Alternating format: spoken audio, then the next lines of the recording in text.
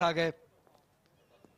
तो अच्छा प्लान, ये अच्छा एग्जीक्यूट भी कर रहे हैं पेशावर की साइड। जहां इसलिए जो ये विकेट के पीछे जो खड़े हुए खिलाड़ी हैं, इनको ज्यादा मुस्तैद रहने की जरूरत है अगर इन सूरत हाल को कैश कराना है, क्योंकि ये वाइड हो जाएगी। ये बहुत अच्छा टॉस है जो पेशावर ने यहां पर जीता है, क्योंकि मूवमेंट ज्यादा लग रही है। अली आज दोनों तरफ गेंद इस वक्त मूव हो रही है। ये थोड़ा एक्स्ट्रा मूवमेंट यहाँ पे।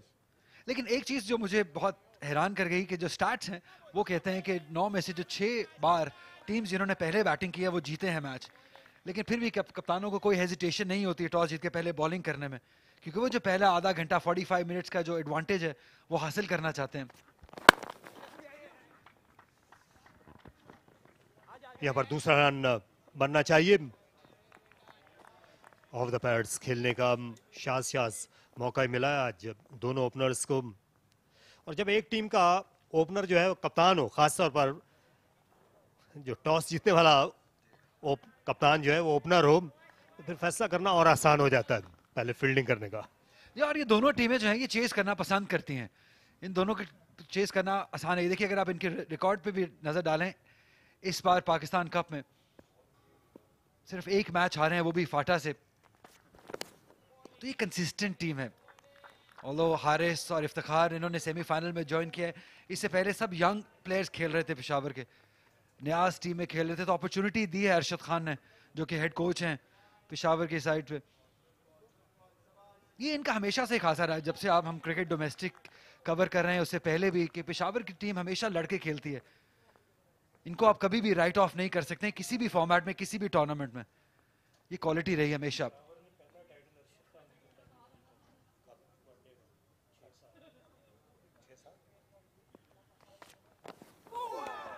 एक और अच्छी गेंद बाहरी किनारे पर बीट किया।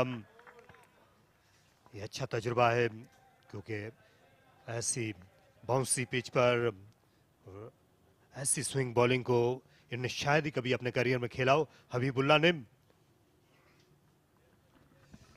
जी हाँ, बड़ा मैच, बड़ा इम्तिहान। जैसे जैसे आप क्रिकेट खेलते चले जाते हैं आपका मुकाबला सख्त होता चला जाता है। आप क्वालिटी प्लेयर्स के अगेंस्ट खेलेंगे तभी आपका नाम बढ़ेगा, और ये एक आइडियल सिचुएशन है। आपको थोड़ी सी अपॉर्चुनिटी भी मिल गई है, इसको कैश कीजिए। उम्दा शॉट खेला। रन बनाने का जो मौका है वो जाया होना नहीं चाहिए जब गेंद आपके बल्ले के करीब हो या पैड्स के करीब हो, क्योंकि यहां मौके आपको कम मिलेंगे। ये पहले पावर प्ले में साइम और जो हबीबुल्लाह हैं, इनकी एक मुश्किल ये है कि स्विंग को काउंटर करने के लिए, क्योंकि पिच में बाउंस है, आप ज्यादा आगे भी नहीं निकल के खड़े हो सकते जिस तरह लाहौर, फैसलाबाद या कराची में आप कर सकते हैं।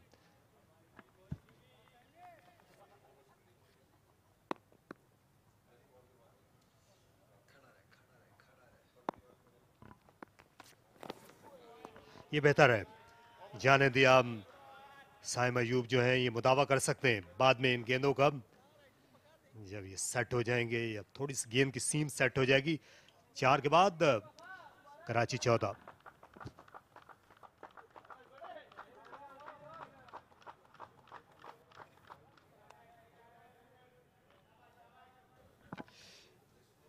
अम्माद आलम, उनके अलावा यहाँ पर आफ्ताब इब्राहिम है और अशर कुरैशी कराची के रिजर्व खिलाड़ी हैं।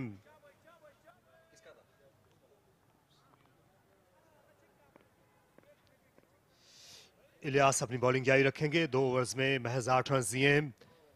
बदकिस्मत रहे, पिछले ओवर में विकेट कीपर तक गेंद कैरी नहीं हुई। अच्छा ड्राइव, लेकिन गेंद को आधा हाथ लग गया था पॉइंट के फील्डर का। आदिल अमीन थे वहां पर। पेशावर की फील्डिंग और कैचिंग अच्छी है।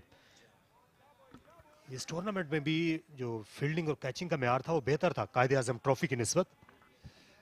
जी हाँ, लेकिन अभी आज हारिस ने कैच ड्रॉप कर दिया है ऑलरेडी, जो कि महंगा साबित हो सकता है।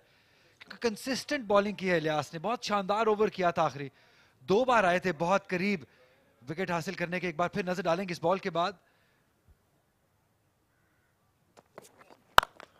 शानदार शॉट, इस बार पिल पड़े, जो ही लेंथ मिली और इसे डिस्पैच कर दिया हबीबुल्लाह ने।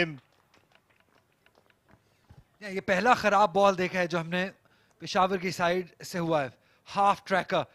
इस लेंथ पे आसानी है बैटर्स के लिए, ये इजी पिकिंग्स हैं, ये आप कहीं भी खेल सकते हैं। कलाइयों का अच्छा इस्तेमाल किया है, एरिया भी अच्छा चूज किया। ऑल्दो एक मिड विकेट पे फील्डर मौजूद था, लेकिन क्लैरिटी थी कि उसके सर के ऊपर से खेलना है। स्टैंडिंग टॉल 4 रन हासिल किए हबीबुल्लाह ने। तो जिस बात की हम बात करते हैं कि कंसिस्टेंट रहे हैं इलियास अपने लाइन और लेंथ पे, ये पहला खराब बॉल जो हमने देखा है।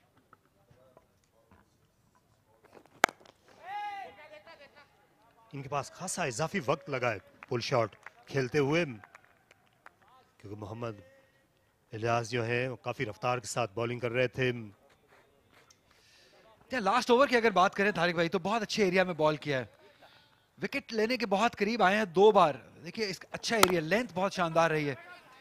इस लेंथ पे मुश्किलात हुई हैं बैटर, उन्होंने कंसिस्टेंटली इसी लेंथ पे बॉलिंग की है। ये वो अपॉर्चुनिटी जो कि शायद कैरी नहीं किया अंपायर के मुताबिक, और उसके बाद एक और जो अपॉर्चुनिटी क्रिएट हुई सिंगल के बाद, लेकिन अपनी लाइन और लेंथ नहीं छोड़ी है। और ये वो अपॉर्चुनिटी थी, दोबारा देखेंगे। इनवाइट किया ड्राइव करने के लिए साइम अयूब को, लेकिन मोहम्मद हारिस फर्स्ट स्लिप के सामने डाइव करते हुए कैच नहीं ले सके। ऐसा ही एक अपॉर्चुनिटी क्रिएट हुई थी सेमीफाइनल में भी, लेकिन वो इनके दाएं जानिब था जिसको इन्होंने कैच ले लिया था हारिस ने। लेकिन ये कैच महंगा साबित हो सकता है, क्योंकि हम जानते हैं कि साइम अयूब क्या करने का अहलियत रखते हैं।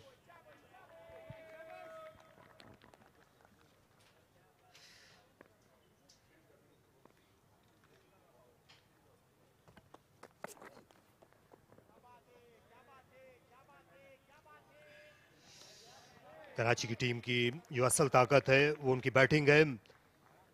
शान मसूद मेन स्टे थे, वो नहीं आज खेल रहे, उसके बावजूद असद शफीक हैं, दानिश अजीज अच्छी बैटिंग फॉर्म में हैं, आजम खान, उमैर बिन यूसुफ, अनवर अली, सुहेल खान, नौमान अली भी बैटिंग कर लेते हैं। तो दूर तक जहां तक नजर जाती है इनके ड्रेसिंग रूम में आपको बैटिंग ही बैटिंग दिखाई देगी। और यही वजह है कि वो चेस करना पसंद करते हैं, क्योंकि बैटिंग बहुत लंबी है। अभी आपने जिक्र किया नौमान अली तक बैटिंग है, जो कि अच्छी बैटिंग करना जानते हैं, इसीलिए दोनों टीम्स ही चेस करना पसंद करती हैं।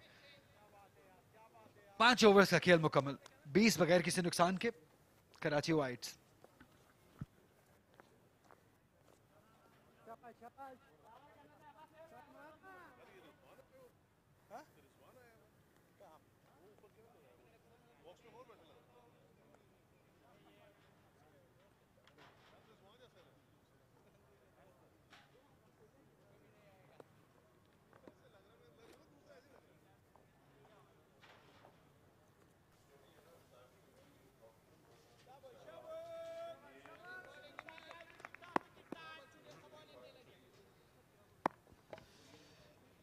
इमरान अभी तक अच्छी वजह नजर आ रही है, गेंद जब उनके हाथ से निकलती है, लेकिन अब साइम अयूब जो हैं खबरदार हो गए हैं और इस वक्त पूरी रिस्पेक्ट पे कर रहे हैं वो इन कंडीशंस को, इस बड़े मौके को, और साथ साथ इमरान को भी, क्योंकि आपको आना जो है 80 पिचेस पर, जब आप सुबह के वक्त ओपनिंग करते हैं यहाँ रावलपिंडी इस्लामाबाद में, तो आना आपको ड्रेसिंग रूम में छोड़ के आना पड़ती।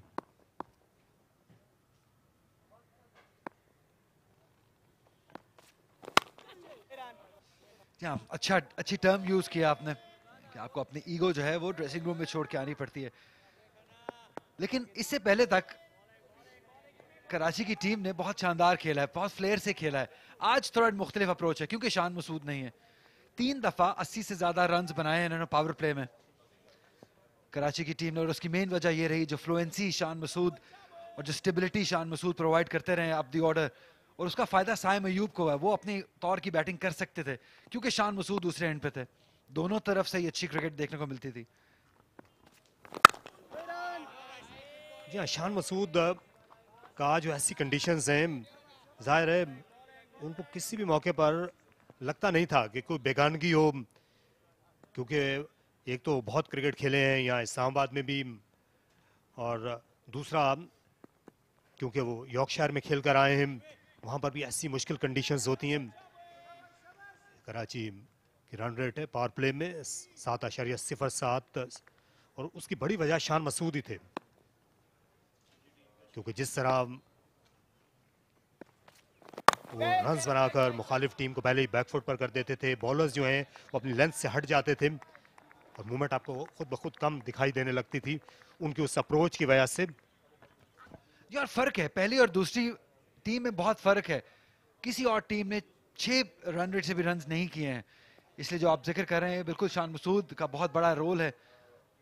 और उनकी वजह से मैं पहले भी कहा है कि साइम को इजाजत होती, फाइम को उस चीज की हेल्प मिलती थी कि अपना फ्लेयर दिखा सकते थे। और रावलपिंडी का भी आपने जिक्र किया, जहां पे भी थोड़ा एक्स्ट्रा बाउंस होगा वहां शान मसूद अच्छा खेलेंगे, क्योंकि कट बहुत अच्छा खेलते हैं, बैकफुट के अच्छे प्लेयर हैं।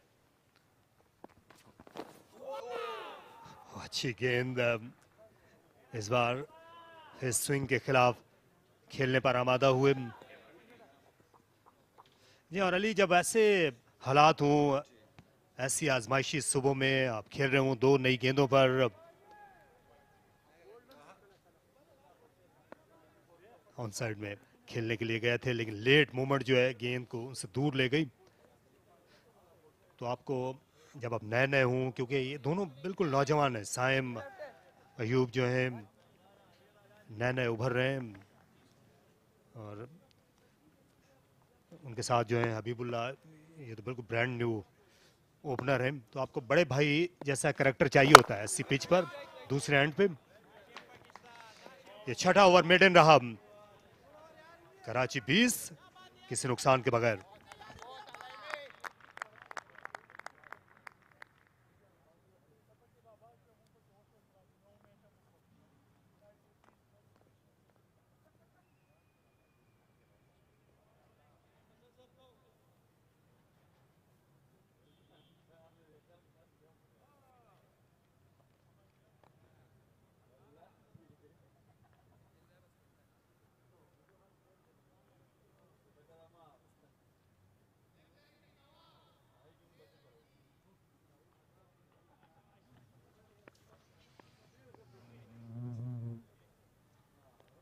For none after 6 overs.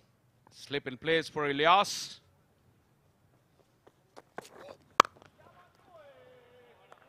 Nicely fielded. There was a little bit of width on offer, and Habib failed to find the gap. Mas Sadakat has been very, very good in the field we've seen in this tournament.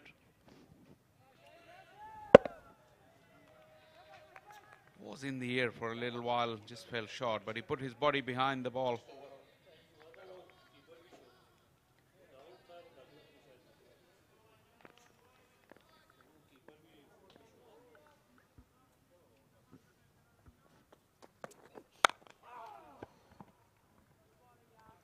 It's been a very different kind of start for Karachi. I mean, asked to bat first.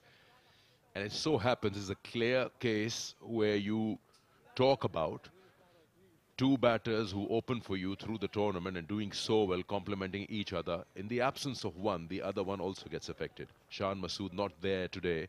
Now, Saim becomes the senior member and he has to bat with the youngster, who's the emerging Habibullah.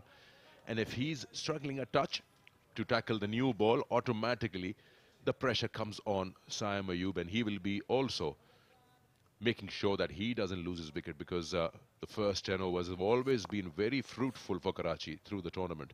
And the conditions aren't any different from what they were yesterday or a week ago. They're quite similar. Sun is shining bright, and the ball will do a little bit early morning. Look at that, leading, doesn't carry. Luck has been playing. He's been dropped once by the keeper Haris, Saim Ayub. So the impact of that key player missing, or that key pair that has been scoring for you, is showing its effects. It does. You make a very good point, because the surroundings doesn't seem the same when that partner has changed, and especially Shan was in such kind of form as an opening pair. You know, on certain days, as we watch this, Saim turned the face of the bat too soon. Very lucky. It could have gone anywhere. Just fell short of Mas Sadakat. Shan would take the pressure. Shan is a different kind of batter to Saim, so they were complementing each other very nicely. Shan was in form as well, so strike rotation or just an odd boundary here and there would ease Saim as well. But now Saim, you see, you don't often see that. 5 of 21 deliveries. That really illustrates the point that you made.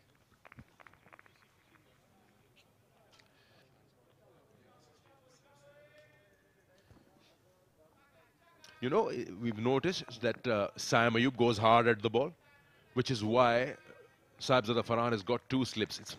He's wide. He's almost like a second, third-ish slip, and then there's a flying slip, which will come in your screen now. There, Kamran Ghulam, because he'll go hard at it. When Habibullah comes, they're in their regulation positions because he's tentative. He's just going like a half push. But Saim goes through with the shot, and the ball will go wider and faster and quicker. Scattered slip cordon. And that is the reason. Probably they've seen some of his footage earlier on, especially. Saim do have that tendency that he goes and flashes hard, though. That's one thing with Saim. Trying to cover the square area more.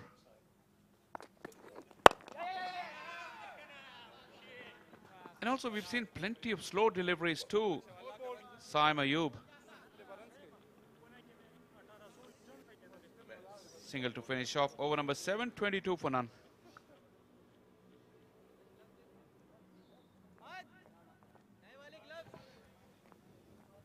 Faisal, we can't take away anything from Peshawar. They've been bowling well, yes, in the right areas. That is also an important aspect, that they are keeping things in check with those new balls.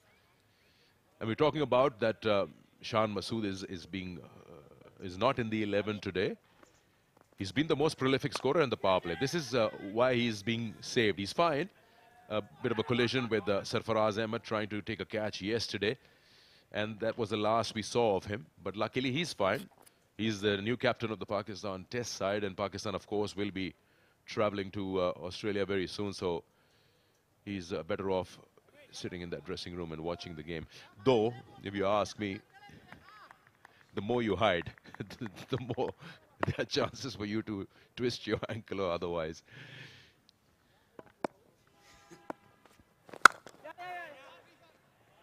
And that's a good-looking shot. Not 100% timing on it, but it's enough for it to go and cross the boundary. The outfield is very, very fast here at the Pindi Cricket Stadium. First boundary of the day, and Saim Ayub. First boundary for Saim. He didn't overhit it. That was the good thing about it. Just a transfer of weight. He's hitting through the line. Just a mere push, it seemed. And look at it go. Saibzada Farhan hot in pursuit. But that pace of the outfield, too much for him. Yes.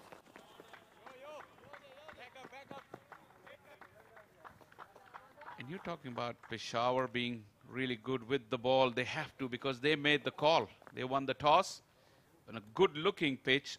They took the chance of that early movement, and they've done well so far. 7 overs 27 is a good result. They could easily have had a wicket or two that would really have put them into the driver's seat early doors. Still, both the openers are not looking comfortable at all. But that was expected. Let's see if they can hang in there. And gone. That second slip comes into play now. The tentative push once again from Habibullah, and that's the first scalp. Some good lines and lengths have paid off for Peshawar. Just having a push away from the body, regulation edge, straight into the hands of Iftikhar in the second slip. Third time lucky for Peshawar. Couple of near misses, but on that occasion, Habibullah was just poking at it. That left arm over the wicket angle, taking the ball away from him. Excellent bounce on that delivery as well. Nicely held with the fingers pointing up in the slips. Imran celebrates. Habibullah departs. First blood Peshawar. 27 for 1.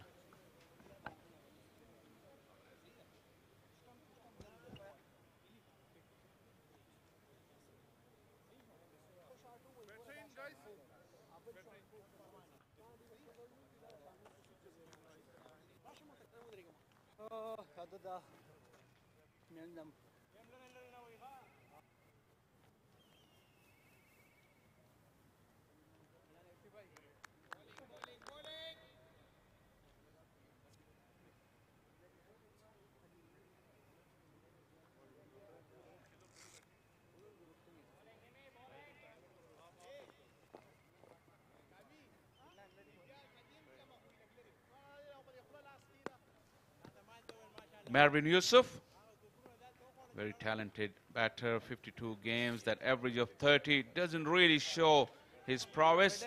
The strike rate of 80, he'll be looking to improve on those figures because he's a better player than that. Especially lately, he's been in good touch, traveling abroad with the Pakistan Shaheens. Another opportunity for him to showcase his talent in this televised game here at the Pindi Stadium.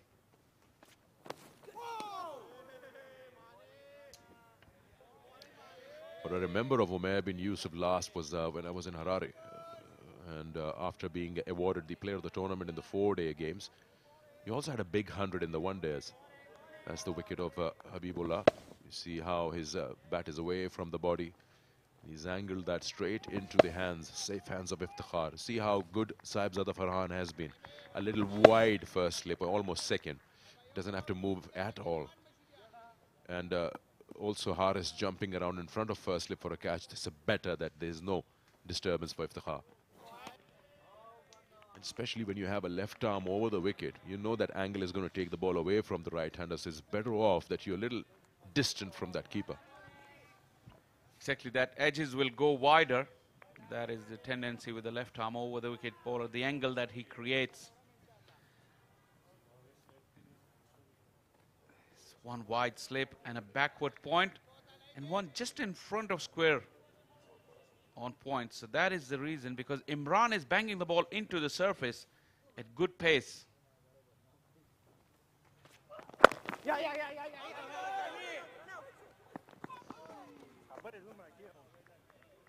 Chance, but good running, good communication. Successful over from Imran comes to an end, 28 for 1.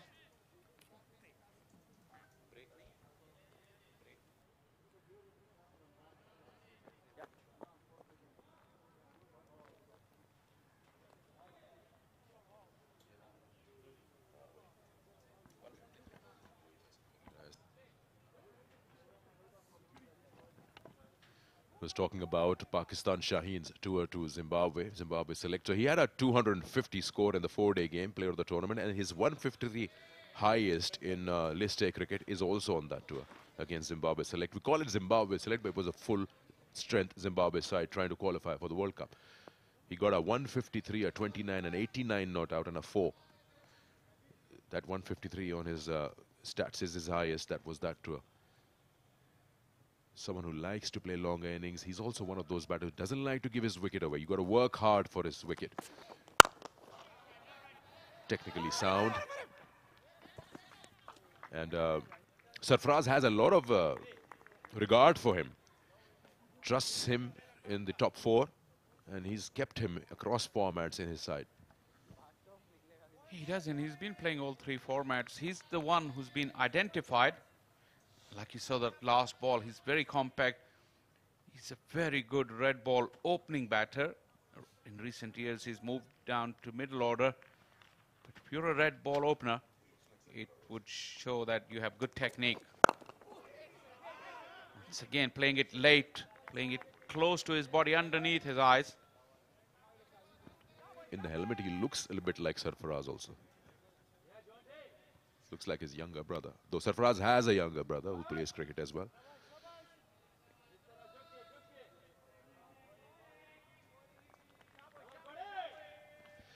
He will also be all set and ready, the man in the middle for the camp, which will be set up here in Rawalpindi for the Australia tour. Mr. Iqbal Imam, the head coach, and of course, another man, Noman, will be a spin option. He's a regular member of the Pakistan Test side. Yeah, the training camp for that series will be here at the Rawalpindi Cricket Stadium. And one of the surfaces that has been prepared for that training camp looks very, very interesting. As you look to the picture,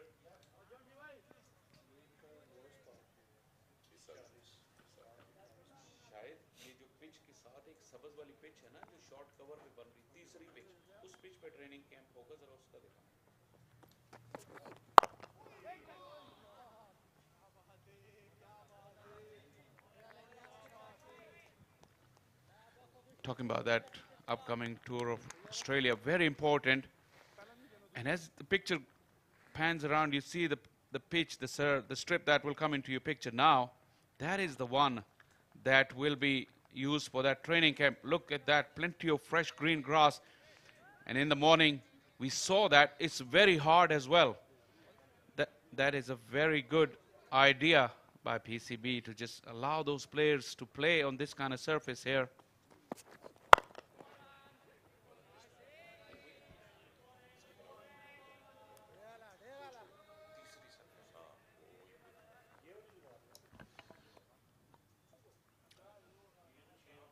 Vessel, it's one more ball to end the power play, and this would be the lowest by Karachi. The previous lowest was 40 for 1. The highest been 82 for no loss. And today, in the final, they have posted their lowest in this tournament, 28 for 1 at the moment with one ball to go.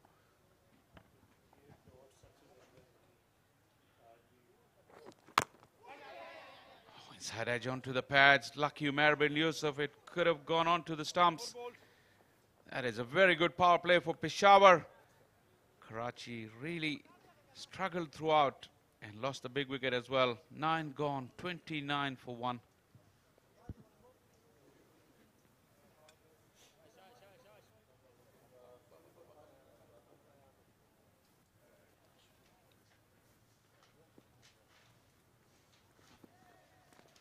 Talking about that power play, although the ball... So Hassan Raza, fresh from attending the World Cup in India. He was representing Pakistan in the list of officials. But talking about the power play, I'll ask Sikandar's opinion, what he thinks after this ball. We've seen there have been movement, Sikandar, but do you think is it something to do with the pressure of a big game that Karachi are having that kind of a power play with the lowest score in the entire tournament? There you go. In the league stages, they had the highest 3 totals in the power play, 82, 81, and 80. And today, they accomplished the lowest total in the power play. And that is by Karachi. Is it something to do with the pressure of the big game? I think it's only about Shan Masood. Shan Masood has the highest number of power play runs, and also, like I said with the start of our stint, that Saim Ayub can play in the shadow of that senior member who's prolifically scoring. So that, you know, you rub off that. Quick look at the power play in this final. They were asked to bat first. Today, a new combination, Saim and Habibullah. This was the catch that was asked for, but wasn't. Then this one, probably first slip would have had a better opportunity than the keeper. Couple of boundaries in that power play. Lots happening out there.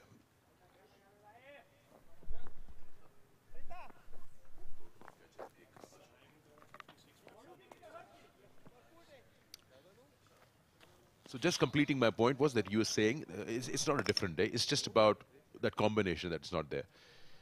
So you complement each other. I think it shouldn't be an excuse though that Shan is not there. Just you can imagine Shan is out. He got dismissed. But I'll put some credit to the bowlers also. They've been in good areas and they've not tried anything extraordinary. they've let the conditions also help them and talk a bit. Saim in the power play, his dots 56%, but today has been 72%. So it just shows that he's been slightly in the shell. You hope that he doesn't do what Habibullah did. He just couldn't get into that third, fourth gear throughout the innings. The thing with Saim is that if he hang in there, we all know that the conditions will get easier, because despite being 2 new balls, still over number 5 from each end, it will get easier. That would be the worst time for Saim to get out, having used up all this ball and used up that time. He can catch up on his strike rate. There is no problem at all. Just needs to hang in there. There you go. The pressure was building. Slow delivery. Azam Khan takes the catch, and prolific Saim Ayub goes. That is a big, big moment in this final. Yeah, he was trying to clear that fielder at wide mid-on, though he did close the face of the bat and tried to angle a gap out there. This ball is fine, of course. But have a look at this shot. You see that he's got a fuller length. Back of the hand is probably the change of pace that has not given him that elevation that he was looking for to clear that fielder. The plan has worked, and it's a big blow. Saim Ayub with a bit of struggle out there. 11 of 27 goes back, and Karachi now are facing a bit of trouble in this final. 30 for 2.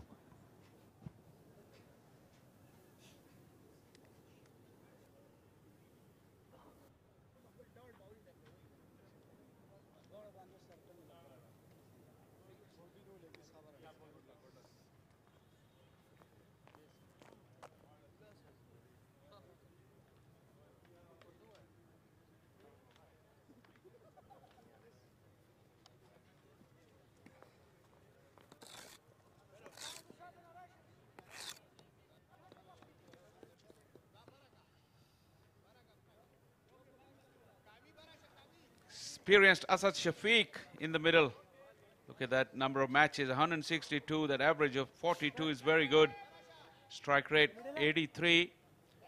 The best of 145, 1100s in this format for Asad Shafiq. Real pedigree and class that this man possesses even at this stage of his career. He's really motivated and hungry. We've seen him throughout this domestic season in first-class cricket and here in Pakistan Cup as well. And today he'll have to be at his very best for his side, Karachi. Great delivery to end the over. 10 gone, 30 for 2.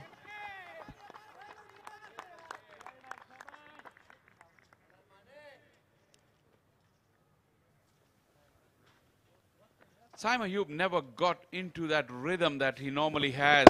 He struggled, and once again this one, change of pace all right, but it hit the bottom of his bat. Nicely held, a pressure catch. Azam Khan, the youngster, a good grab from him, because that was a big wicket. Saim could be a real match winner, and he can take the game away from you within a blink of an eye. Imran has come up with the goods. Imran's been good. I mean, especially that back of the hand delivery that he has. It's not just about being able to bowl that. He pitches it and gets it in the right areas. And that's been the undoing of Saim. That lack of pace, slower one, he couldn't get that elevation. You've seen it. If you've played Imran Khan, you would know that he's got a good control over that back of the hand, slower one. Ilyas will now continue with his 6th over. None for 17. That's a long opening spell. Samzada Farhan, not a bad call if you are actually having the opposition against the wall. Create that bottleneck, further tighten the screws. Don't let them ease out. Your bowler is fit enough and looking or willing to bowl another 6th over, 7th over. Go ahead with it. Exactly, today is much cooler as well. You see a bit of a cloud cover right now. And it is a good call. It is an unusual way to get your leading bowler to bowl 6 overs, especially they're allowed to bowl 9. This is a 45 over a side game.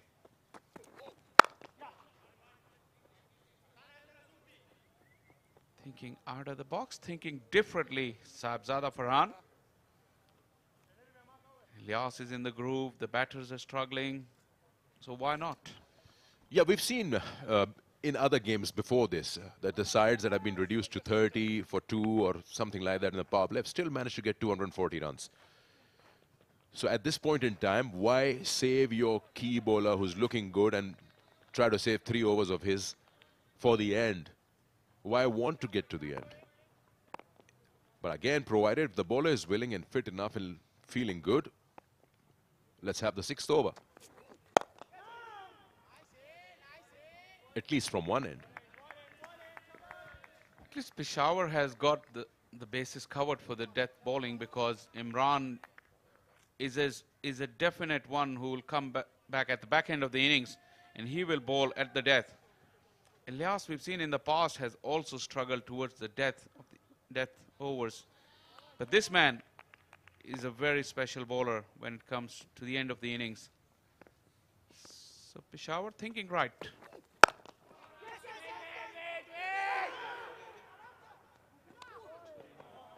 What's happening there? Is it the pressure? The experienced Asad Shafiq kept running without looking at his partner. He wasn't moving at all. Umair bin Yusuf. Could that have been a better effort by Kamran Ghulam? He really just lobbed the ball and didn't go for the full-blooded throw. Asad was short. I think there was a single there. Whether it was necessary or not, that I'm not talking about. But I'm saying there was something there.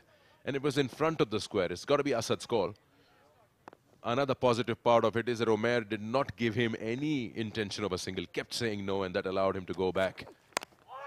Had he been forced to leave his crease, then would have been problems. Still, we saw in the replay, square of the wicket, that had it hit the stumps, there was no way Asad was going to make it. Pressure can do these things. It does, and strange effort by Adil Amin, though, in the field as well.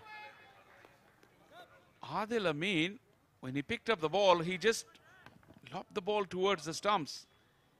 He had more time. He could have steadied himself and had a full-blown throw at the stumps. Probably he would have had a chance, because he was probably looking at more than 1.5 stumps.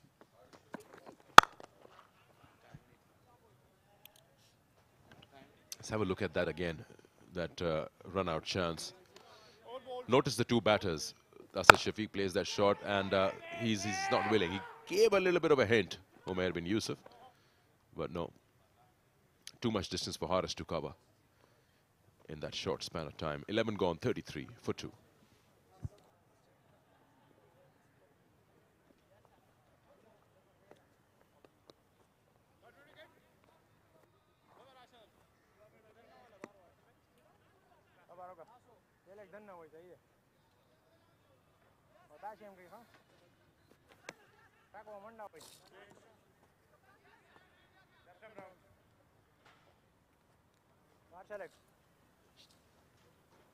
Interesting to see how this wicket will behave. First chance of spin. Azam Khan, 8 wickets, 5 matches. Very good average of 19. Made his debut in this current Pakistan Cup. Had 4 for 41 were on his debut. Had a good season, had a good game in the semi-final as well.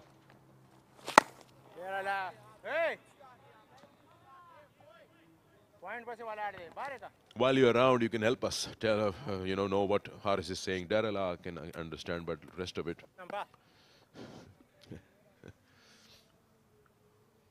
Derala is the Shabash version of Pashto. Yeah, that part we know. We're talking about the other discussions. There you go. There you go.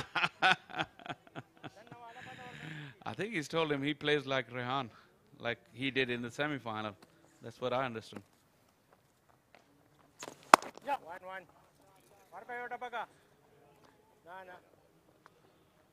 Dem Rehan wala kar kai. That's what he said. I thought he meant Rehan Afridi from the semi-final. Well, you and Haris can tell us whatever you guys want because we still don't know. We have to believe you. I didn't hear Rehan anywhere, by the way. Our director is also Pashto speaking, so. Good boy. The semi-final between Peshawar and Fata was an alien moment for me. Everyone was talking in their own language. Well, if you see Pakistan play these days, you hear a lot of Pashto there as well. Rizwan, Iftikhar, Fakhr Zaman. No. And now Haris is doing the duties of Umar bin Yusuf, calling no, as if he was batting. Very bubbly character, Muhammad Haris, and an excellent cricketer as well.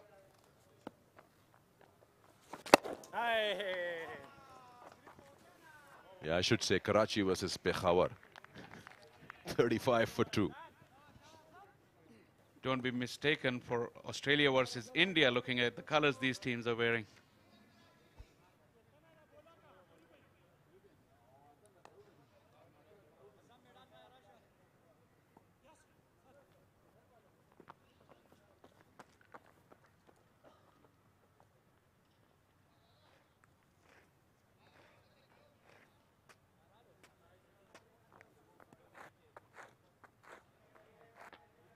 तो अब्बास अफरीदी को मुतारिफ करवाया गया है। इनकी nagging line और length इस wicket पर क्या कुछ कर सकती है, इनके स्टैट्स से भी आप अंदाज़ा कर सकते हैं। इकोनॉमी 5.52 है। 21 मैचेस के बाद 28 विकेटें हासिल कर चुके हैं और इस टूर्नामेंट में 12 विकेटें हैं इनकी। तो बाय ऑल मीन ये एक कामयाब क्रिकेटर हैं, कामयाब बॉलर हैं।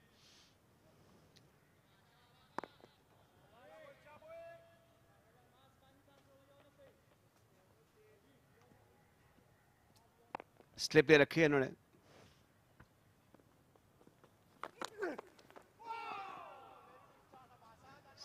सीधी गेंद थी लेकिन इसके बावजूद इसको मिसजज कर गया असद। अब तेज धूप है, कुछ पैची किस्म के क्राउड्स हैं, लेकिन मजबूरी तौर पर ये एक ब्रिलियंट डे है फॉर अ बिग मैच।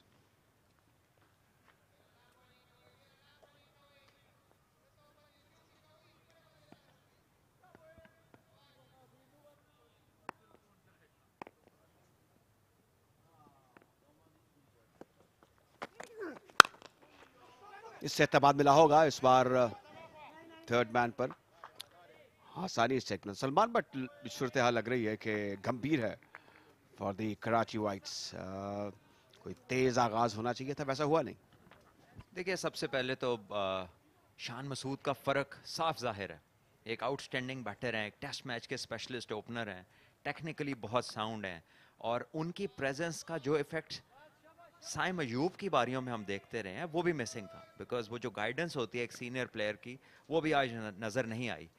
और ऑब्वियसली यहाँ पर अभी तक का जो खेल है इसमें दाद देनी पड़ेगी। पेशावर के जो बॉलर्स हैं ये पूरी टीम प्रिपेयर्ड आई है, उन्होंने राइट एरियाज़ में बॉलिंग किया, बॉल को स्विंग होने का मौका दिया। ओवरकास्ट कंडीशंस ने भी उनकी किसी हद तक मदद की है, लेकिन प्रिसाइज एरियाज़ में बॉलिंग की। और आउट तो चलें 2 प्लेयर हुए हैं, लेकिन 8-10 बार ऐसा लगा कि अभी आउट हुए। ये वो कंसिस्टेंसी है जो आप पेशावर की बॉलिंग से आज रिलेट करते हैं। और आई थिंक कैप्टनसी भी बड़ी शानदार रही है। अभी तक फील्डर्स जो हैं वो close in run saving positions में हैं, कैचिंग पोजीशंस में हैं। कहीं पर बैटर्स को ये एहसास नहीं दिला रहे कि वो इजी रन्स ले सकते हैं।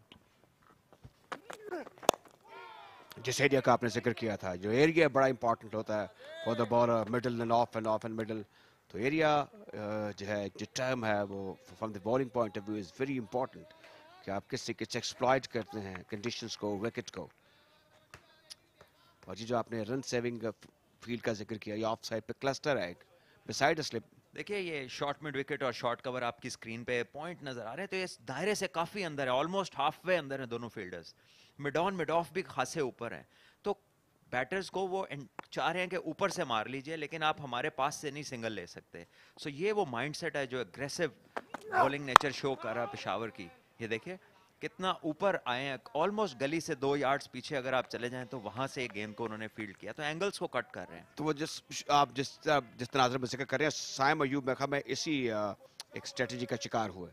वो हिट आउट करना चाहते थे और मिस हिट हुई।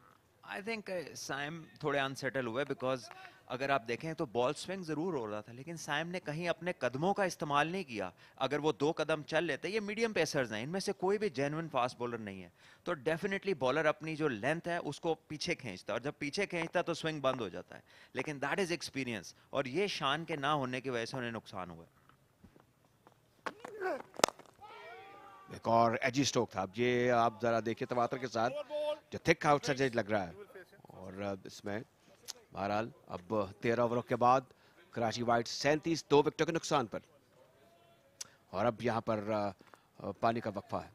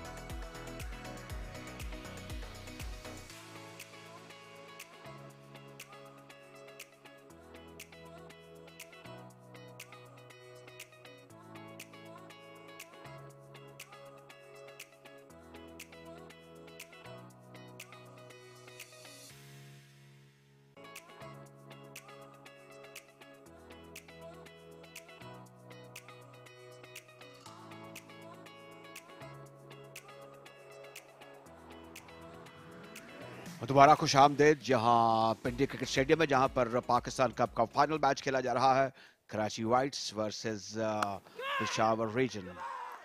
ये जो विकेट गिरी, देखिए अच्छी बॉलिंग, अच्छी लेंथ पे बॉलिंग की, again no feet from the batter, आपको कोई कदमों का इस्तेमाल नहीं नजर आया कि लाइन को कवर करें, और ये एक स्लोअर वन थी, और शायद काफी देर से सैम अयूब कोई बड़ा स्ट्रोक खेलना चाह रहे थे और अच्छी बॉलिंग की वजह से फ्रस्ट्रेट हो चुके थे। इस बॉल को बहुत जोर से हिट मारने की कोशिश की, टाइम नहीं कर सके, और फ्रस्ट्रेशन जो है वो उनको ले डूबी। उमैर और असद जो हैं इस वक्त most experienced set of players में से हैं कराची के। पाकिस्तान के लिए असद ने 70+ टेस्ट मैचेस खेल रखे हैं, उमैर ने A टीम के टूर्स किए, और इनकी पार्टनरशिप बहुत वैल्यूबल कराची के लिए इस फाइनल में। इसमें कोई शक नहीं है, जामे मंजर है। आप ऑफ साइड और ऑन साइड की फील्ड का मुआयना कर सकते हैं, देख सकते हैं। इस पावर प्ले के अंदर सैम ने Good bowling, good bowling. 56% dot ball खेले हैं, सॉरी 72%। तो ये जो इतना ज्यादा आपको आज स्ट्राइक रोटेशन में कमी नजर आई है, Saju. ये अच्छा रन है। देखिए दो सीनियर प्लेयर्स हैं, अब वो सिंगल्स आपको नजर आ रही हैं कि वो शुरू हो गया काम, कॉलिंग अच्छी हो गई। जो उनकी अंडरस्टैंडिंग शान के साथ बनी हुई थी, डेफिनेटली वो नए बच्चे के साथ नहीं थी। और ये देखिए कराची वाइट्स के 53 डॉट बॉल्स हैं और अभी 13 ओवर्स का खेल हुआ और ये 14th ओवर प्रोग्रेस में है। तो Catch. यहाँ पर मौका हो सकता है शॉर्ट फाइन के लिए और एक शानदार कैच, आउटस्टैंडिंग कैच किया है जी। रनिंग बैकवर्ड हमेशा एक मुश्किल टेक होती है और बहुत ही आउटस्टैंडिंग कैच लिया यहाँ पर पीछे भागते हुए। नबी गुल वो फील्डर हैं जिन्होंने ये कैच किया और बहुत बड़ी विकेट यहाँ पर असद शफीक जो कि कराची के मेन स्टे थे और उनका अंदर रहना शायद बहुत ज़रूरी था, लेकिन यहाँ पर स्वीप शॉट खेलने में नाकाम रहे और सिर्फ उसे टॉप एज करने में कामयाब रहे, जिसको बहुत ही कामयाबी के साथ फील्डर ने अवेल किया। इसमें जिस तरीके से फील्डर गेंद के पीछे दौड़े थे, लग रहा था कि कैच उनसे शायद वो ना कर सके, लेकिन मिलाकर उन्होंने बड़ी अच्छी फिनिशिंग की और एक प्राइज विकेट हासिल की असद शफीक की। तो इस तरह डोमिनेट करते हुए पेशावर रीजन्स के बॉलर कामयाबी हासिल हुई है और इस तरह असद शफीक जो एक सरकर्दा बैट्समैन थे, catch Nabi board Azam for 3, 38 for 3। देखिए बड़े मैचों में यही मोमेंट्स होते हैं और इन्हीं मोमेंट्स को आपने कैपिटलाइज करना होता है। यहाँ पर नबी गुल ने एक आउटस्टैंडिंग कैच किया है और असद शफीक जो कि बहुत ही इजी लगना शुरू हो गए थे कि सिंगल्स अब रोटेशन कर रहे हैं, उन्होंने एक ऐसा कह लें बेल आउट वाला शॉट के क्विक रन्स भी मिल जाएं, थोड़ा प्रेशर जो है वापस ऑपोजिशन पे डाला जाए, वो करने की कोशिश की। शायद इस वक्त उसके लिए सही वक्त नहीं था, बहरहाल वो आउट हुए और नए आने वाले बैट्समैन दानिश अजीज लेफ्ट हैंडर हैं। 65 मैच 1610 रन 38.33 की बड़ी मुनासिब औसत है। बेहतरीन स्कोर 101 है और ये एक सेंचुरी और 10 50s बना चुके हैं बिसाइड स्ट्राइक रेट ऑफ 82.05। तो डिसेंट स्ट्राइक रेट है दानिश का। अब इनके लिए काम आसान नहीं होगा। पहली 27 पर, दूसरी 30 पर और तीसरी 38 पर विकेट गिर चुकी है कराची वाइट्स की। बाय ऑल मीन कहना होगा कि एक डिजास्टर स्टार्ट है सोफा, लेकिन ये क्रिकेट का खेल है, ग्रेट लेवल कहा जाता है। किसी वक्त कराची वाइट्स के बैटर्स एक रफाकत कायम कर सकते हैं, एक पार्टनरशिप कायम कर सकते हैं and they can move up, लेकिन फिल वक्त सूरत हाल गंभीर है। ऑफ साइड और ऑन साइड पे आप देख रहे हैं और ये आजम है जो कि नबीतुली बॉलिंग कर रहे हैं। आजम एक विकेट हासिल कर चुके हैं, लॉन्ग ऑन को थोड़ा आगे किया है 30 गज के सर्कल के अंदर। जाहिर है कि बड़ा हौसला मिलता है जब एक आपको विकेट मिल जाए, वो भी असद शफीक जैसे बैटर की।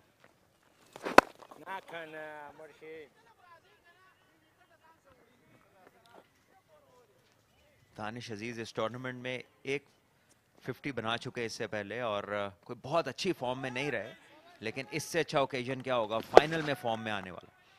यहाँ पर असद शफीक की वो स्ट्रोक जिस पे आउट हुए, वो स्वीप शॉट जिसको एग्जीक्यूट करते हुए अगर हम इसको दोबारा देखें रिप्ले को, तो एक दफा नजर उन्होंने डेफिनेटली हटाई है। और ये ऐसे शॉट हैं कि जितनी देर आंख इम्पैक्ट पे रहे उतना फायदा होता है। एक और क्विक सिंगल।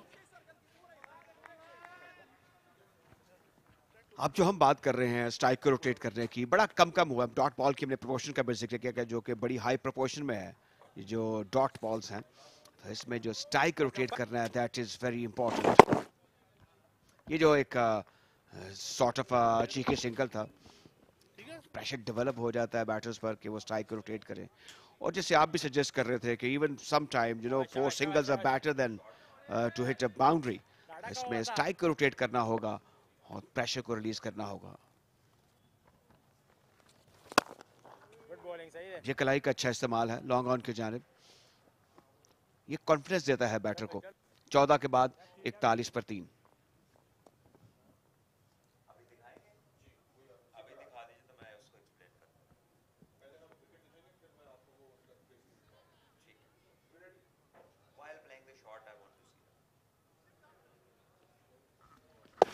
ये देखिए जब असद शफीक का बैट और बॉल का इंपैक्ट हुआ है, वहां पर असद शफीक ने मुंह दूसरी तरफ कर लिया, तो नज़र जो है वो बॉल पे आखिरी वक्त तक रखना की होती है किसी भी शॉट की एग्जीक्यूशन में।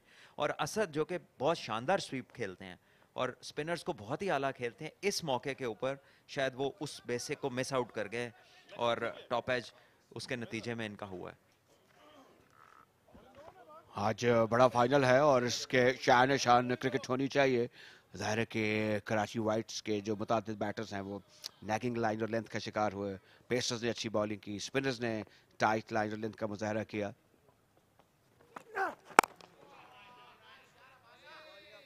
ये एक बेहतर लेंथ होती है मिडिल और ऑफ स्टंप पर और बैटर्स जाहिर है कि डिफेंसिव स्ट्रोक खेलने पर मजबूर हुए। तो असद भाई एक दफा फिर हम विकेट को देखते हैं। देखिएगा असद की फेस जो है और आंखें, ये देखें जब इम्पैक्ट हुआ है तो असद ने आंखें बिल्कुल अपनी बंद कर ली हैं, जबकि ये वाइड ओपन होनी चाहिए। हालांकि यूजुअली असद का ऐसा नहीं होता, बट मे बी कभी कभार गलती हो जाती है। Even the best make mistakes.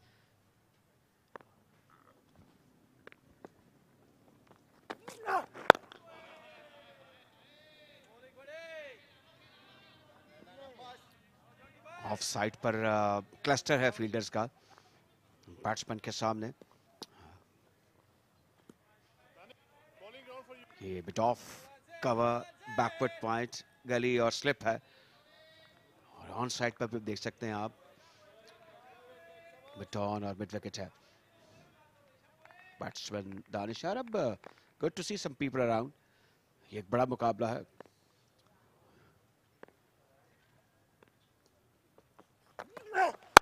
अच्छी ड्राइव और गेंद जाएगी अब कवर बाउंड्री के बाद 4 रन के लिए। तो मिलाकर ये एक जिसे उर्फ हम कहते हैं मुंह में पड़ी हुई गेंद थी और इसको बड़े अच्छे तरीके से दिलकश अंदाज से ड्राइव किया और 4 रन हासिल किए। बहुत ही शानदार ड्राइव थी ये, और एक तवील अरसे के बाद, क्योंकि 15वें ओवर का खेल जारी है, 43 बॉलों के बाद ये शॉट लगा और बहुत दूर गेंद था जिसको बड़ा ही comfortably on the up drive किया। ये देखिए अच्छी हेड पोजीशन, बॉल को करीब आने दिया। पिच हालांकि काफी दूर हुआ था, लग नहीं रहा था कि जिस पे सुबह ये मैच शुरू हुआ था उसी पिच पे ये शॉट लगा है। इतनी अथॉरिटी और कंट्रोल था स्ट्रोक के अंदर। सो दानिश अजीज फ्लो में लगे हैं और कॉन्फिडेंस भी अच्छा लगा है, क्योंकि स्पिनर पे भी इन्होंने कदमों का इस्तेमाल किया है और फास्ट बॉलर के अगेंस्ट भी एक दूर वाले बॉल को उन्होंने अच्छी स्ट्रोक जो है एग्जीक्यूट की है।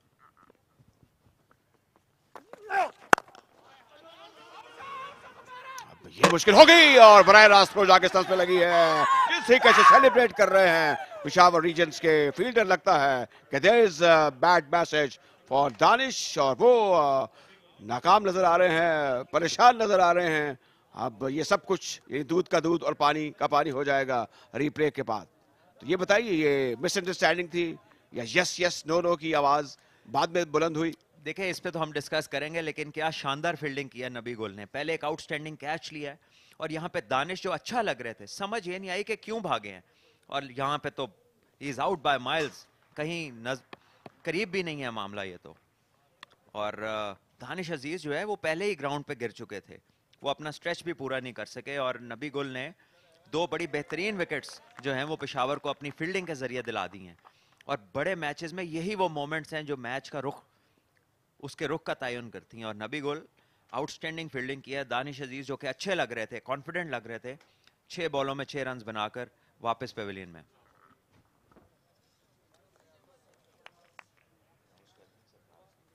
तो इस तरह अब बैटिंग ऑर्डर के मुताबिक सरफराज आएंगे और वो क्या सरफराज करेंगे कराची वाइट्स को, इसके इम्कानात मौजूद हैं। लेकिन जिस तरीके से बैट्समैन दानिश अजीज आउट हुए, वो एक अफसोसनाक मंजर था for the Karachi Whites and their supporters. अब सरफराज आए हैं और ऐसी सूरत हाल में ये टीम को मुश्किल से निकालने की सलाहियत रखते हैं। He is the man for the job. और जाहिर है कि इनका टेम्परामेंट, मिजाज, शॉट मेकिंग, डिफेंस, एग्रेशन जो है अब उसका इम्तिहान होगा। तो सूरत हाल गंभीर है। 45 for 4 कराची वाइट्स। ऐसा तो सोचा ना था सलमान भट्ट।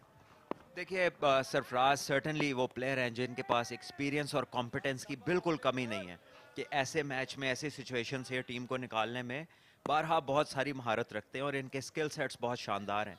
अच्छे डिसीजन मेकर हैं, अच्छे रनिंग भी बिटवीन द विकेट करते हैं। और यहाँ पर आपको एक काम कैरेक्टर की ज़रूरत है, बिकॉज ये जो रन आउट हुआ है ये टोटली पैनिक का नतीजा था, ये रन था ही नहीं, इससे जाने की ज़रूरत ही नहीं थी। बहरहाल देखते हैं कि सरफराज कैसा खेलते हैं आज।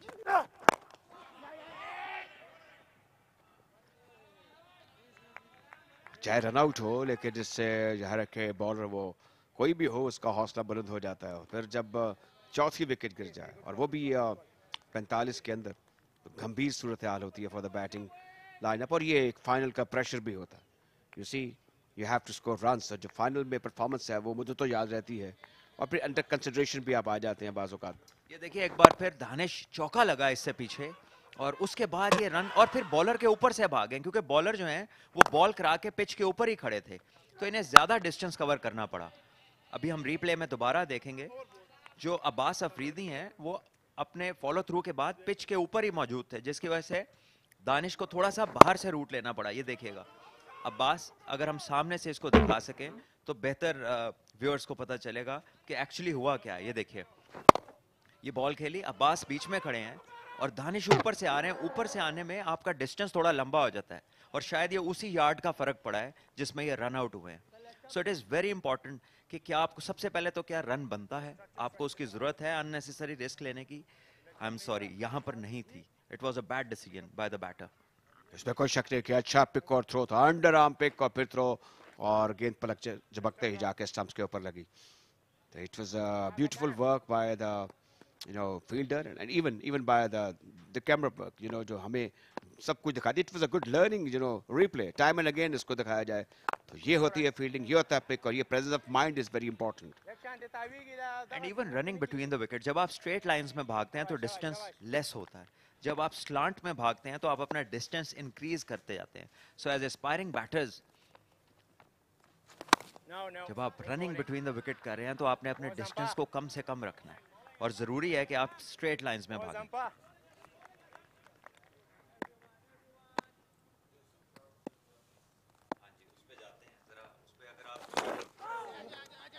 अब ये फाइन की जारी मोड़ा, ये इसको थोड़ा फाइन खेला, अगरचे बैकवर्ड स्वेलक पर फील्डर मौजूद थे। अब इस किस्म की स्मार्ट शॉट्स खेलनी होगी, रिपीट करनी होगी, 1 2 और फिर 3 भी लेने की कोशिश करनी होगी। तो Sarfaraz is a man for the job. हम जानते हैं, समझते हैं कि ये सूरत हाल को बेहतर कर सकते हैं। देखिए अशद ज़रूरत है कराची को कि सरफराज जो है बाकी ओवर्स में सबसे ज़्यादा बैटिंग करे, जितना खेल सकते हैं खेले, क्योंकि यकीनन ये वो प्लेयर, और यहाँ इनसाइड एज हुआ और हारिस कुछ नहीं कर सके क्योंकि बहुत बड़ी डिविएशन थी, और आउटस्टैंडिंग एफर्ट फील्डर्स की इस इनसाइड एज पे 4 रन के साथ कराची के 50 रन मुकम्मल हुए। लकी रहे यहाँ पे सरफराज, और कराची को यकीनन खुशकिस्मती की इन पैचेस की सख्त ज़रूरत है इस वक्त। इसी अब काफी आगे चले गए थे। अब ये अब लगता है गेंद की चमक अभी बरकरार है, और थोड़ा सा गेंद अंदर भी लेकर आए लेफ्ट आर्म, जिनको एक टिपिकल एक आर्म बॉल होता है। आप जरा इस पे भी रोशनी डालिए कि जिस तरीके से जो बॉलिंग हो रही है, आजम ने जिस तरीके से अभी तक टाइट लाइन और लेंथ मेंटेन कर रखी है, प्रेशर डिप्लॉय किया हुआ है, तो लेफ्ट आर्म में यूजुअली बड़े एक्यूरेट होते हैं, और यहाँ पर बता रहे हैं आजम के he is the man for the job. 2 over 5 गेंदों में सिर्फ 13 रन दिए और 1 विकेट भी हासिल कर चुके हैं। देखिए thanks to the fast bowlers, बहुत शानदार बॉलिंग की है, प्रेशर रखा है, विकेट्स लिए हैं, तो आसान हो जाता है नए आने वाले बॉलर्स के लिए जब एक टीम अंडर प्रेशर हो उसे बॉलिंग कराना। और जब आप सरफराज को बॉलिंग करेंगे एज अ स्पिनर, तो दुनिया के आप जितने मर्जी अच्छे स्पिनर हैं वो स्पिनर्स को बहुत आउटस्टैंडिंग खेलते हैं, और रन्स का जो पहिया है वो चलने लगता है उनके आते ही। अगर स्पिनर्स बॉलिंग कर रहे हैं रन्स नहीं रुकते। 16 ओवर के बाद 52 पर 4 कराची वाइट्स।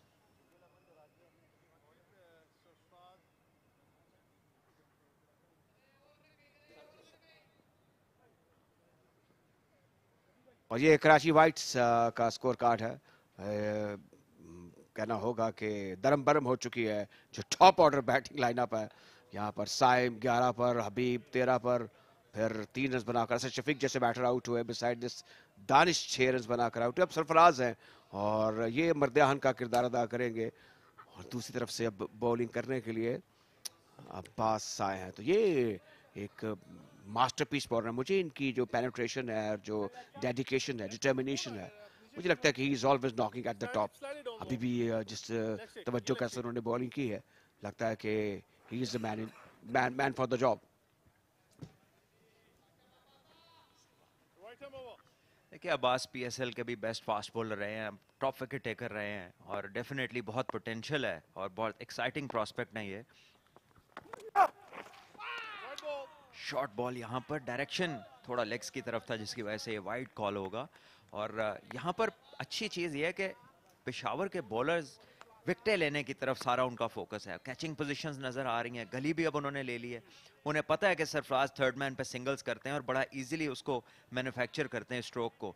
तो वहाँ पर ये कैप्टनसी बड़ी अच्छी है, उसकी तारीफ करनी पड़ेगी कि एरियाज़ को मार्क किया उन्होंने। ये सरफराज अहमद का इस टूर्नामेंट के रन्स, और 3 मैचेस तो वो खेले ही नहीं, और जो खेले हैं उसमें 31, 14 नॉट आउट और 28, तो डिसेंट रहा है विद द बैट इनका रिकॉर्ड, क्योंकि कम ही ओवर्स में इनकी बारी आती रही है। लेकिन आज इन्हें बड़ा स्कोर करना पड़ेगा, क्योंकि आज इनके ऊपर बहुत जिम्मेदारी आ गई है।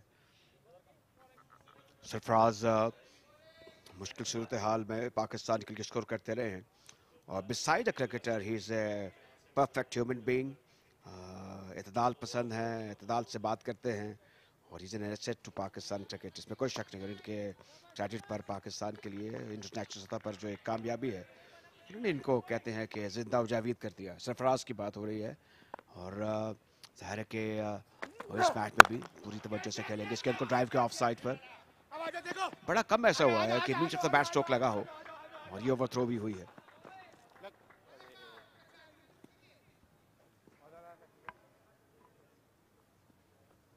क्रिकेट लग नहीं रहा कि लिमिटेड ओवर का खेल है, क्वाइट है, स्टेडी है किसी हद तक from the bowling point of view.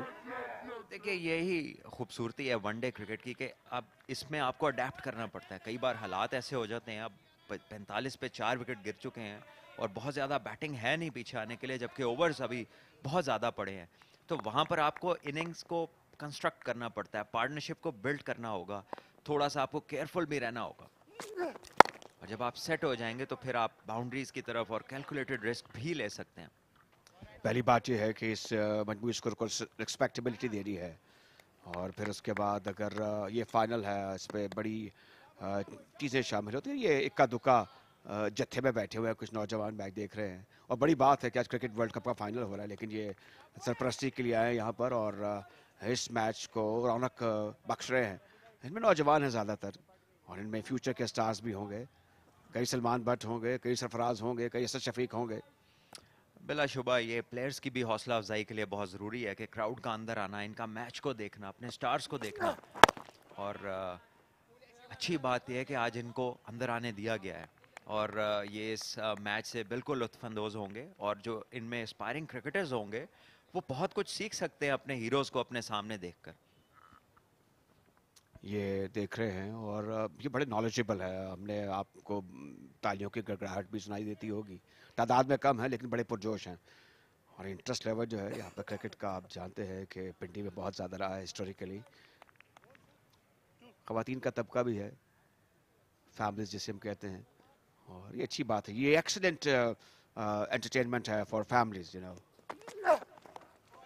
रुक गए, अच्छी पटकी हुई गेंद थी अब्बास की। जो क्रिकेट का खेल है ये बड़ा सोशेबल है। Salman, tea, coffee, quality cricket and of course weather, ये अमेल्गमिज्म है for excellent picnic and of course social mingling. देखिए, और पाकिस्तान में स्पेशली क्रिकेट जो है ये एक बाइंडिंग फोर्स है। ये वाहिद वो खेल है जिसकी हार जीत पे नेशन का मूड डिपेंड करता है, और जहाँ पर लोग इकट्ठे होते हैं, जब पाकिस्तान की टीम कोई बड़ा मैच खेलती है या इंडिया से खेलती है या किसी मजबूत हरीफ से खेलती है, तो लोग इकट्ठे होते हैं इस मैच को देखने के लिए। और इस बार अधूरा स्ट्रोक खेले और आउट हो गए। इस एक और कामयाबी हासिल हुई अब्बास को, एक और कामयाबी हासिल हुई पेशावर रीजन्स को, और विकेट खो बैठे हैं उमर, और ये भी नाकाम और नामुराद वापस जाएंगे। बहुत ही शानदार बॉलिंग, अच्छा पेसी शॉट बॉल था और वेल डायरेक्टेड था, बिल्कुल उनके चेहरे की तरफ, उसे अवॉइड नहीं कर सके वो। बिल्कुल उन्होंने अच्छी टेक्निक डिस्प्ले नहीं की शॉट बॉल की, ऐसा लगा जैसे एक्सपेक्ट ही नहीं कर रहे थे। अभी रिप्ले में हम देख सकते हैं, देखिए ये बॉल बिल्कुल ठीक है, क्रीज से बल्कि पूरा पाँव ही उनका पीछे है, सो परफेक्टली ऑल राइट। यहाँ पर देखिए शॉट बॉल बिल्कुल उनके हेलमेट की तरफ, और नज़रों का एक बार फिर बंद होना, आंखों का बंद होना किसी भी क्रिकेटिंग स्ट्रोक के अंदर डेफिनेटली वो प्रॉब्लम की निशानी है। और यहाँ पर एक आसान कैच हारिस के लिए, आउटस्टैंडिंग बॉलिंग और आउटस्टैंडिंग प्लानिंग मैं कहूँगा। और शायद इसमें इनके एनालिस्ट, शायद ये जो वलीद हाशमी है उनका भी खासा हिस्सा है, बिकॉज ये देख रहे हैं कि हम जहाँ जहाँ जो बैटर आ रहा है उसकी अप्रोप्रिएट फील्ड खड़ी है और उसी के मुताबिक बॉलिंग हो रही। पूरे स्पोर्ट्स स्टाफ को इस चीज़ का क्रेडिट जाता है, बिकॉज ये सारी टीम इंटरनेशनल प्लेयर्स की टीम है। कराची में सबसे ज़्यादा इंटरनेशनल एक्सपीरियंस पाया जाता है। तो इस तरह उमर कैच मोहम्मद हारिस और बोल्ड अब्बास और 9 रन बनाकर आउट हुए 56 फॉर 5। अब आ गए हैं, उनको देखकर लगता है कि ये मर्दियाहन है। ये अगर विकेट पे खड़े रहे आजम खान तो पलक झपकते ही सूरत हाल बदल जाएगी। ये meat of the bat stroke खेलते हैं और जहाँ तक लिमिटेड ओवर का ताल्लुक है ये एक आइडियल क्रिकेटर हो सकते हैं। बड़े फोर्सफुल हैं, पॉपुलर हैं और वेल डिमांडेड भी हैं। ये पहली गेंद खेलेंगे आजम की। Good ball, excellent ball. देखिए 5 विकेट्स गिर चुके हैं और ऐसा लग रहा है अगर हम कराची का स्कोर कार्ड अगर हम देखते हैं तो उसको देख के ऐसा लगता है कि शान के बगैर तो ये अपनी शान से ही महरूम हो गया ये स्कोर कार्ड। इतना फर्क एक एक्सपीरियंस और प्रॉपर ओपनिंग बैटर के होने से होता है, स्पेशली इन कंडीशंस में। तो आप कह सकती है शान के बारे में, शान मसूद के बारे में कि वक्त मुश्किल के बस 2 ही होते हैं, एक तेरे आने से पहले, एक तेरे जाने के बाद। क्या बात है, राज साहब छा गए। और ये आजम खान 30 मैचेस, एक यंग करियर है अभी भी, बहुत ही लूज खेल रहे हैं। देखिए यहाँ पर टीम को जरूरत है, वो इंटेंसिटी आपकी बॉडी लैंग्वेज में नजर आनी चाहिए। चाहे आप बॉल रोक ही रहे हो, कंप्लीट होने चाहिए आपकी तमाम जो रिचुअल्स हैं एक बॉल को रोकने के, प्लेस करने के। लेकिन इनकी जो आउटसेट है वो नहायत ही कैजुअल है। तो ये अगली गेंद को, पिछली गेंद को जहां चाहे खेल देते हैं। इनके पास बड़ी अथॉरिटी है स्ट्रोक मेकिंग की। और अब देखना ये होगा कि किस तरीके से सूरत हाल से टीम को निकालते हैं। इनकी एक तेज क्विक फायर इनिंग की जरूरत है। देखिए अभी तकरीबन 27.5 ओवर्स का खेल इनकी इनिंग्स में बाकी है और ये ओवर्स का यूटिलाइज करना बहुत ज़रूरी है। यहाँ सरफराज कंफर्टेबल लग रहे हैं, आसानी से स्ट्राइक रोटेट कर रहे हैं और स्पिनर्स पे हम सबको मालूम है कि वो बहुत ही ज़्यादा स्किलफुल हैं अगेंस्ट स्पिनर्स। लेकिन आजम को उनका साथ देना होगा क्योंकि एक वक्त आएगा जब उनकी बड़ी हिटिंग की बहुत अशद ज़रूरत होगी।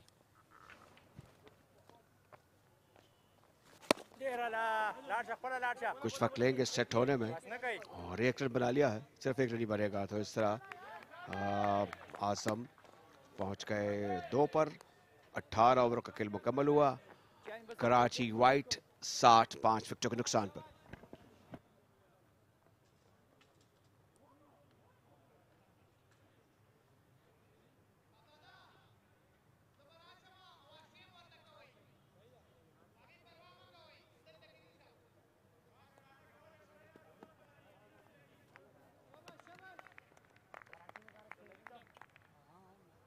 ठीक है।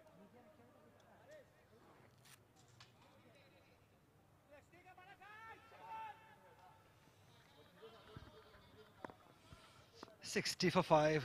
Karachi in 18 overs. That's not what we expected. Oh, beautiful bowling. This is just a ripper. Qasim Khan surprised. What a fantastic day this has been for Peshawar side.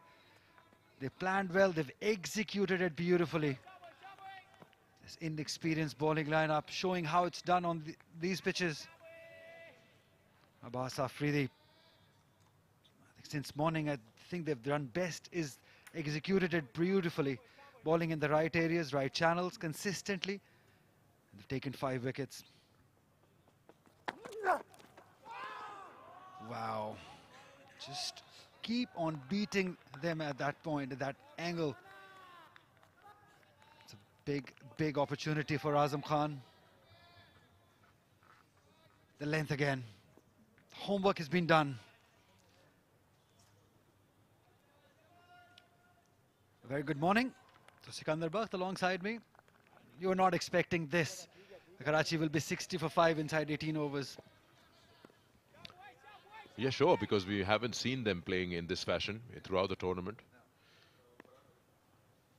But there are brighter sides to it as well. We'll talk about this. If this match finishes early, we've got a lot to do in the evening then. But 60 for 5 Now, you can't put everything on the absence of Shah and Masood. Got to give the credit to the bowlers who bowled so well. Some very good catching, a run out in that as well. And some bad shot selection, as such Shafiq dragging one from outside the off stump. When you're 2 down already, power play only getting you, what, 27, 28 runs, which is their lowest.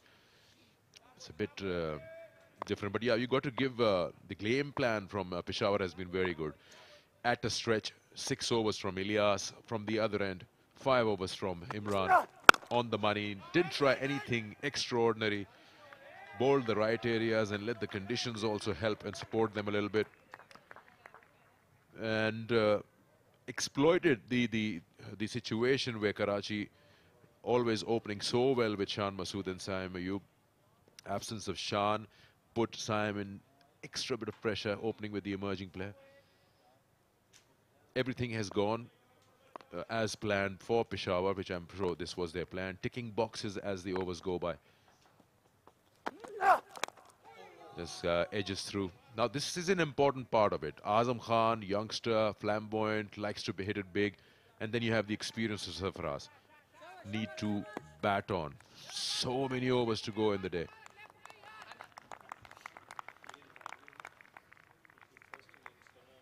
Absolutely. They've got Anwar Ali, who can hit big. Sohail Khan also can big. Noman Ali also. But this partnership, I think, this is going to decide which way this final is going to go. It's an opportunity for Azam Khan. We've been talking about him, his abilities to hit big. These are different conditions. It's a learning curve for him. Can he deliver? Can he take his team out of this trouble they are in? 62 for 5. The plan has worked. They've executed it. These two bowlers, not much experience, but the plan. And as you said, shot selection also. Saim Ayub was under a lot of pressure. They had to go at it because they were not scoring many runs. And this one probably was the poorest of the shots. Dragging it outside the off stump and a beautiful catch. And then Danish Aziz. I wonder what he was thinking. Team was under pressure, and then you don't need to take runs like this. Look at that. There was no point. And the dive also. That's not the right way of doing it. Danish Aziz, the last one, pretty unlucky. Good boy. Yeah, we were expecting Peshawar to come all gun blazing, but this performance from Karachi Whites, Sarfraz Ahmed will be very disappointed.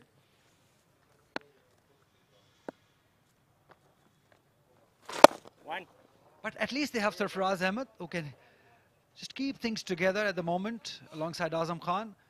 Just take this inning deep. Take it till 35 overs maybe. They need to play around till 35 overs. And then look, they give the opportunity to Anwar Ali, Sohail Khan and Azam Khan himself.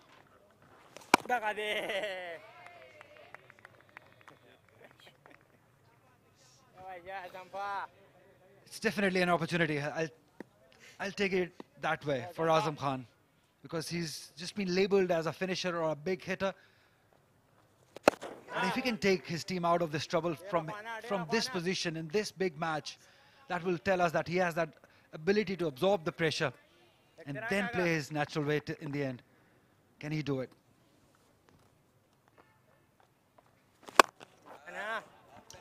Over extra. A little too full with width available. You just throw your hands at that. Exactly what happened. 20 gone, 67 for 5. Was in his zone. Tossed up. This is where he likes it. Right in front of his eyes. The clarity in the mind that he had to go over the fielder of extra cover. Played it right in the gap too. Karachi needs a big inning. It's about time he delivers. 67 for 5.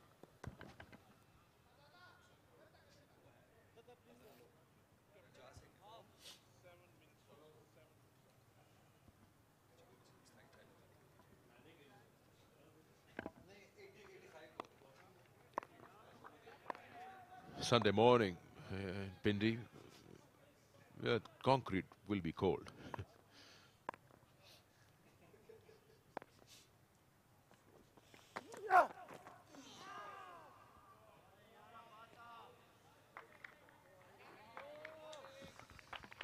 Such a good toss to win for Peshawar.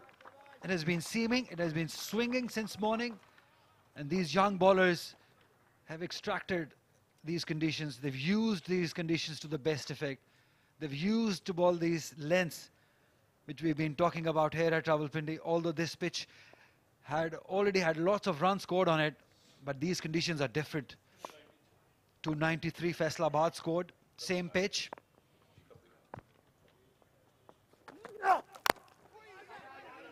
Living dangerously, chance again. Oh, it's directed. Direct hits are always interesting. Kamran Ghulam thinks they've got the man. And it's the big wicket if they are able to get it. It's Sarfaraz Ahmed, the captain. Sarfaraz looks pretty confident. He looks pretty confident.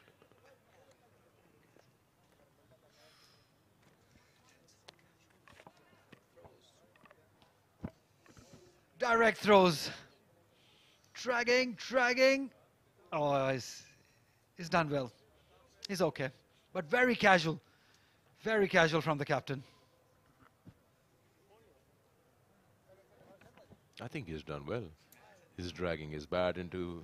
There's no fuss. What's the fuss about? It's fine. How many inches do you need to be safe? That's enough. Trust me, he's lucky.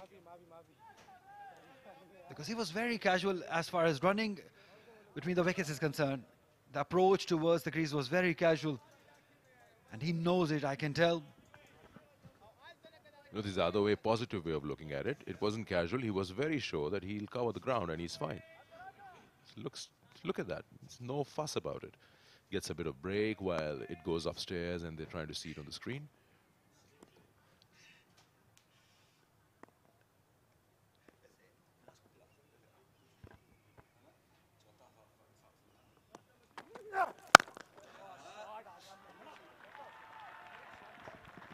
What a shot. What a good shot that is. Mighty Azam Khan, second boundary. Beautifully timed. Just that lazy elegance that he showed on this time. Have a look at that. No problems whatsoever. Superb batting. This boy is super talented. Can he bat long enough? That's the question. Do it for the team. Do it for yourself. Azam Khan, stay there till the end.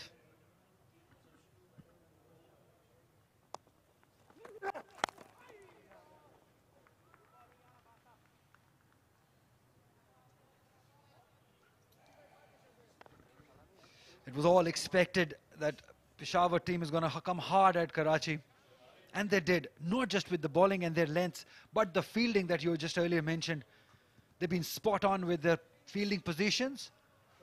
Where they've been running, they've been standing, saving one. Look at that. They're coming way inside that circle. That's the run saving, that's one saving position. So that's where they've done brilliantly. They put the pressure. And Karachi, we know that they have the minimum dot ball percentage throughout Pakistan Cup. And they've covered that area. That is brilliant. By Arshad Khan, Kamran Ghulam, and the management of Peshawar, they've worked them out. They planned it better, and they're executing it too.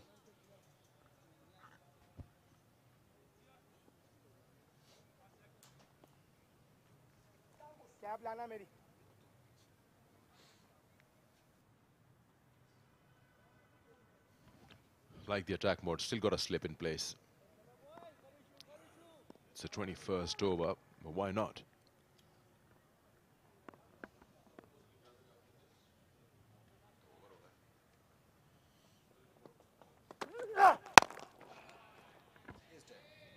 "21 gone, 74 for 5.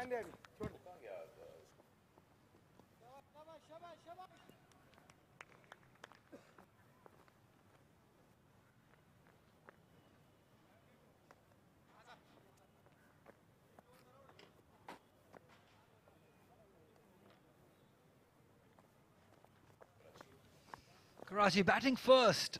213 runs, just lost 4 wickets. Runs per over also impressive. Average 53, mainly because of Shan Masood. Second power play. They've lost wickets. That's the concern. 15 wickets. The middle order has been under fire. Runs per over also decreasing, the average also. Good boy. It's in the air but away from the fielder. Sarfraz Ahmed will get a boundary. So 3 boundaries in last 3 overs. Probably they've decided they're gonna counter-attack Peshawar, and that's the only way to do it. You've got to give it back to them. Yeah, that's a strong zone. He will be waiting for spin to come in so that he can deploy that sweep, as he likes it so much. You were showing us the progress through the power plays for Karachi. The reason why you see middle overs having more wickets being fallen, because they've had good solid starts, so they've been a little more, I won't say casual, but they're more experimental, trying to get bigger scores. The only side though who has been bowled out didn't play 45 here, batting first. It was in the semi-final. And they do have a lot of experience. You need 2 batters to get you a good partnership and a decent score in a final. Here these 2 will be eyeing that. Good thing Azam Khan has captain with him, so he'll keep him in watch and not allow him to go crazy unless he wants him to. And Sarfaraz is very strong in man management. He knows exactly how to extract work from his players. Yeah, that is so true. That's the best that could happen to Azam Khan, having Sarfaraz Ahmed on the other end. When you have that much ability like Azam Khan has, you just need 5 to 7 overs in the end, and he'll compensate on every dot ball that he's facing right now. But it's the important part is that he stays there with Sarfaraz Ahmed. Runs will come, don't worry about them. You got the ability. 22 gone, 79 for 5.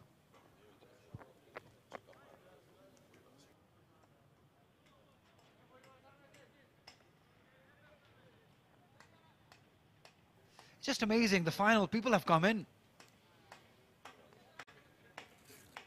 That's the only day that people were allowed here. And one can see once you allow people to come, they definitely come and support Pakistan cricket. Because so many stars playing, future stars playing, current stars playing, so they enjoy the cricket. They love cricket here at Rawalpindi. Although the stands where there is seating, it's not open. As you were saying, this might be cold for them, but still they're there. They're watching cricket, they're loving cricket and supporting these players. Wonderful to see. Nothing better than the winter sun. Morning, it's really nice. Who do you think they're here for? Karachi or Peshawar? More support for? Well, as a team, Peshawar, but Karachi has some individual superstars. Yeah, so they will be here to watch Saim Ayub, Sarfaraz Ahmed. They're late for Saim.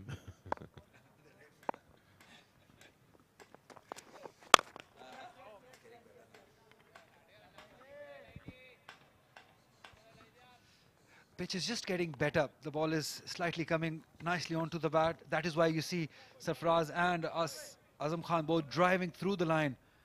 So as the time passes, the pitch will get better. The sun is out. But they've lost 5 wickets. That's where the trouble is. This partnership, 24 at the moment, building.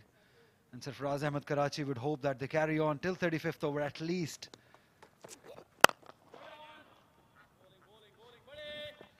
This is the phase where Sahibzada Farhan needs to be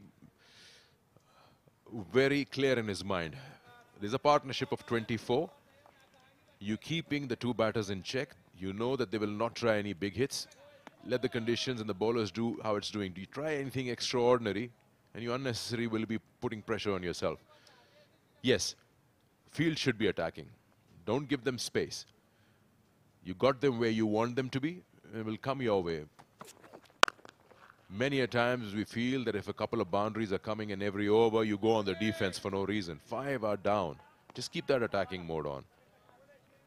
And wait for that mistake to happen from either one of the batters. Because after despair, then you get into the bowlers. It's only a matter of time. It's just about being smart, not over smart. And this is what happens when 2 quality sides meet. You've got to be spot on with the decision making. Got to be very smart, as you said.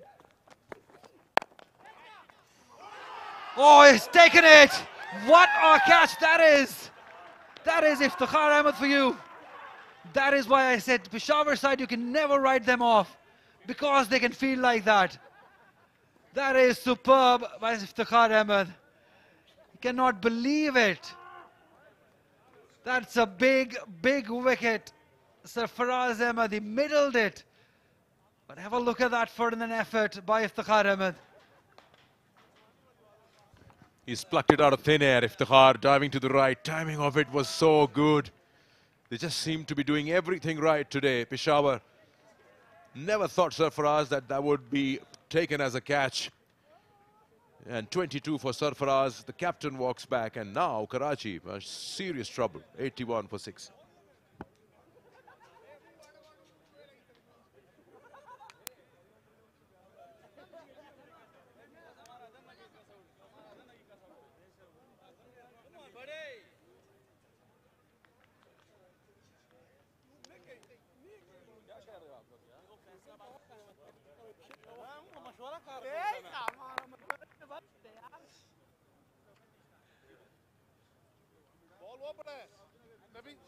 A bit early, as he expected, Anwar Ali. 22.4 overs.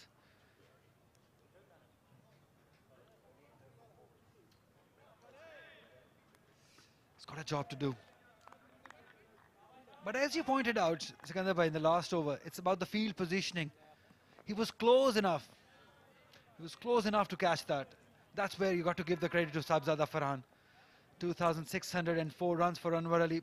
16 50s. Best of 89. Average very impressive because we know he's an all-round cricketer. But he might have to change the way he thinks and his approach. He'll have to bat deep now because Peshawar are at them at the moment through some beautiful fielding and some excellent captaincy by Sabzada Farhan.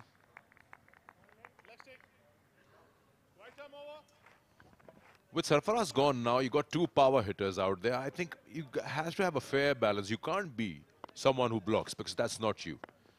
And you don't have to be extra aggressive. Just be the natural way you are as a batter. Azam's been there for a while. He can put away the loose ones if he feels he can back himself. Anwar also won't take long. Because the whole idea is not about playing 45 overs. It's also about moving the scoreboard. And you can't delay the inevitable. So if you're staring down the barrel, the only way, not a good catch from Iftikhar, only way is to take the fight back to the opposition. Take them off guard. See if you hit them for a couple of shots, good shots, cricketing shots, how do they react to it?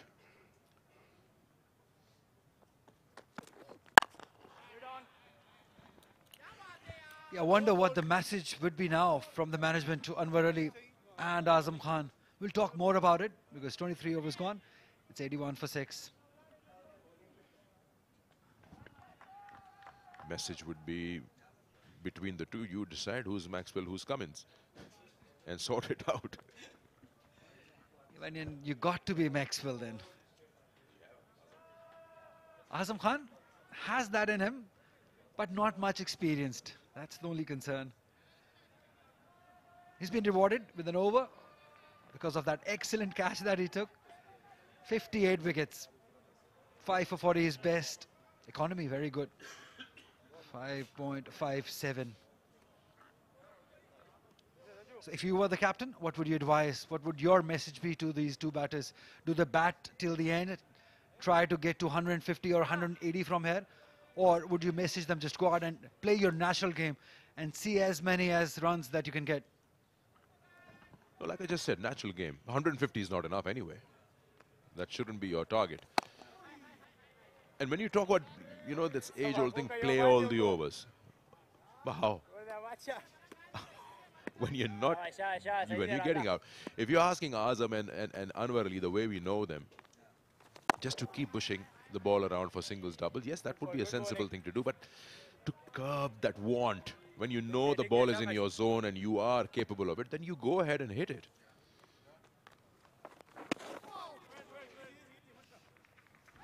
then as a captain, do you blame the batter to play naturally like he wants to? And if he gets out, do you reprimand him for that? Or you say, okay, fine, you played your own game, you played your situation, not as per the conditions or the situation of the team or the game? Well, it only depends on how you've lost that wicket. If it's a rash shot, if it's an untidy or a very, very careless shot, then the captain would say or ask, what was that? Yes, there will be a certain amount of risk involved if you're trying to go after a bowling attack. And I'm not saying go after them. Make sure that you put away the bad ones and keep the strike rotation going. Frustrate the bowlers. But there are certain moments where you can't do anything about something like a catch, like what Iftikhar took to take Sarfaraz away. It wasn't a bad shot. Made an over, 81 for 6.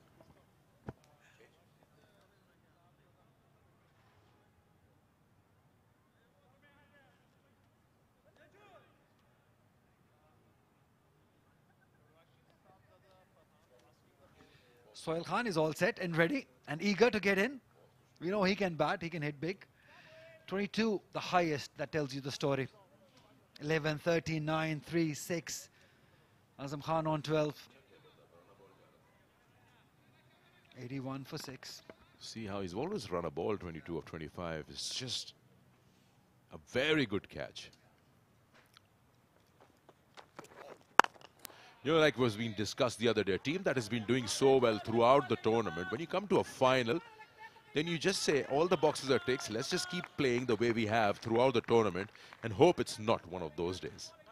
If you have a bad day in the field, that's something you can't do anything about.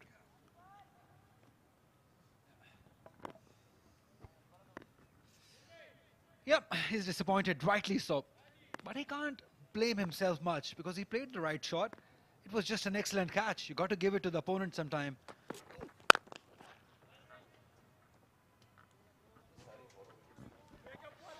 It's been a mixed bag, Ali. Some of them very good catches. Some of them have been casual. Asad Shafiq, Danish Aziz's wickets were, no, not good enough at that level. You talk about Sarfaraz's catch, unlucky. Youngster emerging, Habibullah poking at it. In the absence, Shan Masood got the opportunity to go up in the order. Saim Ayub, a very good back of the hand slower ball. Otherwise, he would have cleared that fielder at wide mid-on. So it's a mixed bag. Some very good, accurate bowling.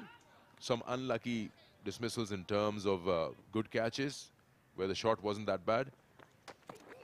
And some have been lazy approaches in terms of running between the wickets or shot selection. So a fair mix of everything that's not gone well for Karachi, starting from the toss.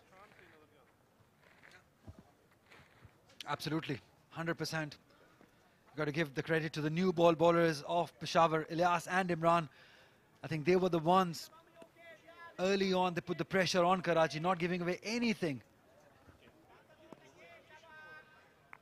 Because we know that Saim Ayub, once he gets going, he scores them big and scores at a good rate.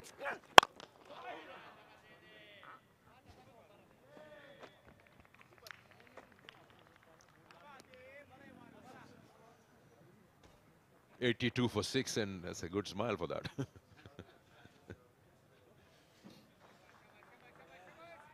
Quickly, let's have a look at the wickets. Now, look at this one. Youngster emerging, just poking at it. This is slower ball, didn't get hold of it. Good catch, good ball. Bad shot selection, dragging it from outside off, and a very good catch taken. Very casual running, should have finished it, dived earlier, never reached the crease. Good ball. Again, could have left it. Could have let it go. And then the last one was Sarfaraz, of course, a good shot. He was angling his bat to be played down the ground, but it was such a good catch at short mid-wicket by Iftikhar to dismiss a partnership that was looking good. That was the time when it was 81 for 7.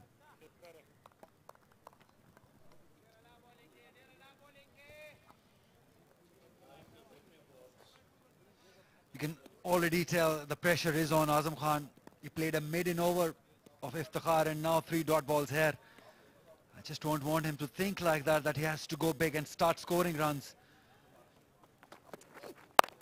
That's where you play a rash shot. You can take your time. There are plenty of overs left.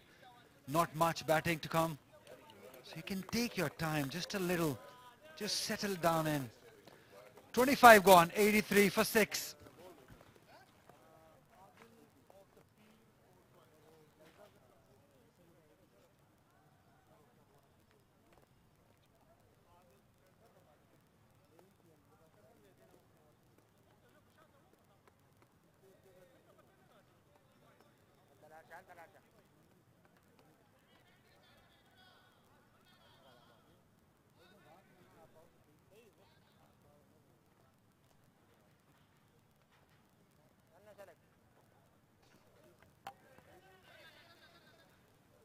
डेरना लक्ष्यत आवेगी ले कराची की team को इस match में रहने के लिए एक पार्टनरशिप की जरूरत है। आजम और अनवर, इन दोनों में ये सलाहियत मौजूद है कि ये अगेंस्ट द टाइड जो है, ये मौजों के खिलाफ ये यकीनी तौर पर स्विम कर सकते हैं। और अब इस बार गेंद मुश्किल निकल सकती स्क्वायर लेग फील्डर के हाथ से। अच्छा खेलते हैं स्पिन बॉलिंग को आजम खान, लेकिन आज पेशावर के तमाम ही बॉलर्स ने बड़ी जारहाना बॉलिंग की। मोहम्मद इलियास और मोहम्मद इमरान ने जो टोन सेट की थी, जो आने वाले बॉलर्स हैं उन्होंने भी सर उठाने का मौका नहीं दिया यहाँ कराची की बैटिंग को। शाह फैसल हमारे साथ हैं कॉम बॉक्स में। बिल्कुल सही कहा आपने तारिक, लेकिन एक और भी चीज है उसके अलावा। पेशावर का जो रिकॉर्ड है फाइनल्स में वो बहुत अच्छा है, और जो उनकी स्पिरिट शुरू से नजर आ रही थी और फिर वो नजर आती है जो उनकी एफर्ट थी फील्ड में। कम से कम 3 डिसमिसल्स ऐसे हैं जो शानदार फील्डिंग का नतीजा भी थे।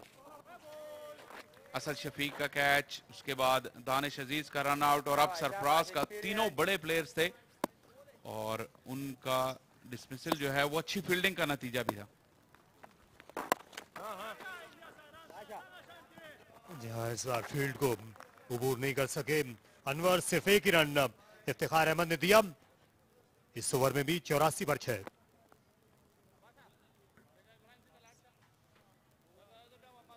सरफराज के चेहरे को देखकर आपको अंदाजा हो सकता है कि उनकी टीम की इस वक्त क्या सिचुएशन है और वो इसके बारे में क्या सोच रहे हैं। पिछले 4 ओवर्स में सिर्फ 4 रन आए हैं, एक विकेट भी गिरी है, वो सरफराज की विकेट थी। अच्छी पार्टनरशिप डेवलप हो रही थी और उम्मीद थी कि सरफराज और आजम जिस तरह के प्लेयर हैं एक दूसरे को बड़ा अच्छा कॉम्प्लीमेंट कर रहे थे, लेकिन वहीं पे फिर एक शानदार फील्डिंग इफ्तिखार अहमद की और वहीं से वो विकेट को उन्होंने क्रिएट किया, अपॉर्चुनिटी को ग्रैब किया। और अब ज्यादा दारोमदार आजम खान पे है। 29 गेंदें खेल चुके हैं, 14 रन बनाए हैं। ऐसा आपको कम कम देखने में मिलता है कि आजम खान की इनिंग्स में ये इक्वेशन हो। नॉर्मली इक्वेशन इसके उलट होती है। हुक शॉट के लिए 2 खिलाड़ियों को बाउंड्री पर खड़ा किया है इमरान ने। आजम खान को अब इस इनिंग्स में सरबसर जाना होगा, क्योंकि कराची ने अगर पूरे 45 ओवर्स बैटिंग करना है और इस मैच में अपने बॉलर्स के लिए एक ऐसा स्कोर तैयार करना है तो आजम खान का किरदार कलीदी होगा। अभी इसके बाद नोमान अली हैं, वो विकेट पर ठहर सकते हैं, लेकिन इस पिच से सही मानों में फायदा उठाया है पेशावर के बॉलर्स ने। अच्छा टॉस जीता साहबजादा फरहान ने, और उसके बाद जो बॉलर्स थे उनने अपने कप्तान के फैसले को सही साबित भी किया, जो दूसरी बात थी। बिल्कुल, और कल जो सेमीफाइनल हुए थे यहाँ पे, उसके बाद एक तासुर ये भी बन रहा था कि शायद अब विकेटों में जिस तरह का मॉइस्चर शुरू के राउंड में था वो नहीं है, और शायद पहली बैटिंग करना 5-7 ओवर्स के बाद सहल होगी, लेकिन वो ऐसे साबित नहीं हुआ। और काफी मुबस्सिरीन की जो आरा थी पिच के बारे में वो काफी मुतजाद थी, और उसकी वजह क्या हो सकती है? पिछले सेमीफाइनल की बनिस्बत कल भी यहां ज्यादा धूप नहीं निकली, आज भी ज्यादा धूप तेज नहीं है जिस तरह की सेमीफाइनल्स में थी। तो विकेट पे उस तरह जैसे आप देख सकते हैं क्लाउडी है, उस तरह की साफ शफाफ धूप नहीं निकली जैसी सेमीफाइनल्स में थी, तो विकेट उस तरह बेक हुई नहीं जिस तरह तवक्को थी, और अभी भी बॉल इस लेट स्टेज पे भी ऑफ द विकेट हिल रहा है। फ्रंट किया और तेजी के साथ रन हासिल किया। रावलपिंडी क्योंकि ये बारानी इलाका है पाकिस्तान में, जब मैचेस होते हैं सदर्न पाकिस्तान में, कराची या पंजाब के भी बाज़ इलाकों में, तो वहाँ ऐसा होता है जो वाटर टेबल है ये दोपहर के बाद जो पानी ज़ेर ज़मीन जो होता है ये ज़्यादा नीचे चला जाता है शुरू के 1-2 घंटों के बाद। लेकिन यहाँ मामला मुख्तलिफ है। यहाँ जो है क्योंकि हवा में ज़्यादा खुनकी पाई जाती है, ये इलाका खासी बुलंदी पर है, तो जो हवा की खुनकी है, ये 4 रन मिले कराची के लिए बेहद ज़रूरी, और अशद इसे महज सरका दिया। अपनी लाइन से हट गए थे इमरान, और ये 33 गेंदों के बाद कराची को बाउंड्री मिली। थोड़ा सा लाइन से चूके और आजम ने पेस का अच्छा इस्तेमाल किया। फाइन लेग का फील्डर काफी वाइड है, जो शॉर्ट पिच बॉल के लिए दोनों फील्डर सेट किए हुए हैं ऑन साइड पर, इस वजह से ये बॉल फाइन जब गया तो कोई मौका नहीं था उनके पास रोकने के लिए। कारामद बाउंड्री मिली आजम को। आहिस्ता गेंद पहले खेल गए थे आजम, गेंद इसलिए पहले गिर गई। यहाँ पर विकेट कीपर हारिस से अच्छा मुकाबला इमरान और आजम खान के दरमियान। Back of the hand slow delivery, अच्छा मिक्स किया है इमरान ने, बहुत ही शानदार बाउंसर भी इन्होंने किए हैं, पटका है बॉल को, लेकिन ये स्लो डिलीवरी इनकी खासियत है। 27 के बाद 90 पर 6।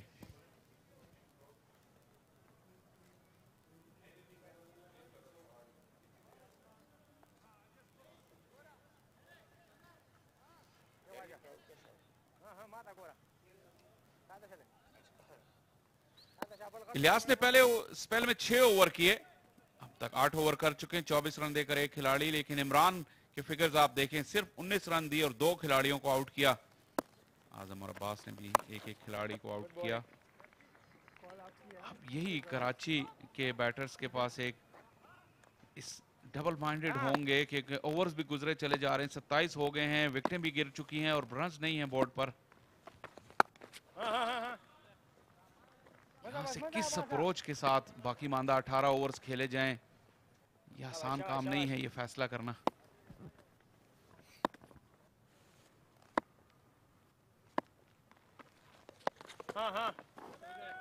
यहाँ स्पिनर्स जो हैं इनको भी मदद मिल रही है और अग्रेसिव लाइन से आ रहे हैं। इफ्तिखार अहमद जो आमतौर पर गेंद को ज्यादा टर्न करने की पहचान नहीं रखते, ये गेंद भी टर्न हुई अच्छी खासी, इसलिए अपील काबिल तवज्जो नहीं थी। और जो फील्डर हैं इस वक्त दायरे के अंदर, वो रिंग के एज से नहीं आ रहे, वो अंदर खड़े हुए हैं, रन देने पर बिल्कुल आमादा नहीं। जैसे ये मिड विकेट पर यहाँ मौजूद हैं, यहाँ कामरान गुलाम इस तरफ मिड विकेट के सामने जो है एक्स्ट्रा कवर से साहबजादा फरहान जो है वो भी करीब से आ रहे हैं। तो ये बहुत अच्छी कप्तानी भी है। मिड इन ओवर इफ्तिखार का 28 के बाद 90 पर 6 और पानी का वक्फा भी कर दिया गया पिंडी क्रिकेट स्टेडियम में। और जो मैं जो बैटिंग अप्रोच की बात कर रहा था वो इसलिए कि दोनों T20 स्पेशलिस्ट हैं जो इस चीज के लिए जाने नहीं जाते कि किस तरह इनिंग्स को प्लान और ग्राफ्ट करना है। और बहुत ही जबरदस्त मौसम है रावलपिंडी क्रिकेट स्टेडियम में, रावलपिंडी का मौसम, और कुछ तमाशाई आए हैं इस फाइनल को एंजॉय करने के लिए, अपने स्टार्स को देखने के लिए। क्राउड के आने से मैच में एक नई रौनक बढ़ती है। उम्मीद है कि जो लोग नजदीक में देख रहे हैं वो ज्यादा लोग आएंगे इस मैच को देखने के लिए। और अगर आजम खान खेल गए ये बाकी 17-18 ओवर तो इस क्राउड को बहुत एंटरटेनमेंट मिलने वाली है।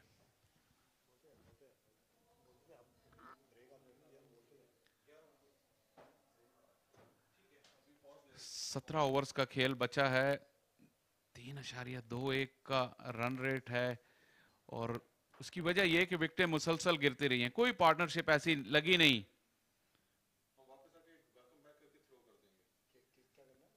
पिंडी क्रिकेट स्टेडियम में पानी का वक्फा।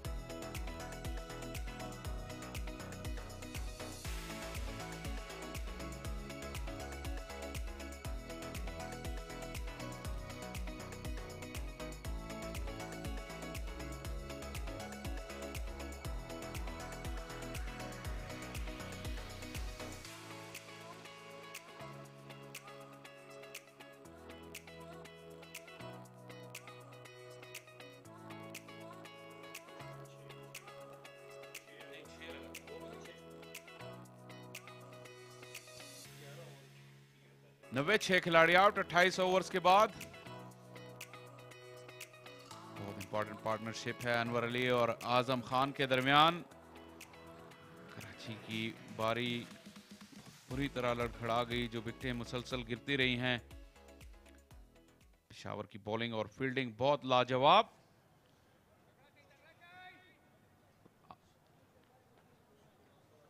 आजम खान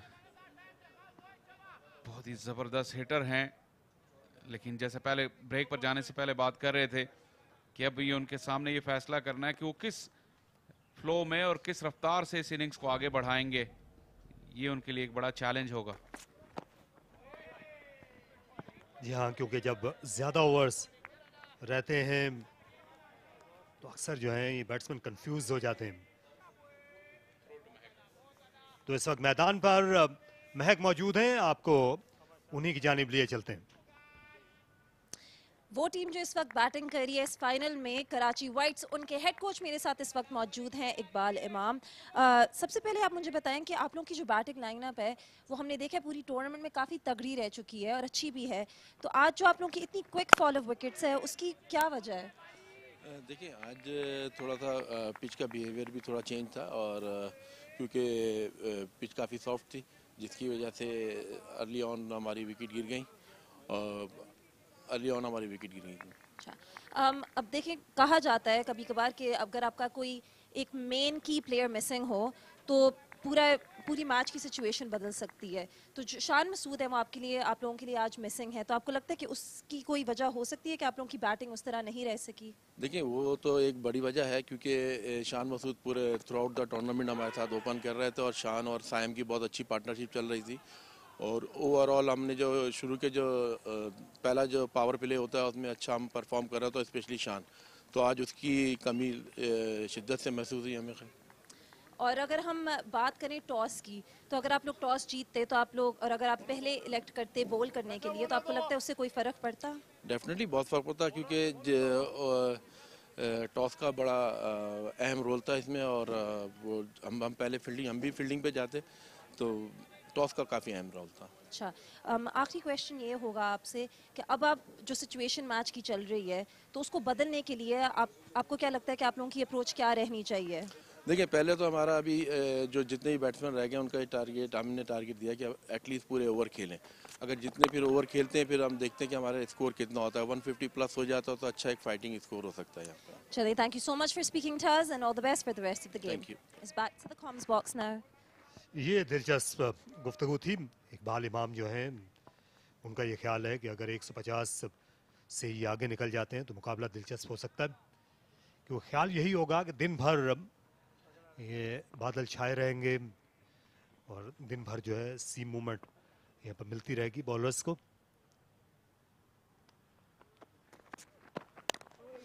लेकिन 150 जो है 248 औसत स्कोर है यहाँ इस टूर्नामेंट में। वो 150 जो है या 150 160 वो ना काफ़ी होंगे, क्योंकि पेशावर की बैटिंग लाइनअप भी खासी ताकतवर है, उसमें कई स्टार हैं।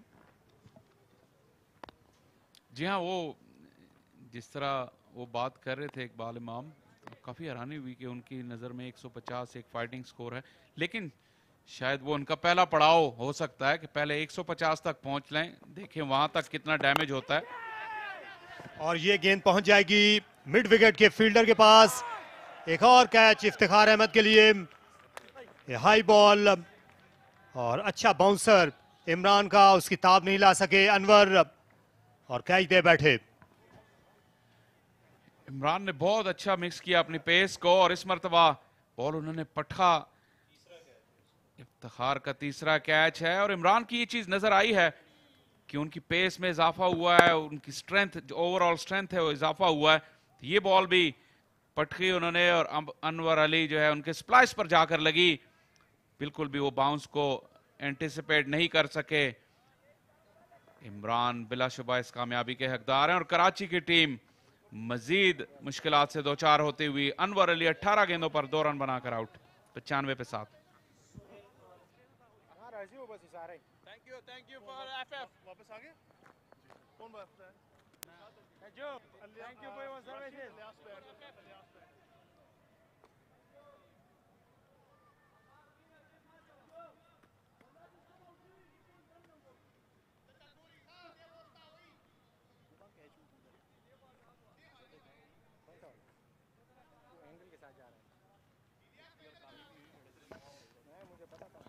सुहेल अहमद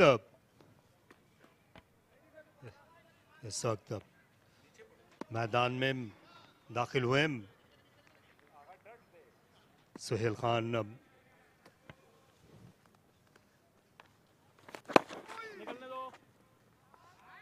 कराची की टीम जो है आज दिन में किसी भी वक्त ऐसा नहीं लगा कि वो खेल में आगे हूं। एक टॉस हारने का वो नफसियाती असर हो सकता है। शान मसूद का ना खेलना जाहिर है वो भी इस पे तुर्रा रहा। शान मसूद का ना खेलना है वो शायद टॉस हारने से भी उसका ज्यादा बुरा असर हुआ है। तो ये अगले कदम पर पुल करने के लिए गए, अगेंस्ट एंगल भी पुल करना ये और मुश्किल हो गया था। यहाँ पर ये शॉट का अच्छा इंतखाब नहीं था अनवर अली की जानिब से। जी बिल्कुल, वही जो पहले मैं बात कर रहा था, एक T20 मेंटालिटी के बैटर्स जो हैं और इस तरह के बिग स्ट्राइकर जिनकी आखिर के 7-8 गेंदों में बारी आती है, तो वो इस सिचुएशन के लिए तैयार नहीं थे। वैसे भी डबल माइंडेड थे, 2 रन बनाए 18 गेंदों पर। इसका मतलब ये है कि उनका माइंड जो है वो क्लियर नहीं था कि उनकी क्या अप्रोच है और इस इन बिटवीन अप्रोच में वो पकड़े गए। लैप स्कूप करने चले गए। पहली गेंद पर सुहेल खान सरप्राइज करना चाहते थे इफ्तिखार को। और एक बात वसूख के साथ कही जा सकती है कि सुहेल खान जो है उनका डिफेंस करने का भी यही तरीका होगा। शॉट खेलने से बिल्कुल गुरेज नहीं करेंगे और ये कुछ मुख्तलिफ किया है कदमों का इस्तेमाल। एटलीस्ट उनके माइंड में क्लैरिटी है, क्योंकि उन्हें पता है कि दूसरी तरफ वो उन्हें खेलना आता ही नहीं। समटाइम्स ये क्लैरिटी बेहतर होती है। अनवर अली सोच रहे होंगे कि शायद क्या वो भी यही अप्रोच कर सकते थे, आउट तो वो वैसे भी हो ही गए। लेकिन यहाँ आजम खान जो हैं ये कितनी देर तक ये इंतजार करेंगे, क्योंकि जो टेल की आमद का सिलसिला है वो शुरू हो चुका है इनके साथ। 97 पर 7।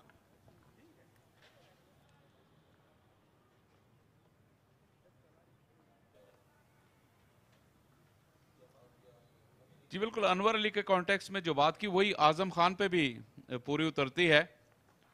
ये अनवर अली देखें, कॉट इन बिटवीन हुए, अगले कदम पे थे और हार्ड लेंथ पे गिरा हुआ बॉल था जिसको बिल्कुल कोप करने में नाकाम रहे। उनका वेट आगे की तरफ था इस उछलती हुई और बढ़ती हुई बॉल पर, और जैसे ही बॉल उनके बल्ले को लगा उन्हें पता था कि उनका काम तमाम हो गया है।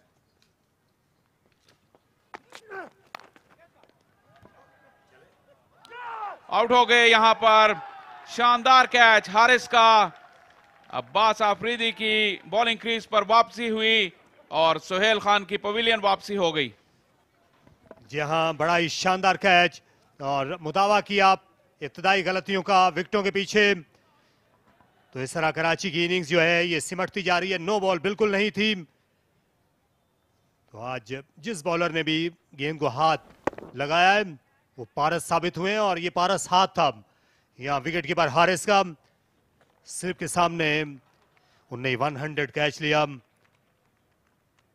अब्बास आफरीदी की ये दूसरी कामयाबी। तो कराची को 8वां नुकसान। सुहेल गए 1 पर, 97 पे 8।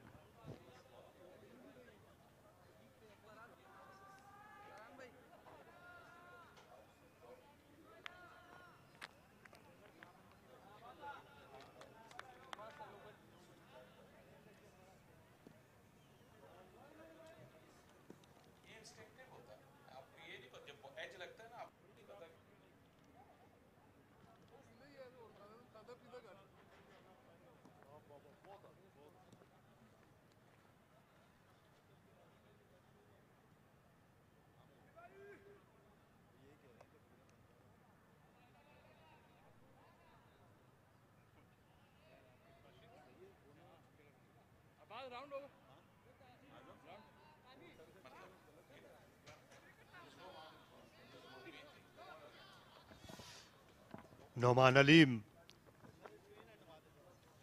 86 मैचेस, 803 रन, 74 इनका बेहतरीन स्कोर है। और ऐसी इनिंग्स, इससे मिलती जुलती एक इनिंग्स की कराची को जरूरत है इस फाइनल में, क्योंकि कराची की बैटिंग जो है उसने आज सरनिगों किया है रावलपिंडी में। पेस और स्पिन दोनों के सामने 4 सेंचुरियां इनके नाम पर हैं। और अगर आज 5वीं हुई तो फिर हम दिलचस्प फाइनल देखेंगे। और किनारा लगा, ये आसान सा कैच। अब्बास आफरीदी हैट्रिक पर आ गए। पहले सुहेल खान और उसके बाद नोमान, ये गए यके बाद दीगरे। नुमान अली नए क्रीज पर आए थे, अनसर्टन थे, अच्छी लाइन और लेंथ पे गिरा हुआ बॉल था अब्बास आफरीदी का।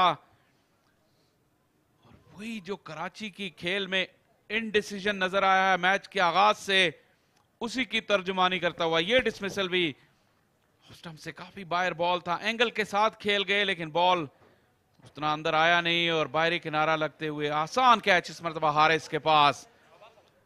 नुमान सर झुकाए वापस हुए और अब अब्बास आफरीदी हैट्रिक पर होंगे। 97 पे 9 कराची।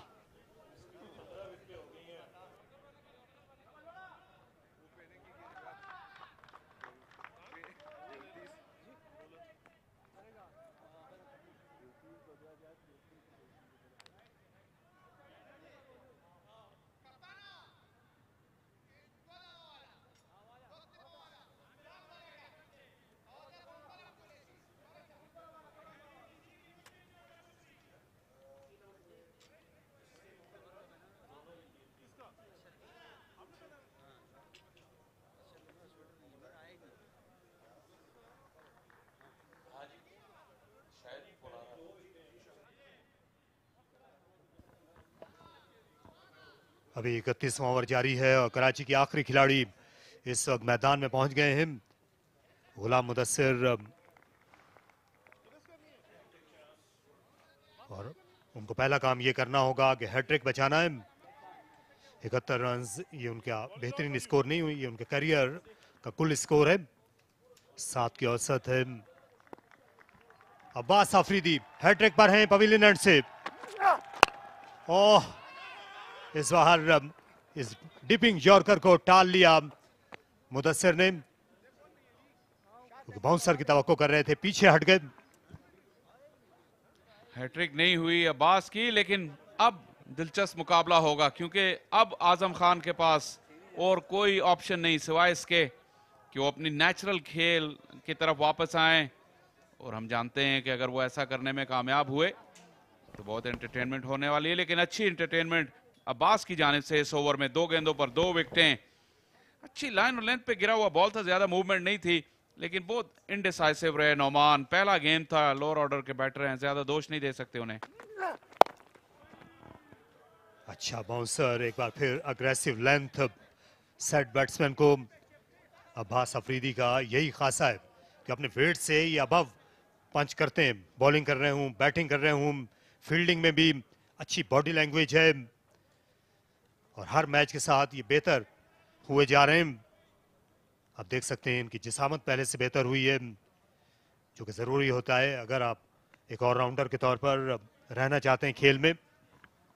जी बिल्कुल, और इन 2 विकेटों के साथ टूर्नामेंट के जॉइंट लीडिंग विकेट टेकर भी हो गए हैं।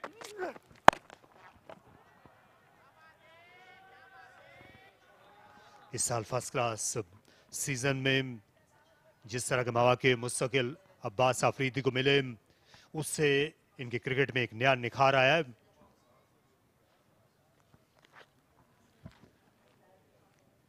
इस ओवर में 2 खिलाड़ियों को आउट किया। पहले सुहेल खान थे, एक्सपेंसिव ड्राइव बैकफुट पर खेलने गए। सुहेल खान से यही तवक्को थी, मान का रेगुलेशन कैच था। हारिस ने आज 3 कैच अटेम्प्ट किए जो फर्स्ट स्लिप या उससे भी दूर जा रहे थे, 2 उन्होंने हासिल किए, 1 उनके हाथ से निकल गया।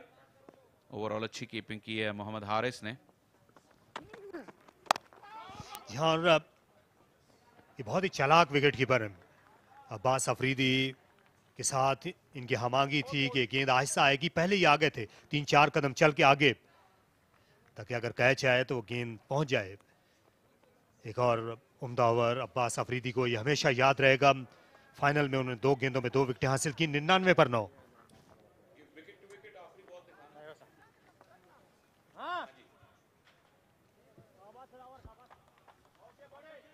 जी आपने बात की विकेट कीपर और बॉलर की आपस में केमिस्ट्री की। देखे हारिस चलते हुए आगे आगे, और मुझे याद है इस सिलसिले का आगाज शायद वसीम अकरम ने किया था। वसीम अकरम और मोइन खान के दरमियान इस तरह की तालमेल हुआ करती थी ऑस्ट्रेलिया की सीरीज में।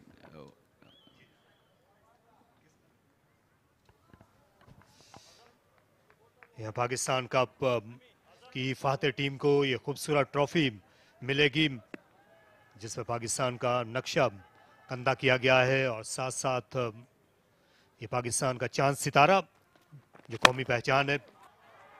और ये शॉट, पुल शॉट पहचान है आजम खान की, शॉर्ट आर्म जैब, और कराची के 100 रन भी मुकम्मल हुए आजम खान के इस चौके के साथ।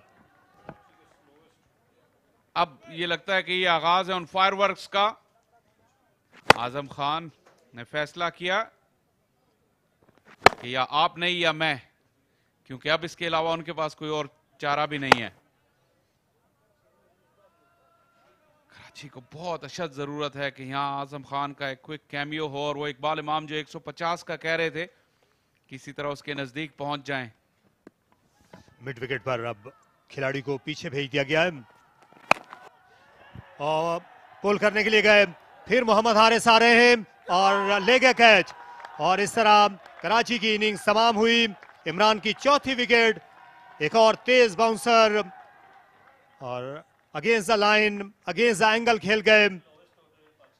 और पाकिस्तान कप के फाइनल में ये किसी भी टीम का कम तरीन स्कोर है। 103 रन कराची ने बनाए, और उनके तमाम खिलाड़ी सिमट गए। एक मरतबा फिर बाउंस परेशानी का बायस बना। कराची के बैटर्स पिंडी स्टेडियम की पिच पर बाउंस को कोप करने में नाकाम हुए। एक और शॉर्ट पिच डिलीवरी, एंगल भी अच्छा था और लाइन भी अच्छी थी। आजम खान को ऑफ स्टंप के बाहर से इसको लपेटना था, लेकिन टॉप एज लगा। एक मरतबा फिर हारिस ने आवाज लगाई कि वही ये कैच करेंगे, और उन्होंने ही ये कैच किया। इमरान ने 4 खिलाड़ियों को आउट किया, बहुत ही जबरदस्त बॉलिंग की। आजम खान ने फाइट की अपनी टीम के लिए, लेकिन आखिरी आउट होने वाले खिलाड़ी थे, 30 रन बनाकर आउट हुए। Karachi all out 130। जी हाँ, इमरान खान ये बॉलिंग हीरो हैं। नई गेंद को इन्होंने स्विंग किया, दाएं और बाएं हाथ के जो दोनों ओपनर्स थे उनको परेशान किया, और वही मजबूत बुनियाद जो इन्होंने उठाई थी बाद में जब आए तो बाउंसर्स पर विकेटें हासिल की, और टॉस जीतने का फल मिला है इस टीम को। अच्छी फील्डिंग, बड़ी उम्दा स्विंग बॉलिंग फास्ट बॉलर्स की, और उसके बाद स्पिनर्स ने भी अपना किरदार जो है वो निभाया। कप्तान की ख्वाहिश के मुताबिक विकेटों के पीछे आज एक कैच गिराने के अलावा हर तरफ जो है वो झपटते हुए नजर आए। हारिस जो है मैन ऑफ द मोमेंट है, इसमें कोई शुबा नहीं। यकीनी तौर पर शाबाश के मुस्तहिक मिस्टर गूगल आज अपने बेस्ट मूड में नजर आए और शानदार कैचेस भी पकड़े उन्होंने, लेकिन अच्छे मूड में नहीं नजर आएंगे कराची की टीम। कराची वाइट्स ये स्कोर कार्ड वो देखना नहीं चाहेंगे। 22 सरफराज ने बनाया, 30 आजम ने। यही वो लम्हा था जब पार्टनरशिप की रमक नजर आई, लेकिन पेशावर की बॉलिंग और फील्डिंग बहुत ही लाजवाब थे। नबी गुल ने असद शफीक का शानदार कैच लिया और उसके फौरन बाद ही उन्होंने दानिश अजीज को भी रन आउट किया। आजम खान ने कोशिश की, साइम से तवक्कुआत थी, वो उस पर पूरे नहीं उतरे। बॉलिंग परफॉर्मेंस पेशावर की बहुत लाजवाब। इमरान ने 4 खिलाड़ियों को आउट किया 28 रन देकर। अब्बास आफरीदी ने 3 खिलाड़ियों को आउट किया 20 रन देकर। इलियास ने पहले स्पेल में बहुत ही मुतासिरकुन बॉलिंग की, 6 ओवर का स्पेल किया, बाद में 8 ओवर्स में 24 रन देकर एक खिलाड़ी को आउट किया। Left arm spinner Azam Khan ने भी 1 विकेट हासिल की। और जो फॉल ऑफ विकेट्स हैं ये कहानी सुना रहे हैं कराची रीजन की बैटिंग लाइनअप की तबाही और बर्बादी की। साहबजादा फरहान ने आज कराची को पहले खेलने की दावत दी। शान मसूद नहीं थे और ऐसे में कैच गिरा सीधा जाकर साइम अयूब का। उनके हमरा हबीबुल्ला कुछ देर के लिए अच्छे लगे थे। ये कवर ड्राइव किया साइम अयूब ने, और फिर उम्दा कैच इफ्तिखार अहमद का। स्लो गेंद पर अपनी विकेट गंवाई साइम अयूब ने। बाद में आजम खान आए टॉप एज पर, उन्होंने यहाँ कामयाबी हासिल की, और ये रन आउट ये बहुत ही अहम लम्हा था इस मैच का, क्योंकि फॉर्म में थे दानिश अजीज, ज्यादा तेज दौड़ नहीं सके, बाउंसर किताब नहीं ला सके उमर बिन यूसुफ, उनने बनाए 9। आजम खान अच्छे लगे विकेट पर, गेंद को टाइम करते रहे। सरफराज अहमद भी सेट हो गए थे कि इफ्तिखार अहमद ने ये नाकाबिले यकीन कैच लिया मुखालिफ कप्तान का। आजम लड़ाई लड़ते रहे लेकिन उनका जल्दी साथ छोड़ गए अनवर। इफ्तिखार अहमद ने इस गेंद को भी नहीं जाने दिया, और उसके बाद ये मुसलसल 3 कैच लिए विकेटों के पीछे यहाँ पर हारिस ने, और ये तीसरा सबसे मुश्किल था रनिंग कैच। और इस तरह कराची को पहले बैटिंग करना रास नहीं आया। महक एक बार फिर मैदान में मौजूद हैं, इस वक्त मैन ऑफ द मोमेंट के साथ। The man who made a huge impact with the ball today here for his team Peshawar region. I've got with me Mohammad Imran. Imran, आपने टॉप ऑर्डर को बिल्कुल ही डिसमेंटल कर दिया। जो leading run scorer हैं साइम अयूब, उनको भी आउट किया और अपनी टीम को कमांडिंग पोजीशन में इतनी जल्दी डाल दिया। जी बिल्कुल, माशाल्लाह विकेट बहुत तेज़ था और पीछे बॉल बहुत तेज़ जा रहा था उस पर, तो मिडल ऑर्डर जो बैट्समैन है तो कप्तान ने कहा था कि पीछे और आगे करो बॉलिंग, तो जी। अच्छा, अब हम बात करें ओवरकास्ट कंडीशंस की और जो पिच था आज, तो आप लोगों ने टॉस जीता और इलेक्ट किया कि आप लोग सबसे पहले बॉल करेंगे, तो आपको लगता है उसकी वजह से भी आप लोगों को आज एडवांटेज मिला था? जी बिल्कुल, टॉस पे तो मैच होता है, इधर विकेट पे थोड़ा सा नमी था, तो कप्तान ने टॉस जीत कर पहले बॉलिंग किया, तो इसको टीम को बहुत फ़ायदा हुआ। अच्छा, अब हमने देखा कि आज सबसे लोएस्ट टोटल था कराची वाइट्स का, जो पाकिस्तान कप के फाइनल में रह चुका है, तो आप लोगों ने अब अपनी बैटिंग लाइनअप के लिए काफ़ी आसान जॉब आगे रख दी है इस फाइनल में। जी बिल्कुल, माशाल्लाह हमारा बैटिंग अच्छा है, ओपनिंग भी और मिडल ऑर्डर भी। अभी इफ्तिखार भाई भी आए और हारिस भी आए, तो ये स्कोर माशाल्लाह बहुत आसान है, ये जल्दी चेस हो जाएगी इंशाल्लाह। Jenny, well, very well bowled again today, and all the best for the rest of the game. Thank you. It's back to the comms box now. यहाँ शुक्रिया महक। और रावलपिंडी में आज बॉलर्स का बोलबाला रहा है। यही वजह है कि पाकिस्तान कप की नई तारीख रकम हुई है। कराची वाइट्स की टीम 103 रन बना सकी। इससे पहले खैबर पख्तूनख्वा का कम तरीन स्कोर था मुल्तान क्रिकेट स्टेडियम में बलूचिस्तान के खिलाफ 2021-2022 में, वो 71 था। 68 रन के फर्क से ये रिकॉर्ड जो है ये बिगड़ गया है कराची के लिए। तो 104 रन पेशावर को बनाना है 45 ओवर्स में महज 2.31 की औसत से, और पेशावर का जवाब आएगा इनिंग्स ब्रेक के बाद।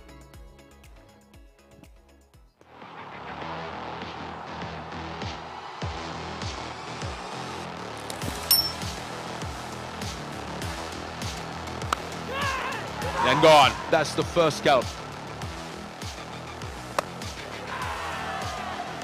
There you go. The pressure was building. यहाँ पर मौका हो सकता है शॉर्ट फाइन के लिए, और एक शानदार कैच। ये मुश्किल हो गई और बराह रास्त को जाके स्टंप्स पे लगी है। What a shot. What a good shot that is. Oh, he's taken it! What a catch that is!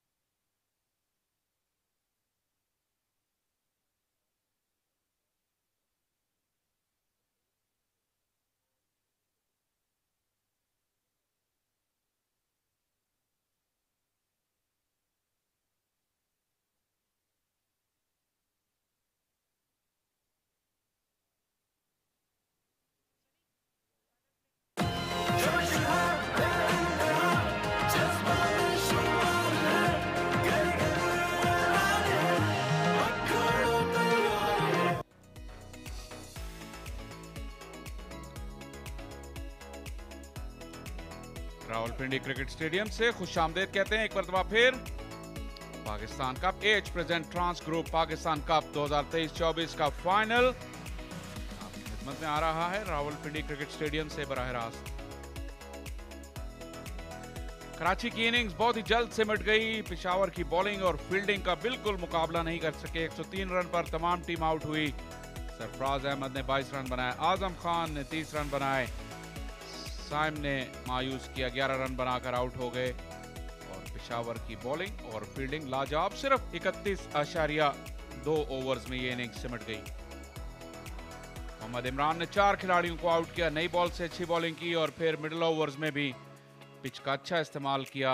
Abbas Afridi 20 run देकर 3 खिलाड़ी अपनी रेपुटेशन को मजीद एनहांस करते हुए। इसके अलावा इनकी फील्डिंग भी बहुत लाजवाब थी। पेशावर रीजन की फील्डिंग, नबी गुल ने शानदार कैच और रन आउट किया और हारिस ने विकेटों के पीछे 4 कैच पकड़े।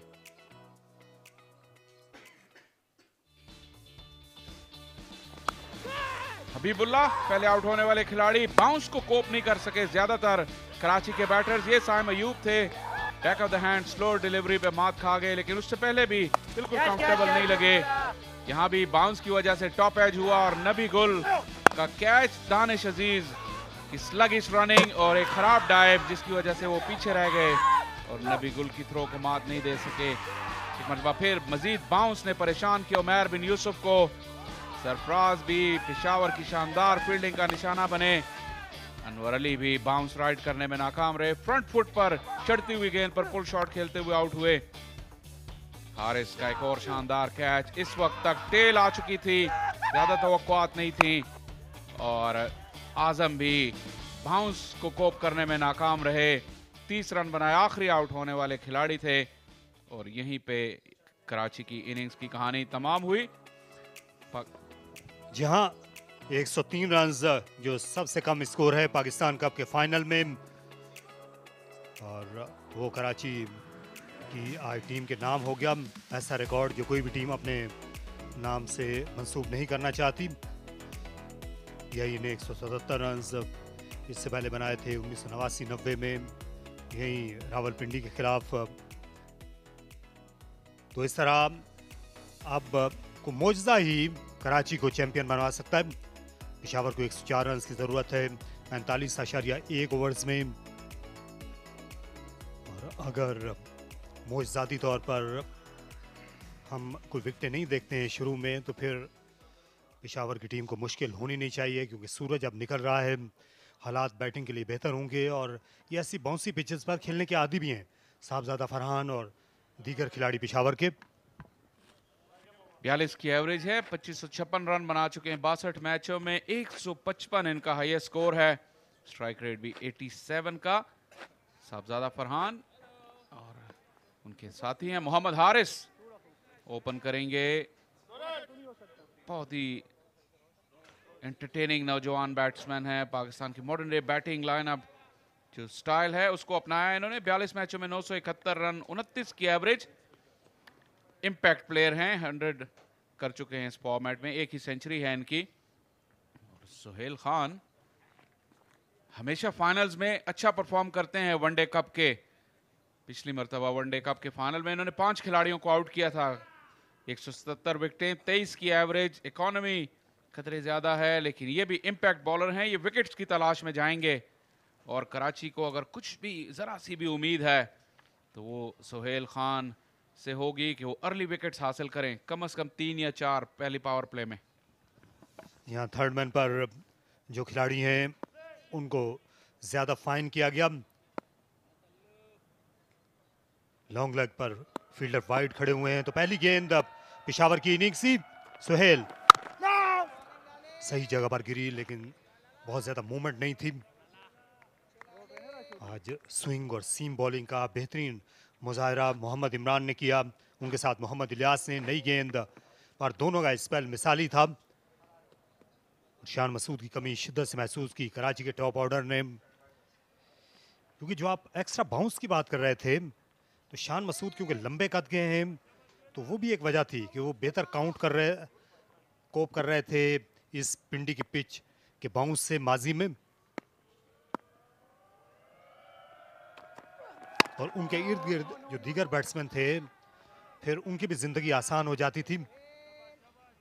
तो आज शान मसूद जैसे कदावर बैट्समैन की कमी महसूस की है कराची ने।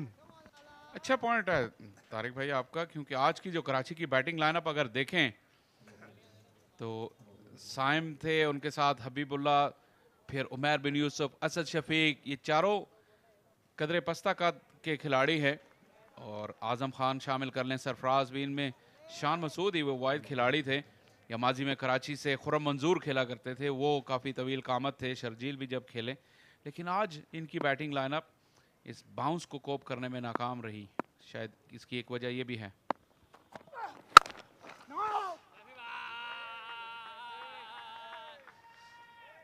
सूरज दोबारा बादलों के पीछे चला गया है। बॉलर हमेशा पसंद करते हैं जब जब रावलपिंडी में आए ऐसा मौसम हो तो उनकी ज़िंदगी जो है बिल्कुल आसान हो जाती है। उनकी गेंद उनके फिर हाथ से बिल्कुल ऐसे ही निकलती है कि जैसे साहिर के हाथ से।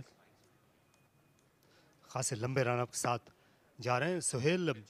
30 गज का जो दायरा है उसके बाद से अपना रन अप शुरू करते हैं। स्क्वायर ड्राइव किया शानदार तरीके से और चौके के साथ इनिंग्स का आगाज किया साहबजादा फरहान ने। साहबजादा फरहान ऑफ स्टंप के बाहर विर्थ को बिल्कुल भी नहीं बख्शते। हालांकि ये बॉल हाफ वॉली नहीं थी और बॉल में मूवमेंट भी थी। आखिर में एक हाथ उन्हें छोड़ना पड़ा गेंद को रीच करने के लिए। बॉटम हैंड हटा लिया था, हवा में बॉल जरूर गई लेकिन गैप में in front of square 4 run हासिल किए साहबजादा फरहान ने।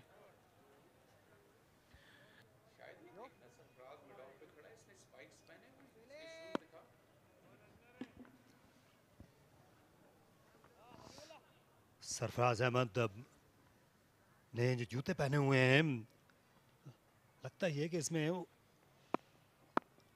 वो स्पाइक्स नहीं है।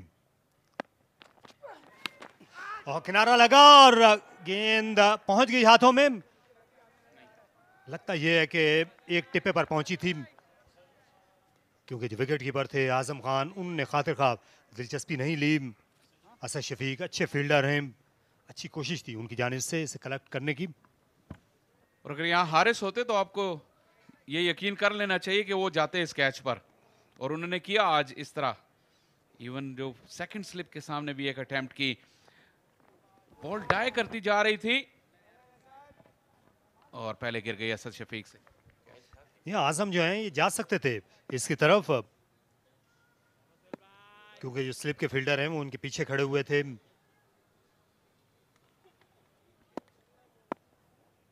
विकेट कीपर्स के पास यहाँ पर कैचेस जाते हैं रावलपिंडी में और स्लिप्स के पास, और पहले दाएं जानिब से गई आजम के, अब बाएं जानिब से लेग बाई के 4 रन्स पेशावर की टीम को मिले।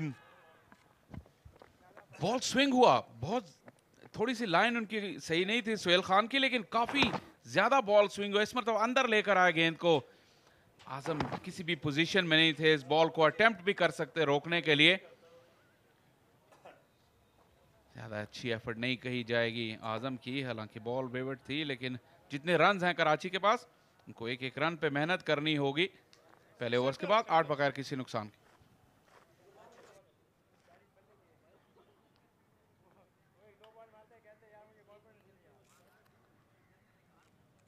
Left arm bowling over Haris.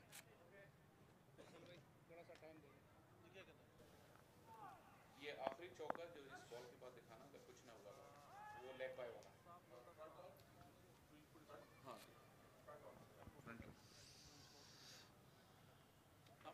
गुलाम मुदस्सिर मीर हमजा की जगह जब सेमीफाइनल में इनकी शमूलियत हुई थी तो शुरू में ही इन्होंने 2 विकेटें उड़ा दी थी और ज़िंदगी आसान बना दी थी अपने कप्तान के लिए। लेकिन आज स्कोर बोर्ड का दबाव जो है वो इन पर है। मूवमेंट अभी भी है, हम देख सकते हैं दोनों बॉलर्स के यहाँ, लेकिन लाइन बेहतर करने की ज़रूरत है। ऐसे में आप ऑफ स्टंप के बाहर से भी शुरू कर सकते हैं राइट हैंडर को। ये बॉल अच्छा गैदर किया आजम ने, लेकिन पहले ओवर की जो आखिरी गेंद थी वहां पे लेग बाय के जो 4 रन हुए, आप देखिए बिल्कुल जब आजम के पास से बॉल गया तो वो बिल्कुल अप, इस मरतबा वो झुके, लेकिन अगर वो वाला बॉल देखेंगे तो वो बिल्कुल अपराइट खड़े थे जब बॉल उनके पास से गया। और वो ऐसी पोजीशन होती है विकेट कीपर के लिए कि वहां से आप अटेम्प्ट भी नहीं कर सकते। अच्छी बॉलिंग मुदस्सिर की। हारिस जो हैं वो तवक्को कर रहे थे कि गेंद इन स्विंग होगी, ये वो कोशिश है जो की जा सकती थी। थोड़ा सा झुके रहते, जिस तरह के इस ओवर की पहली गेंद पे थे, तो इस पे अटेम्प्ट कर सकते थे, ज्यादा दूर नहीं थी ये बॉल आजम से।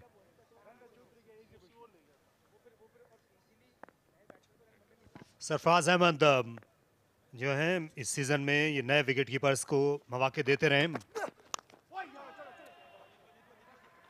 इनसाइड एज पर रन्स मिलेंगे और 4 ठहरे, क्योंकि लॉन्ग लेग पर वाइड खड़े हुए थे सुहेल खान।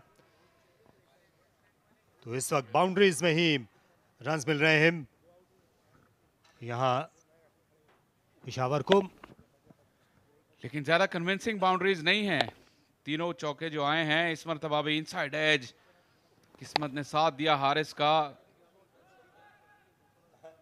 फाइनल का फील्डर काफी वाइड था, मूवमेंट है बॉलर्स के लिए, ये इनकरेजिंग है कराची के लिए, लेकिन रन्स बहुत थोड़े हैं बोर्ड पर, ये उनके लिए बड़ा मसला है।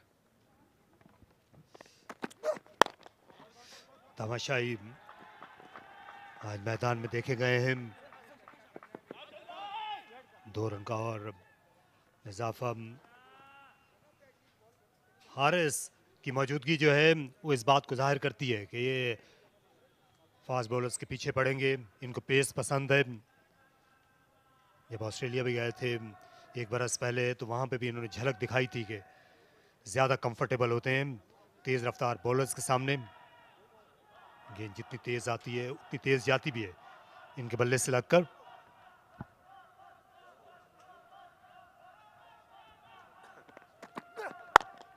पेशावर क्लब से इनका ताल्लुक है, वहीं ज़्यादातर अपनी क्रिकेट खेली है। ये पेशावर का अरबाब न्याज क्रिकेट स्टेडियम, जहाँ कभी इंटरनेशनल मैचेस होते थे, वहाँ इन्होंने अपने खेल का आगाज़ किया। शुरू में मोहम्मद रिजवान जो हैं वो भी वहीं खेला करते थे। अरशद खान जो हेड कोच हैं वो उस क्लब में खेलते रहे, पेशावर क्लब में। जी हाँ, और अरबाब न्याज स्टेडियम के बिल्कुल बराबर में जो जिमखाना ग्राउंड है वो ज़्यादातर क्रिकेटिंग एक्टिविटीज़ का हब है पेशावर में। जितना टैलेंट आया है, और इस्लामिया कॉलेज भी किसी ज़माने में पेशावर में बहुत बड़ी नर्सरी हुआ करती थी क्रिकेट की। एक और दिलकश स्ट्रोक और गेंद जमीन से लगी जाएगी। फील्डर कहीं पीछे रह गए। पहले स्टंप्स के पीछे चौका लगा और अब ऐन सामने।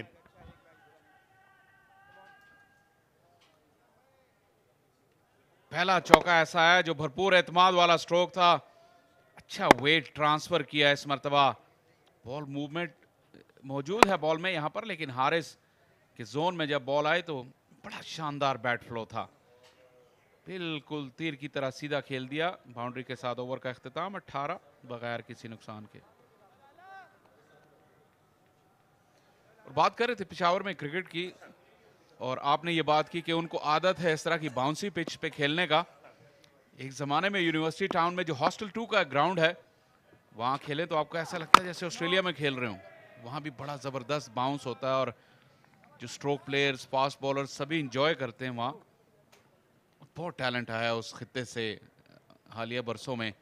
शायद वहाँ सिस्टम ऐसा स्ट्रीमलाइन हुआ कि वो टैलेंट अब ज़्यादा सामने आने लग गया। टैलेंट तो हमेशा से ही होगा। यहाँ कुछ क्रिकेट मैचेस में जब हम वहाँ गए थे, जब इंटरनेशनल टीमें वहाँ आया करती थी, तो वैसा जो शौक और वैसा जो शोर है ये पाकिस्तान के किसी स्टेडियम में नहीं सुनाई देता जो अरबाब न्याज स्टेडियम में हुआ करता था।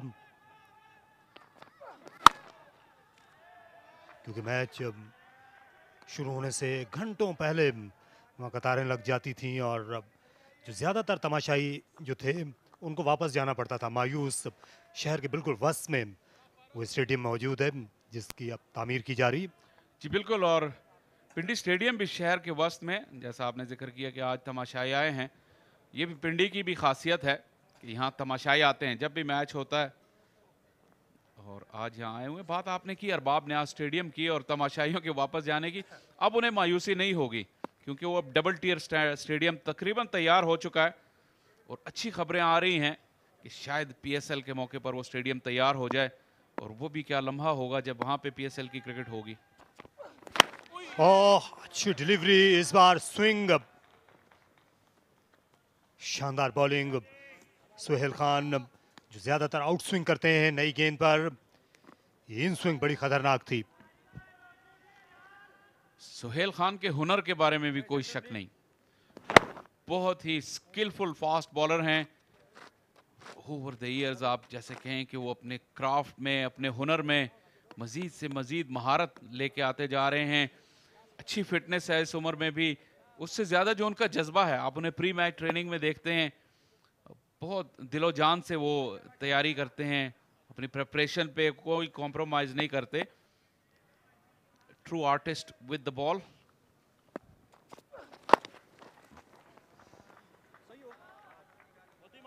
इस साल सुहेल खान ने सबसे ज़्यादा गेंद को स्विंग किया है। खुरम शहजाद जो फैसलाबाद से खेले, उन्होंने रेड बॉल वाइट बॉल दोनों को स्विंग किया है नई गेंद पर। आज इमरान खान ने बहुत मुतासिर किया, इमरान खान जूनियर ने, इन पे भी नज़र रखने की ज़रूरत है। नई गेंद पर, बाद में पुरानी गेंद पर जिस तरह बाउंस आउट किया, इन्होंने टेल को ठिकाने लगाया, तो इसमें कोई शुबा नहीं कि एक बहुत बेहतर बॉलर के रूप में ये सामने आ रहे हैं। इस बार विड्थ मिल गई, ये ज्यादा अच्छी लेंथ नहीं थी। पंच किया इसे, दिल का शौका साहबजादा का। यहाँ पर आप साहबजादा फरहान को बॉल नहीं कर सकते। बैकफुट पंच इनके पसंदीदा शॉटों में से एक है, खासतौर पे जब उन्हें थोड़ा सा रूम मिल जाए, अपने हाथ चलाने का मौका मिला। बल्ले के बीचों बीच से उन्होंने ये शॉट खेला। सेमीफाइनल में भी हमने देखा था किस तरह के जबरदस्त स्ट्रोक्स इन्होंने खेले ऑफ स्टंप के बाहर, तो ये किसी भी बॉल को नहीं बख्शते। इस मरतबा चूक गए अपनी लेंथ में, हालांकि मूवमेंट जरूर मौजूद थी लेकिन लेंथ ठीक नहीं थी सुहेल खान की।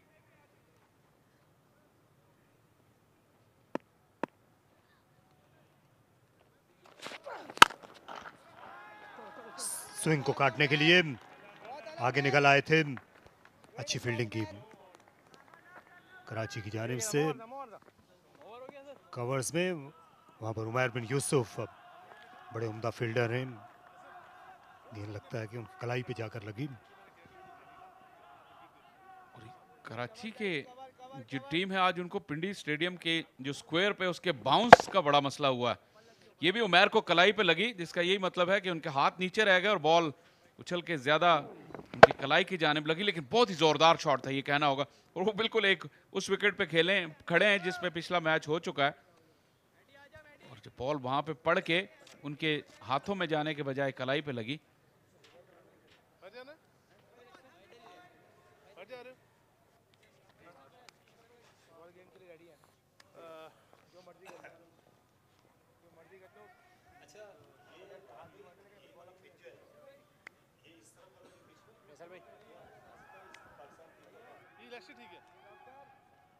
आलम आ गए हैं फील्ड में क्योंकि उमैर बिन यूसुफ बाहर चले गए।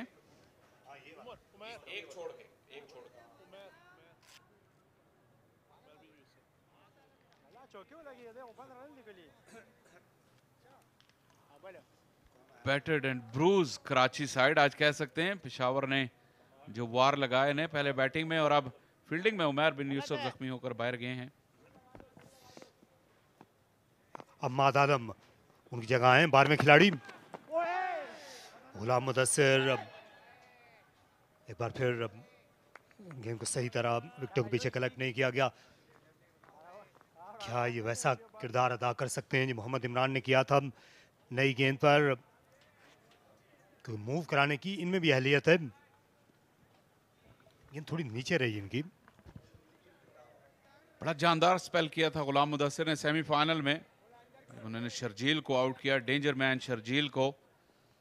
इस सीजन में इन्होंने भी अच्छी बॉलिंग की है।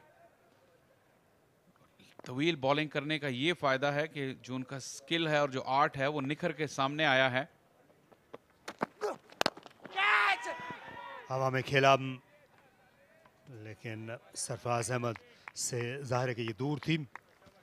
पाकिस्तान क्रिकेट टीम का यहाँ पर कैंप शुरू हो रहा है 2 दिन के बाद रावलपिंडी स्टेडियम में ही, क्योंकि टीम को ऑस्ट्रेलिया जाना है।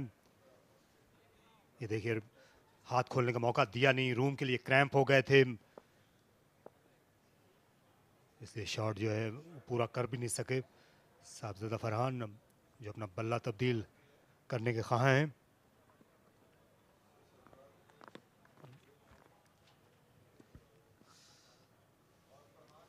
यहाँ दौरा ऑस्ट्रेलिया के लिए जो कैंप है उसमें उम्मीद यही है सरफराज अहमद भी होंगे।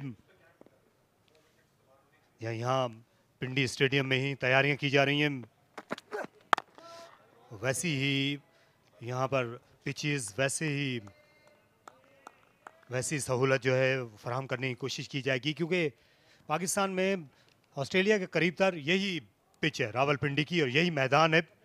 ये बेहतरीन फैसला है यहाँ पर कैंप करने का। और ये जो विकेट है, ये आप देख सकते हैं, जो जहाँ पर ये खड़े हुए हैं, यहाँ मोहम्मद हारिस सिंह से जो अगली पिच है जहाँ पे घास है, इस पिच पर तैयारी की जाएगी पर्थ के पहले टेस्ट मैच की। सुबह जब मेरी बात हुई क्यूरेटर सरफराज से, तो उन्होंने मुझे एक तस्वीर दिखाई पर्थ स्टेडियम की भी। वाह, क्या जबरदस्त आवाज आई बॉल के बल्ले से टकराने से और बॉल के सीढ़ियों पे जा लगने से भी। जहां साहबजादा फरहान बेहतरीन फॉर्म में हैं, कायदे आजम ट्रॉफी में सबसे ज्यादा रन बनाए, और ये फॉर्म झलक रही है। देखिए, फॉलो थ्रू भी पूरा नहीं किया, लाजवाब टाइमिंग, एक अंदाज था उनका बिल्कुल दिल आवेज, एफर्टलेस। कितना वक्त है इनके पास बाउंसी पिचेस पर शॉट खेलने का। आप एक लफ्ज यूज किया करते हैं,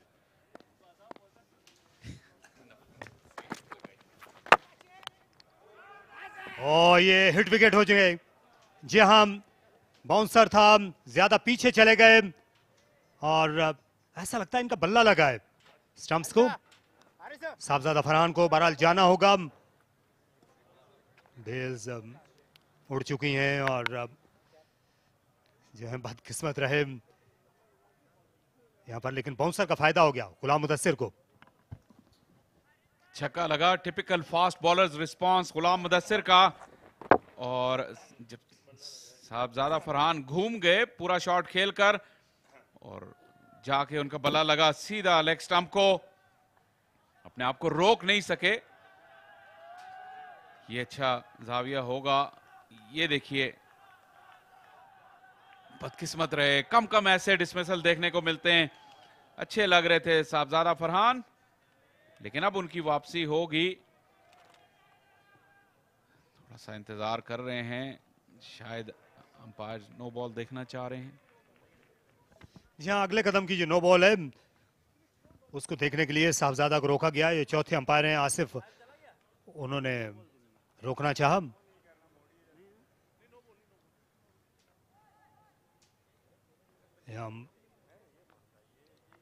क्यों बाउंसर करते हुए अक्सर जो जोर है वो ज्यादा लगता है, पांव आगे जाता है, लेकिन ये बिल्कुल नहीं, ये विकेट यहीं पर शुमार होगी।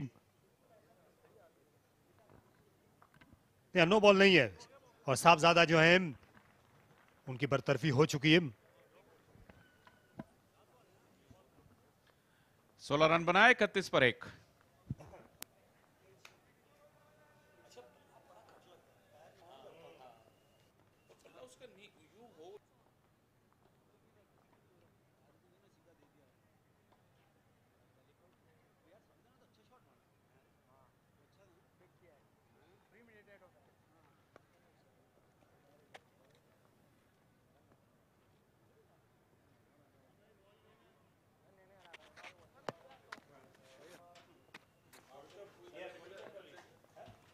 Better?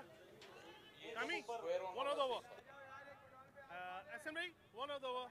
Rashid, one of the over. One bowler. Thank you.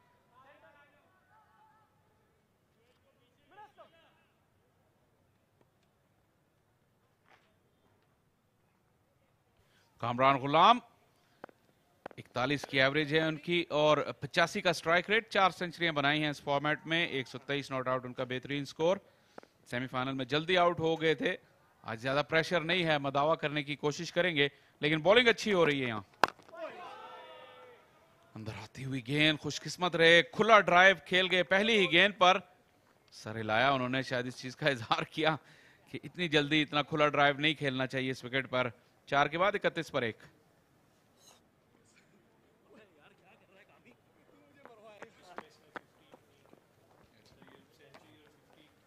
साहबजादा Farhan आमतौर पर नॉकआउट मैचेस में बड़े स्कोर बनाते हैं, यहां पर भी अच्छा खेल रहे थे, लेकिन यहाँ इनका जो बल्ला था ये ऊपर से नीचे आया। आमतौर पर जब आप हुक शॉट खेलते हैं तो बल्ला जो है वो नीचे से ऊपर जाता है, इसलिए अक्सर जो बैट्समैन है ये इनकी बॉडी लगती है या इनका पाँव लगता है स्टंप्स को हिट विकेट में, इनका बल्ला लग गया। जी, और अगर आप स्लिप में देखते असद शफीक खड़े थे, उन्हें बिल्कुल भी अंदाजा नहीं हुआ और विकेट कीपर आजम खान भी थे, उन्हें भी नहीं हुआ अंदाजा, लेकिन असद शफीक हैरत हुई। हालांकि वो बिल्कुल ऐसा लगा कि सीधा देख रहे थे, लेकिन इतना गैर मुतवक्को था, जैसे तारिक ने कहा, कम कम ही ऐसा होता है कि बल्ला लगे। बनाना स्विंग, यहां पर गेंद गैप में गई, 2 रन का इजाफा होगा। आज वर्ल्ड कप का फाइनल का दिन है और जब पहले वर्ल्ड कप का फाइनल था तो एक बैट्समैन जो है ये हिट विकेट आउट हुए थे, साहबजादा फरहान की तरह। बहुत पहले की बात है, 1975 में लॉर्ड्स पर वर्ल्ड कप फाइनल के दिन जहाँ कालीचरण बैटिंग कर रहे थे, उन्होंने छक्का लगा दिया था डेनिस लिली को। गेंद स्टैंड में जा गिरी थी और खुद जो है वो स्टंप्स पर गिर गए थे कालीचरण, और इस तरह इस बार शानदार तरीके से खेला, स्कूप कर दिया हारिस ने, ये नहीं रुकने वाले। ये हारिस की खासियत है, ये बाज नहीं आएंगे ऐसी शरारत करने से बॉलर्स के साथ, इस सीमिंग विकेट पर भी। और ये इनका गेम है, इसकी भरपूर प्रैक्टिस करते हैं, इसीलिए ऐसे शॉट जब आप खेलते हैं मैच में तो कोचेस को भी आपसे प्रॉब्लम नहीं होती, क्योंकि उन्हें पता है कि ये आपका शॉट है, आपने इसकी तैयारी कर रखी है। और यही तरीका है किसी भी नौजवान के लिए, अगर आपने कोई नया शॉट ट्राई करना है, इसमें कोई मुजायका नहीं, लेकिन पहले आपको उसकी प्रैक्टिस करनी होगी इतनी कि आपकी टीम मैनेजमेंट में हर शख्स को पता हो कि ये आप शॉट खेलते हैं, फिर आपको कोई मसला नहीं होगा। दूसरी स्लिप में कोई फील्डर नहीं और गेंद बड़ी तेज से निकल गई। यहां पर कराची की टीम सिर्फ विकेटें लेकर जीत सकती है और एक से ज्यादा स्लिप होनी चाहिए इस पिच पर। जी हाँ, अगर आप अपने सबसे बेस्ट बॉलर सुहेल खान को ये कुशन नहीं देंगे तो फिर विकेटें कहां से आएंगी, ये सवाल तो बनता है। और सुहेल खान में ये एबिलिटी है कि वो आउटसाइड एज या बाहरी किनारा वो हासिल कर सकें बैटर्स का। यहां पे रन्स बचाने का फायदा कोई नहीं कराची को। ये देखिए, उनका रिएक्शन भी देखने से ताल्लुक रखता था।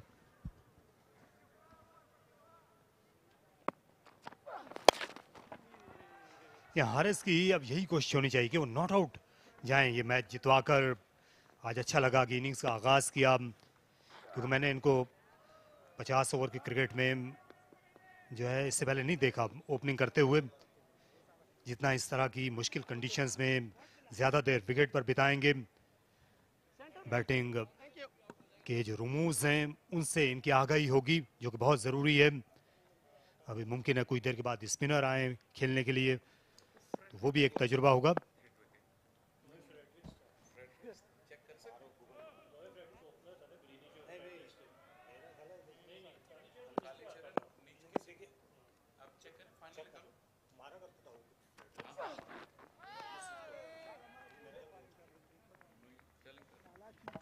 कामरान गुलाम और हारिस इस स्विंग का सामना कर रहे हैं, लेकिन उनको ज्यादा मुश्किल हो नहीं पा रही।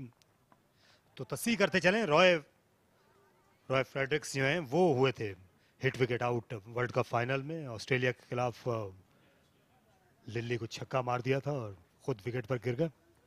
जी हाँ, और रॉय फ्रेडरिक्स का पक्का शॉट था हुक और पुल उस जमाने में तमाम ही वेस्ट इंडियंस का, खैर उनके जो गॉर्डन ग्रेनिज थे बाद में ओपनिंग बैट्समैन, कमाल की हुक और पुल खेलते थे।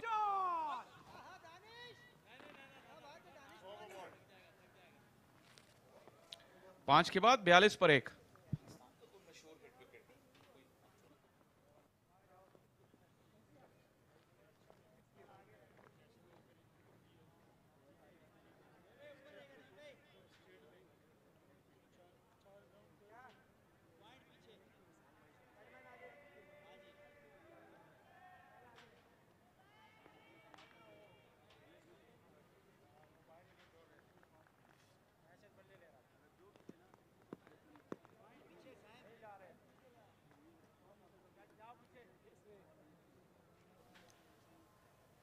बहुत तेजी से अपने विनिंग टारगेट की जानिब पेशावर की टीम गामजन 5 ओवर्स में 42 तक जा पहुंचे हैं। एक खिलाड़ी आउट हुए। हारिस ने 22 रन बनाए 11 गेंदों पर सिर्फ।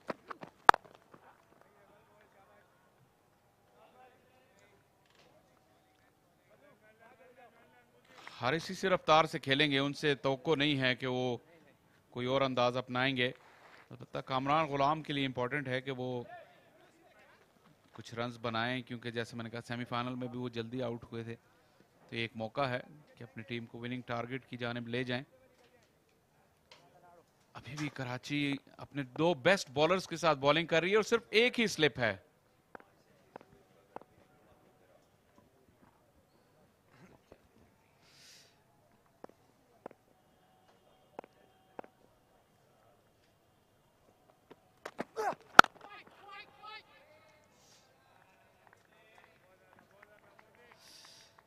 पेशावर जो है ये रेड बॉल में भी, ये कराची जब चैंपियन बनी थी तो ये मुझे दूसरी बेहतरीन टीम लगती थी सीजन में। गोगे फाइनल में नहीं पहुंच सके थे और वहां पर फैसलाबाद को कराची ने शिकस्त दी और इस टूर्नामेंट के फाइनल तक ये पहुंची बड़ी शान के साथ, तकरीबन तमाम टीमों को रौंदते हुए मासिवाए फाटा के। और कराची की बैटिंग को आज उन्होंने रौंद कर रख दिया यहाँ फाइनल में। ग्रुप मैच में भी पेशावर ने कराची को हराया था। रन्स और 2 का मजीद इजाफा होगा। ऑफ द मार्क हुए कामरान गुलाम, अच्छा इस्तेमाल किया उनने गुलाम मुदस्सिर की पेस का। तो पिछले कई बरसों से हम देख रहे हैं कि पेशावर की जो क्रिकेट है, कोचेस बदल जाते हैं, कप्तान बदल जाते हैं, लेकिन ये टीम जो है ये हमेशा सफ़े अव्वल में आपको नजर आती है, क्योंकि सब मिलजुल कर खेलते हैं, टीम में एक इत्तेहाद है, अच्छी स्पिरिट नजर आती है, एक दूसरे को सपोर्ट करते हैं। इस पे हम पहले काफी बात कर चुके हैं। आपने कहा कप्तान और कोचेस, टीम का नाम भी बदल दें, केपी रख लें, तब भी ये विनिंग पोडियम पे ही आपको नजर आते हैं। ये एक जो वाज़ेह फर्क नजर आता है पेशावर और बाकी टीमों में, उसकी वजह मैं आपसे पूछूंगा, लेकिन वो क्या है, कौन सी ऐसी चीज है जो इनकी स्पिरिट नजर आती है वो बाकी टीमों में उस तरह नहीं नजर नहीं आती? ये इनकी फिटनेस से एक तो बेहतर है, बाकी तमाम टीमों से फिजिकली ये बेहतर हैं। अब ये हुनर में भी बेहतर होते जा रहे हैं। ये आप देख सकते हैं इनके पास अच्छे फास्ट बॉलर्स जो हैं वो दूसरी टीमों से वो फर्क पैदा करते हैं। क्रिकेटिंग कल्चर जो है वो दिन ब दिन रिच होता जा रहा है, तो ये अच्छे आसार हैं। और ख़ास बात यह है कि इस टीम में कोई गेस्ट प्लेयर भी नहीं है जो कि दीगर तमाम टीमों में है।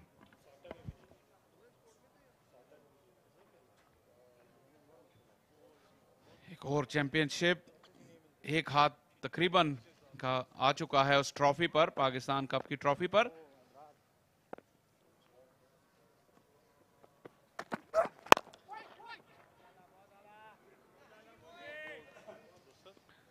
छह ओवर्स के बाद पेशावर रीजन 45 से खिलाड़ी out.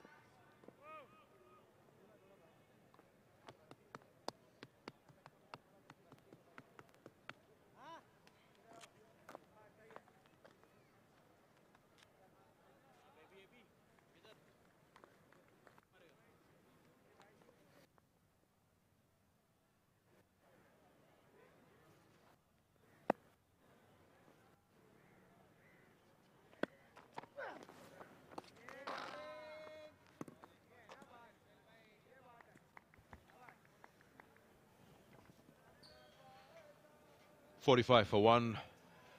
Still in the opening power play, but the runs are not enough. 104 to win in this final. It's just been an anticlimax for what could have been a very good encounter between two strong sides in Karachi and Peshawar. I'm happy to have Salman Butt alongside me because there's certain questions that we'd like to discuss over here.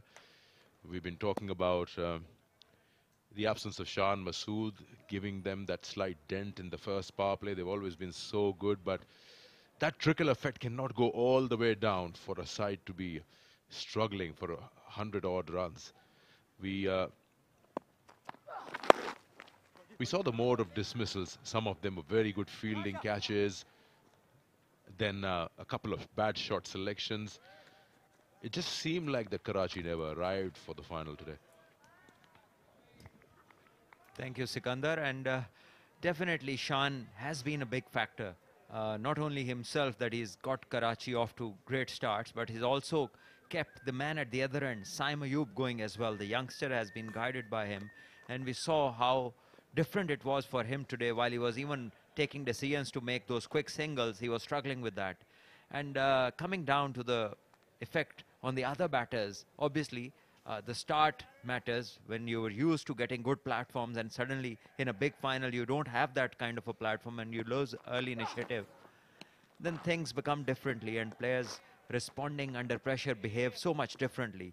That is why pressure is a word which is used the most when you come to the knockout games, because it matters. It gets different sort of behaviors coming out of the same people who without pressure respond differently. So that as well. And also credit to the bowling of Peshawar. I think they were wonderful with the new ball, bowled in the right channels. The fielders were in good positions. They were cutting off the singles, catching positions were there. And a bit of overcast condition also let the ball swing a bit more and for more overs than it usually does over here.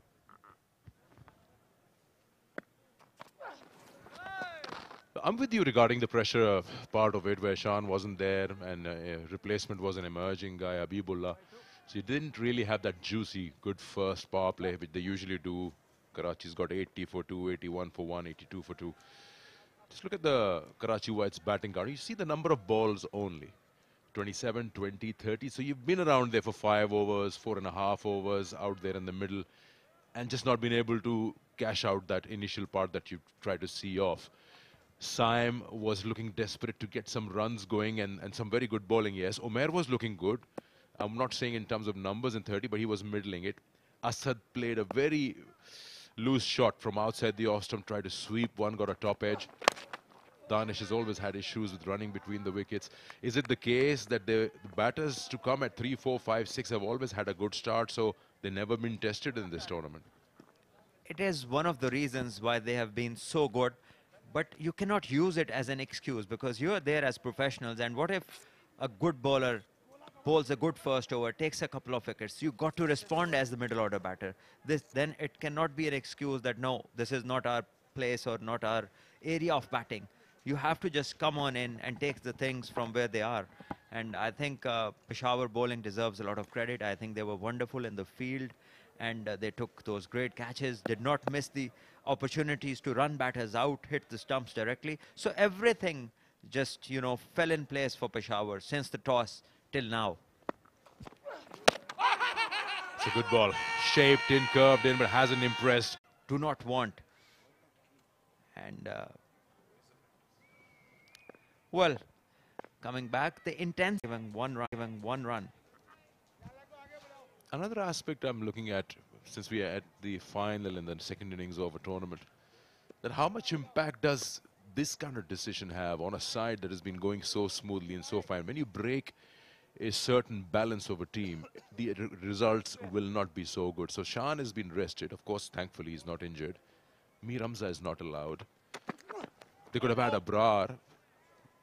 He's come back from the World Cup. Cannot play. He'll be joining the camp. So that means then you are having forced to play your bench. And I'm not saying Ghulam Mudassir is bad or anything, but then that disturbs the balance of a winning team. Wide this time. Yes, Sikandar, and if what you are saying is absolutely correct, then why even let Sarfraz play? Because he is the first choice keeper. South Shakil is also not here. So if all those players, South Shakil, yes, he's played all the games. Maybe he is tired, but Ibrar did not play a game in the World Cup tour.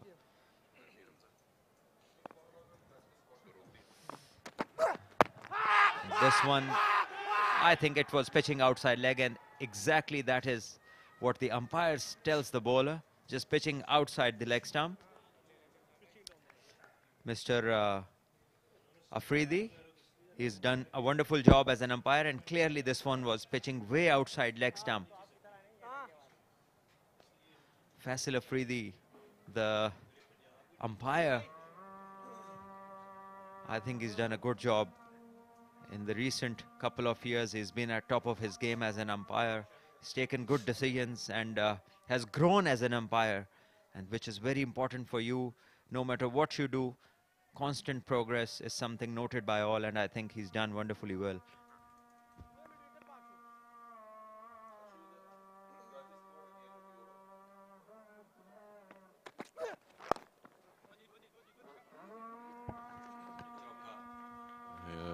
Umair bin Yusuf will come around. That's a good effort there. We'll surely have another look. I'm sure the third umpire would be interested in taking a second look on that, but full marks for the effort. You had to run all the way from mid-wicket to behind the square on the onside.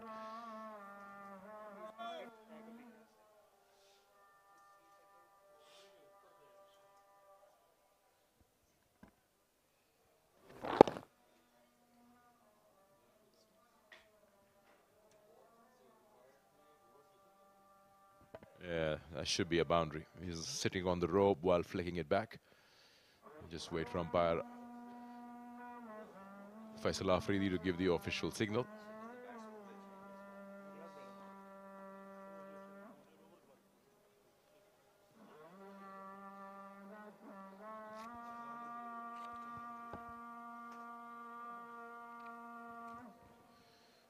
I guess umpire Faisal Afridi hasn't really received the message from the TV umpire yet.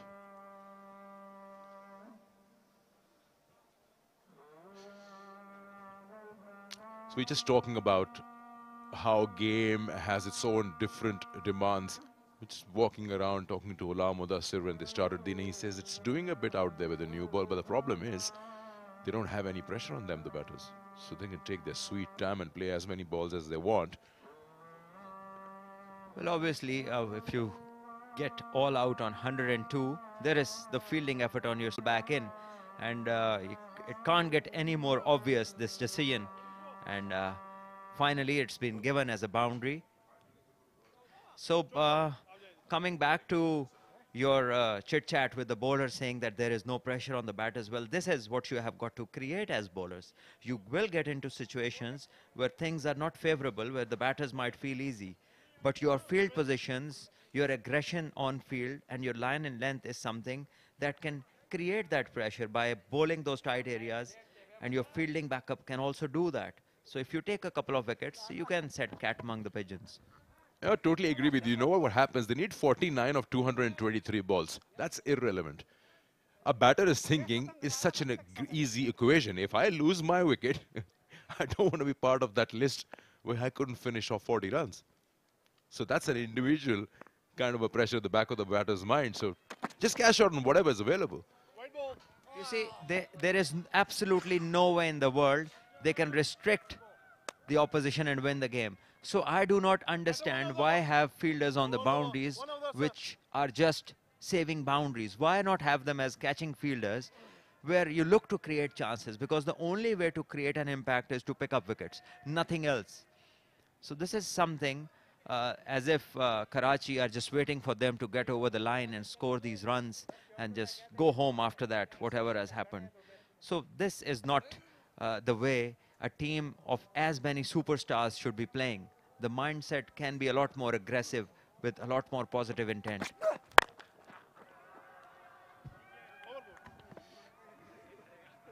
End of another over. It's 8 gone, 56 for 1.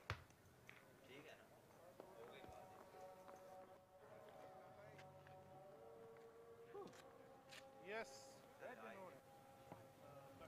This is the Karachi region squad for the Pakistan Cup, and Sean with the big factor missing today, and definitely made a lot of difference to where their batting looked. Mir Hamza obviously has been restricted, and so has been Saud Shakil and Ibrar Ahmed.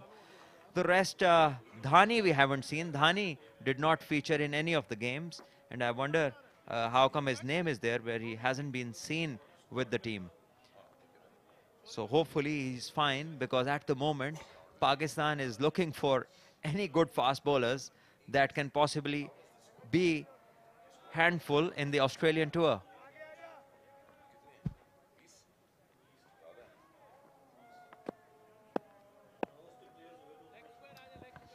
Since not much is happening out there in the game, let's just rewind and take you to Karachi's innings, the way they batted. You must have noticed, of course, Saim was finding it difficult. One aspect is his partner was missing. Then we saw Azam Khan out there in the middle for quite a while.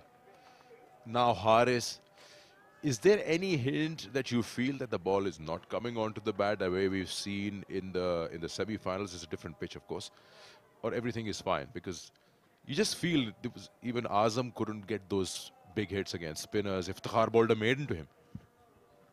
Well, I think the thought process, the mindset matters a lot, because when you are 5 or 6 down for 50 odd runs, then all your shot making and shot selections, it gets affected by the thought process that is going on in your mind, because there were a lot of overs left. Had it been a T20 or a T10 game, the boys would have kept going with the same tempo. But when you know that 30, 35 overs are yet to come, and you've already lost 5 or 6 top order players, then definitely you have to think differently. You do think differently. And knowing that he was the only mainstay remaining by that time. So happy camp over there, the Peshawar boys. So what's the formula, Salman? We've seen time and again around the world it happens. You lose quick 4 or 5 wickets, and then the side is looking to bat the full overs, which never happens. That is where the cricketing education is very important.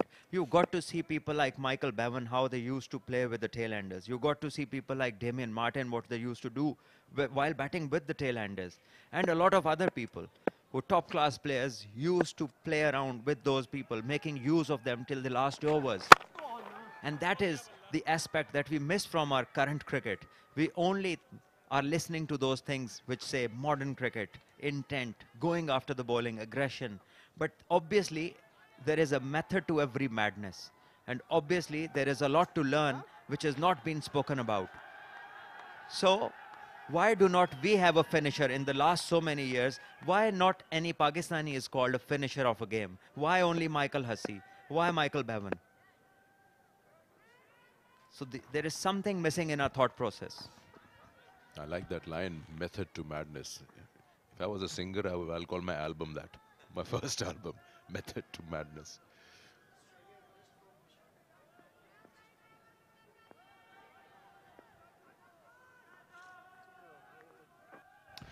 Misbah-ul Haq was one of those batters who were batting with the tail more because he used to bat lower middle order, but he knew this art of batting with the tail enders, and he was used to score quite a number of runs even batting with the bowlers.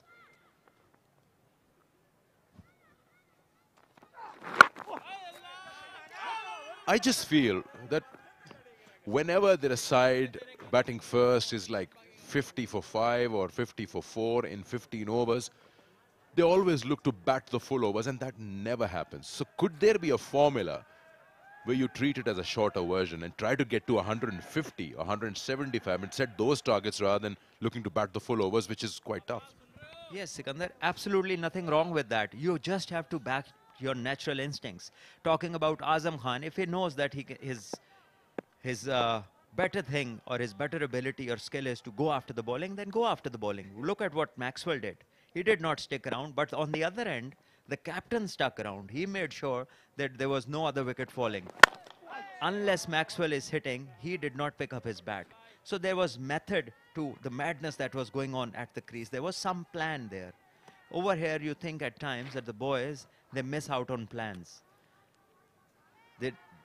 Yes, they know about their game, but how to approach that actual result which you want, there is not one way to it.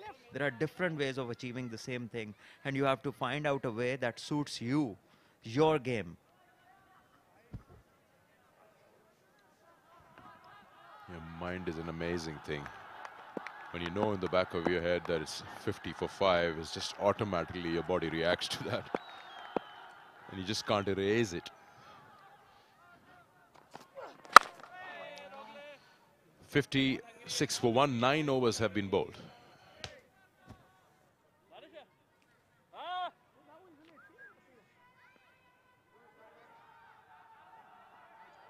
While the over is yet to start, just two occasions come to my mind where Inzamamul Haq winning games with Mushtaq Ahmed, a test match in Karachi against Australia. He scored 60 runs with the last wicket. And then again him with Yasir in Multan, scoring nearly 100 runs on the last wicket and scoring that great 100 to win the game.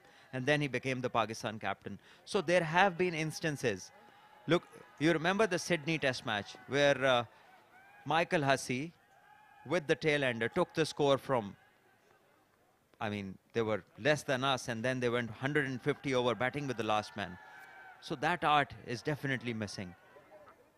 I remember one-off game in Abu Dhabi, Pakistan, New Zealand. Daniel Vittorio was pulling his hair out. Mohammad Amir and Saeed Ajmal. It was, what, 80-something for 9? And they took it to 200. Almost won the game. And that wonderful catch by, I think it was the all-rounder Jacob Oram taking that brilliant catch, running from fine leg towards square leg. He took that great catch. Saeed Ajmal trying to pull, I think Shane Bond it was. And both of them played tremendously in that partnership, but were unlucky not to cross the line, only by a very little margin. So great things happen, but again, talking about that powerful thing you mentioned, that mind. You first have to design it in your mind to execute it on the ground.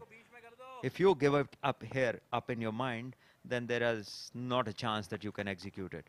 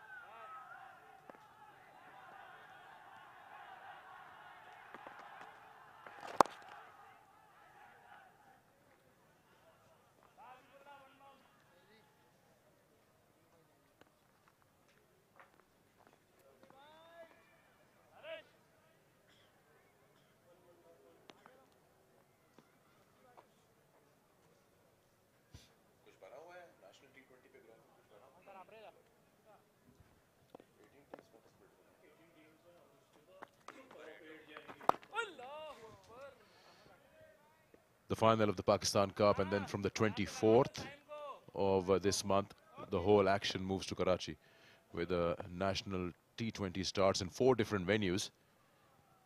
And this is a different national T20 from the previous couple of years. End of the over, 59 for 1.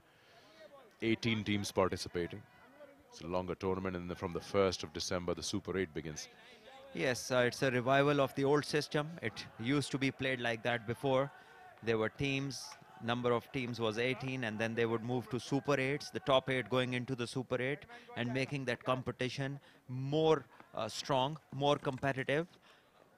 And hopefully people, our audiences will also enjoy the action. All the players would be in action in that tournament starting from the 24th in Karachi. Another place where cricket-loving people are in great numbers. And Pakistan has a great history of producing top-class cricketers from Karachi.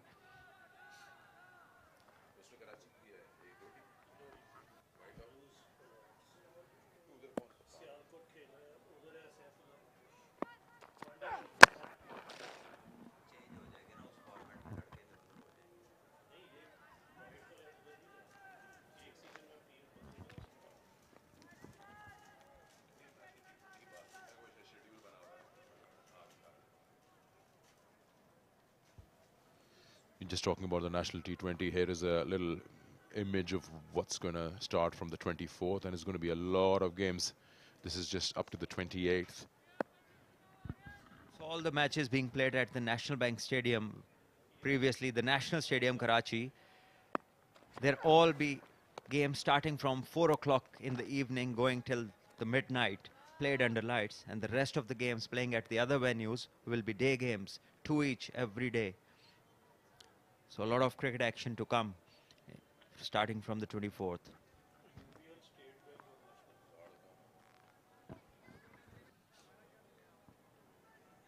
You'll be a busy man.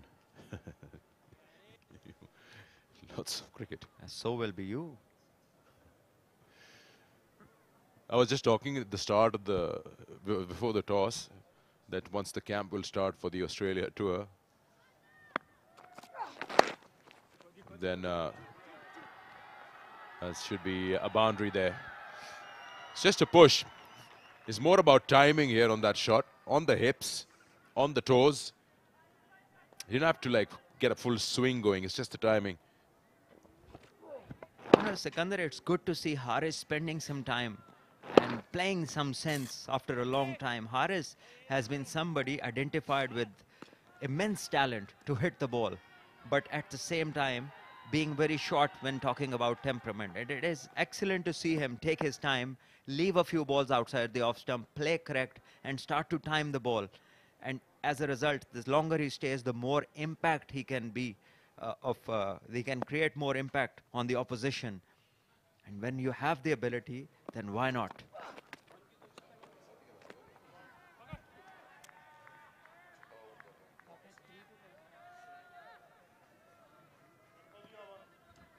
So Sohail Khan bending his back, doing some overtime today for Karachi.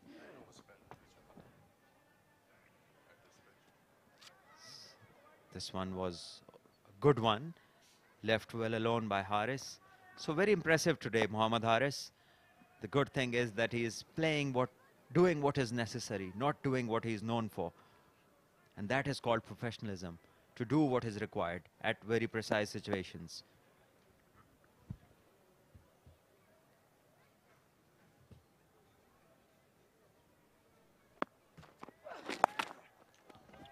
That's his pickup shot. You bowl him in that region, he'll have a go at it. Haris. It's a bad ball and it's been put away for the second boundary in the over. This is more T20-like Haris compared to that earlier boundary in the over, which was more timing. Yeah, that. He's very quick on his feet. Gets into very good positions very quickly, which looks good on the eye because he doesn't lose his shape. But at times, the selection of playing a shot just seems off. This time he was completely in control of it. Yes, a very key aspect of whatever he does in keeping and batting is his agility and his fitness and his quick movements. The reflexes are excellent when you talk about Haris, and he makes full use of those reflexes that he has.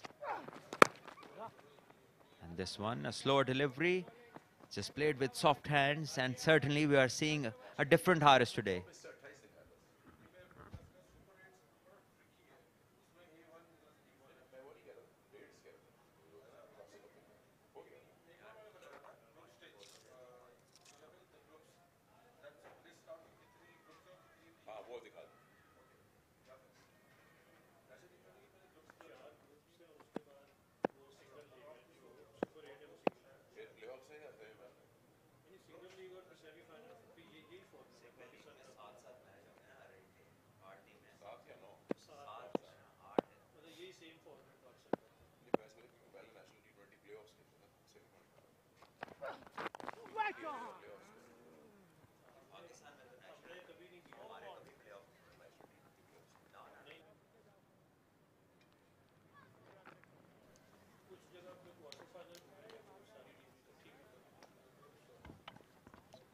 These are the 4 groups, A, B, C, and D. The 18 teams that are participating in the National T20. Karachi will have 2, Lahore will have 2.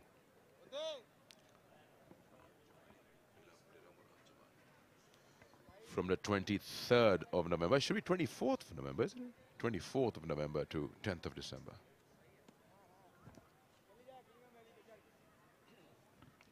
Yes, a lot of T20 action in the coming days, and obviously this will lead up to the PSL draft, and then everybody knows that that is the platform to show up and be relevant when the PSL draft takes place, because that is certainly the marquee event of the Pakistan domestic cricket. Down the wicket. He's had enough.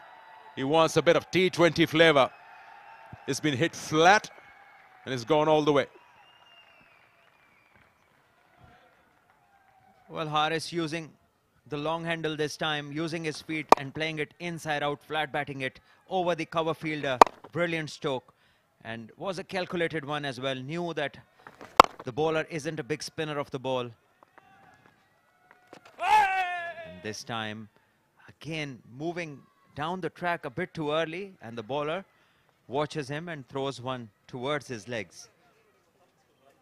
So he's shouldn't be getting carried away. He's just approaching his 50.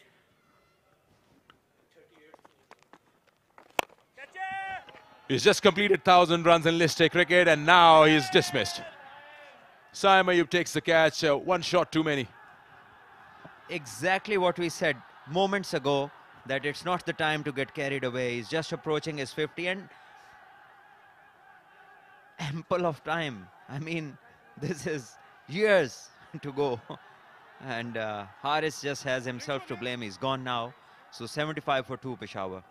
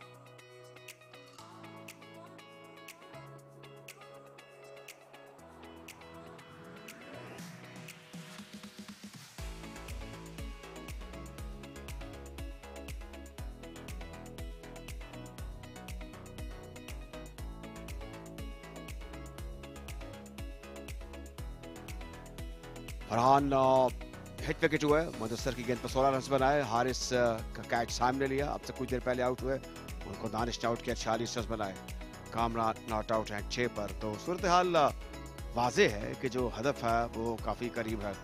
33 over 2 गेंदें और सिर्फ 29 run चाहिए इस final को जीतने के लिए, तो एक यकतरफा कार्रवाई है अब तक। जी हाँ, बिल्कुल आपने सही लफ्ज़ इस्तेमाल किया कि यकतरफा कार्रवाई रही है और टॉस जीतने से लेके अभी तक डोमिनेट किया है पेशावर की टीम ने, और हमें यही देखने को मिल रहा है कि वन साइडेड ही ये मैच चलता चला जा रहा है। बहुत ही आसान 4387 run Iftikhar Ahmed, 10 centuries, strike rate भी बहुत शानदार 92 की, एवरेज भी बहुत शानदार 47 की एवरेज, और अब सिर्फ 29 रन दूर पेशावर रीजन चैंपियन बनने के। ये मिस्टर डिपेंडेबल हैं, सीसा पे लाई हुई दीवार साबित होते हैं। और अभी देखिए इस क्रिकेट में ये कितने संजीदा हैं, इनका दाएं बाएं फील्ड का मुआयना करना, स्टांस लेना, गेंद को मिडल करना, फिर हिट आउट करना, ये मेरे ख्याल में एक रोल मॉडल हो सकते हैं। यार ये एक जान फूंकते हैं, आज क्राउड भी मौजूद है, और जब ये बैटिंग करने आते हैं तो क्राउड बहुत पुरजोश हो जाता है, ये रिस्पॉन्ड करते हैं अपनी बैटिंग से। और ये जो पहली गेंदी खेली थी इसमें पीछे कमिट हो चुके थे, या आगे, मेरे ख्याल में इनको आगे जाना चाहिए था, बेहतर समझते हैं, जानते हैं, समझते हैं, और जो लेफ्ट आर्मर हैं वो बड़े एक्यूरेट होते हैं। ऑल्दो ये पार्ट टाइमर है लेकिन लेंथ अच्छी है, शायद बिल्कुल आपने सही कहा, इसको फ्रंट फुट पे ही खेलना चाहिए था इफ्तिखार को। अब ये पुश किया है ऑफ की जानिब, विकेट में काफी जान है मेरे ख्याल में, और बैटर आज अपनी कोताहियों से आउट हुए, अब टारगेट मजीद करीब आता हुआ। आज अजीब सी अप्रोच रही कराची की जानिब से, ऐसा लगा बहुत घबराए हुए और सहमे हुए खेले शुरू से ही, और जब आप 103-4 रन बनाते हैं तो बहुत आसान हो जाता है चेजिंग टीम के लिए। ऑल्दो 2 विकेट जरूर गिरी हैं, आखिरी आउट होने वाले खिलाड़ी मोहम्मद हारिस थे, जिस तरीके से वो आउट हुए, क्योंकि ज्यादा स्कोरबोर्ड का प्रेशर था नहीं, दानिश ने अच्छा बॉल किया था, निकल के बड़ा शॉट ऑन साइड पे मारना चाहते थे, लेकिन थिक एज काफी देर हवा में रही और साइम अयूब ने आसानी से कैच लिया। बट यू सी वो थोड़ा पीछे गए साइम, और इन दी एंड वो जो आप कह रहे हैं बड़े इत्मीनान से सॉफ्ट हैंड से कैच को लिया और विकेट हासिल की, फिर हारिस की 46 रन बनाकर आउट हुए। मुद्दी को चेक कर ले, मुद्दी को। Noman Ali 114 wickets, best bowling 5 wickets 10 run देकर, इकोनॉमी बहुत इंप्रेसिव है 4.35 की, और जब आप ऐसी कंडीशन में होते हैं जब पे मैच में ज्यादा कुछ होता नहीं है तो आप एक्सपेरिमेंट कर सकते हैं, आप कुछ डिफरेंट कर सकते हैं, लेकिन यहाँ पे क्या ही कर सकते हैं नुमान असद भाई अपनी टीम के लिए। काम आसान कर सकते हैं और कुछ नहीं कर सकते, क्योंकि जो तजुर्बा आपने बताया, जो स्टैट्स बताया, वो निशानदेही करते हैं कि किस कैलिबर की बॉलर, इनके बारे में बात होती रहती है कि he should be under consideration, he should be given a chance, और टिपिकल लेफ्ट आर्मर है। ये मेरे ख्याल में विकेट की इजीनेस और एक मैसेज और एक कॉन्फिडेंस है बैटिंग साइड को कि उनके लिए ये जो बकिया रन्स हैं ये तरने वाला साबित होने चाहिए। ये सब तैयार हैं सेलिब्रेट करने के लिए, क्योंकि ये डिजर्व करते हैं, बहुत अच्छी क्रिकेट खेले हैं पेशावर की साइड। ये रखो कमेडी। आज काफी चिलचिलाती हुई धूप है और इसने भी काम आसान किया, विकेट प्लेसिड हो गई है, अच्छे तरीके से बल्ले पर आ रही है, और ये जो सूरत हाल है इससे जाहिर है कि बहुत खुश हैं पेशावर के रिजर्व खिलाड़ी। कदमों का इस्तेमाल, ऊंचा स्ट्रोक खेला है, एरी फेरी शॉट आउट हो जाएंगे, तो इस तरह एक और कामयाबी हासिल हुई है, तो ऊपर तले 2 विकेटें गिरी हैं और इस बार इफ्तिखार अपनी विकेट खो बैठे हैं। ये एक मैं जल्दबाजी का नतीजा है। क्या ऐसा लगा जैसे क्राउड की बातें सुनने लगे हैं, बड़ा शॉट मारने गए थे, क्योंकि क्राउड जब से ये आए हैं बहुत ही एक्साइटेड था। कदमों का इस्तेमाल किया लेकिन बहुत ही तजुर्बेकार है नुमान अली, ये पेस वेरी करते हैं, इनको बॉलिंग करनी आती है बाखूबी, लेकिन इस शॉट एक खराब शॉट सिलेक्शन, ऑन साइड पे खेलना चाहते थे टॉप एज, और अब सरफराज ये सोच रहे होंगे कि काश स्कोर 200 तक पहुंचा होता। 1 रन बनाकर वापस जाएंगे, 76 पर 3 पेशावर। और जाहिर है कि ये तजर्बाकार स्पिनर है, इनको आप वो जानते हैं साइकी क्या, और एक कर्से से वो देख रहे होंगे इफ्तिखार को, इफ्तिखार ही नहीं देख रहे हैं, लेकिन जो लेफ्ट आर्मर है जाहिर है कि उनकी हर गेंद स्पेशल होती है और उनको बड़ा कंट्रोल होता है, कुदरत होती है अपनी लाइन और लेंथ पर, और इस बार ऐसे हुआ। तो नए बैटर आ चुके हैं, आदिल अमीन नए आने वाले बैटर हैं, और ये राइट मैन हैं इस टाइम पे बैटिंग करने आने के लिए, क्योंकि ये बहुत ही शानदार मिडिल ऑर्डर बैटर हैं, बिजी क्रिकेटर हैं, और ये आपको पता भी नहीं चलता है कब अपने 50 रन मुकम्मल कर लेते हैं। ये ऐसी बैटिंग करते हैं, स्ट्राइक रोटेट करते हैं, 4 निस्फ सेंचुरियां इस सीजन में कर चुके हैं। ओवरऑल इनके अगर करियर की बात करें तो 6 सेंचुरीज, 140 इनका बेस्ट, एवरेज बहुत इंप्रेसिव है 47 की, 3684 रन। You see, जो आपने इनके स्ट्राइक रेट का जिक्र किया वो बड़ा माकूल है और लगता है कि इसके सूरत हाल में जब सिर्फ स्ट्राइक को रोटेट करना है, क्रिकेट ग्रेट लेवलर होता है, उसमें आप कुछ कह नहीं सकते, लेकिन इनको करना ये है कि सीधे बल्ले के साथ बैटिंग कर ली। अब इन पे थोड़ा प्रेशर डिप्लॉय किया गया है, स्लिप और शॉर्ट मिड ऑफ, या आप कह रहे हैं कि शॉर्ट कवर इनके सामने है। हाँ, ये अच्छा खेला है और अच्छा ग्लांस किया है, दौड़ना पड़ेगा फील्डर को काफ़ी, और इस दौरान के 4 रन के लिए बाहर चलेगी। ये एक क्लेवर थिंकिंग थी अदील की, और उन्होंने जिसे कहते हैं कि nice role of the rest था, और नतीजे के तौर पर 4 रन हासिल किए। या यही हम एक्सपेक्ट करते हैं इनसे। ये बिजी क्रिकेटर हैं, बहुत सॉफ्ट हैंड से खेले, एंगल किया है, कलाइयों का भी इस्तेमाल किया, 4 रन हासिल की। ये आदिल अमीन की ये खास बात है, ये बिजी क्रिकेटर हैं, रन्स की तलाश में रहते हैं।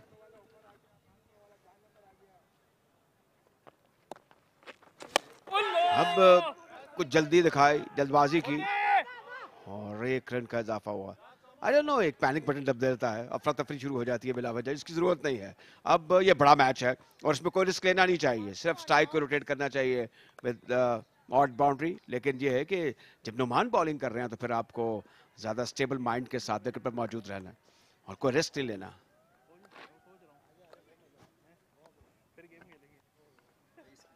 नुमान दूसरी तरफ अगर हम देखें कि 23 रन चाहिए 193 गेंदों में, तो एक आसान सा हदफ है। अच्छी फ्लैट हिट गेंद थी, अच्छा आम गेंद भी करते हैं। तो इस तरह 13 के बाद 81 पर 3 पेशावर रीजन्स।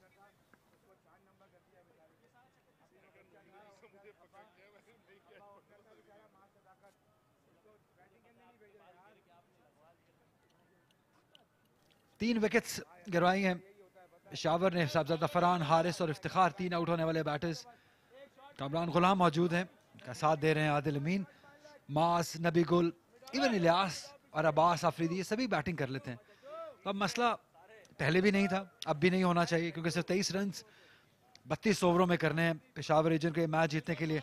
और क्या ही शानदार बात है, क्योंकि चीफ सेलेक्टर भी मौजूद हैं ग्राउंड के अंदर, वहाब रियाज अभी यहाँ पे दाखिल हुए हैं। उनके आते ही ऐसी परफॉर्मेंस पेशावर के लिए अच्छा साइन है ये, पेशावर के लिए भी और पाकिस्तान के लिए भी, कि चेयरमैन ऑफ सेलेक्टर्स का मौजूद होना जो है ये एक नेक शगुन है, इनको देखना चाहिए। ये एक बड़ा इवेंट है और इसमें बेहतरीन खिलाड़ी जो हैं मुमकिन तौर पर टीम का हिस्सा बन सकते हैं, इन एक्शन है। विकेटों को छोड़कर जिस तरीके से खेलना, ये बताइए क्या विकेट इतनी इजी है? शॉर्ट सिलेक्शन क्वेश्चन मार्क है इस बार भी, ये शुरू से ही सिलसिला रहा है शॉर्ट सिलेक्शन का। ये इतना आसान पिच नहीं है कि आप अपनी मर्जी से आते ही हर तरह का शॉट खेल सकें। और इफ्तिखार तो तब आउट हुए जब चीफ सेलेक्टर बिल्कुल दाखिल हुए ग्राउंड में, शायद थोड़ा घबरा गए, क्योंकि 6 छक्के लगाए थे इफ्तिखार ने चीफ सेलेक्टर को इसी साल, जब एक पेशावर में, क्वेटा में एक फेस्टिवल मैच हुआ था PSL का, उसमें वहाब रियाज खेल रहे थे, तो 6 छक्के इफ्तिखार अहमद ने लगाए थे। तो शायद उन्होंने देख लिया था कि वहाब आ गए हैं। ये भी देख लिया कि जो माइक्रोफोन के पीछे था वो भी यहाँ मौजूद है। तो इफ्तिखार अब ज़ाहिर ट्रायल पर नहीं है, इतनी इनिंग्स खेल चुके हैं, इतना तजुर्बा है, इतनी खिदमत हैं, लेकिन फिर भी आज उनको मजीद चेक करना चाहिए था, रुकना चाहिए था। दानिश, अक्सर ऐसा होता है असद भाई कि जब ज़्यादा रन्स आपने नहीं करने हो, मैच बहुत ईजी हो जाए, एज अ प्लेयर होना नहीं चाहिए ऐसा आइडियली, लेकिन आप कैजुअल हो जाते हैं, आप थोड़ा रिलैक्स हो जाते हैं। इस शॉट से ऐसे ही लगा, अगर ये ज़्यादा रन्स होते तो इफ्तिखार अहमद डिफरेंट अप्रोच से यहाँ पे करीब मामला हो सकता था। मेडन दानिश अजीज की जानिब से 14 ओवर्स का इख्तिताम 81 पर 3।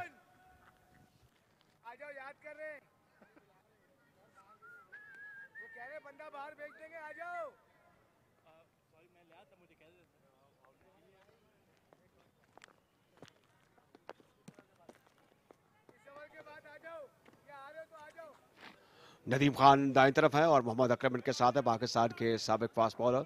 और नदीम खान जाहिर है कि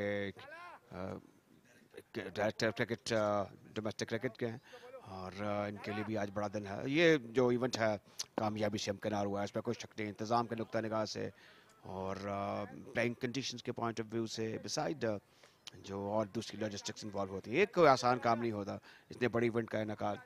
81 पर 3 14 ओवरों के बाद तो ये सूरत हाल है। अब सिर्फ 23 रन चाहिए मैच को जीतने के लिए। क्या ये रस्मी कार्रवाई होगी, इसके बारे में हम कुछ कह ही नहीं सकते। क्रिकेट का खेल है। नोमान बॉलिंग करने के लिए आए हैं।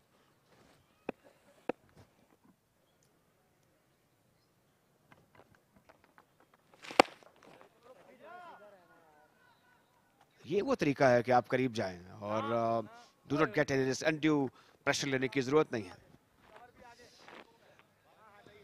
जी हाँ, इससे बेहतर मैच एक्सपेक्टेड था। मैं स्पेशली बहुत लुक फॉरवर्ड कर रहा था क्योंकि बहुत दो बड़ी टीमें हैं, बहुत तगड़ी टीमें हैं, कराची की भी, पेशावर की। लेकिन बहुत जो मैच है वो डिसाइड हो गया टॉस पे ही, क्योंकि सुबह पहले टाइम बहुत मुश्किल कंडीशंस थी बैटिंग के लिए। गेंद काफ़ी सीम और स्विंग हो रहा था। इस तरफ हमारे साइड पे बैठे हैं।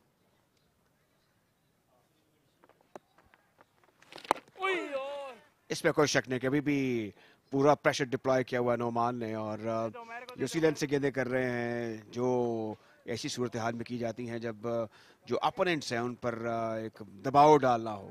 वो चांस ले रहे हैं, आउट करने की कोशिश कर रही है। ये मस्बत सोच है। शायद इसके बाद चाचा को भी ढूंढना, इफ्तिखार को भी।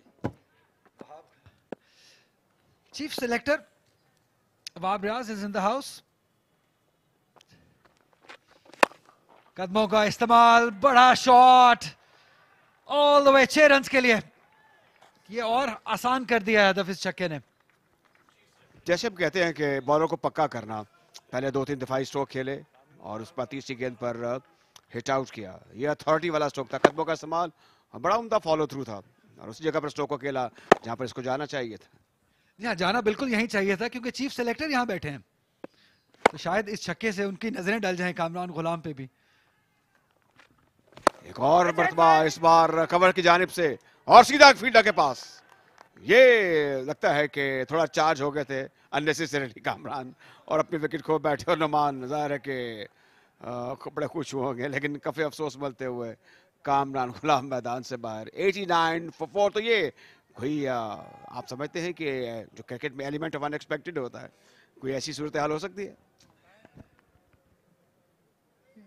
नो बॉल चेक करेंगे, यहाँ पे सब सेफ है। थोड़ा अपने आप को रूम दिया, एक्स्ट्रा कवर की जानिब खेलना चाहते थे, वो प्लेस नहीं कर पाए जहां पे वो चाहते थे। आसान सा कैच साइम अयूब के लिए।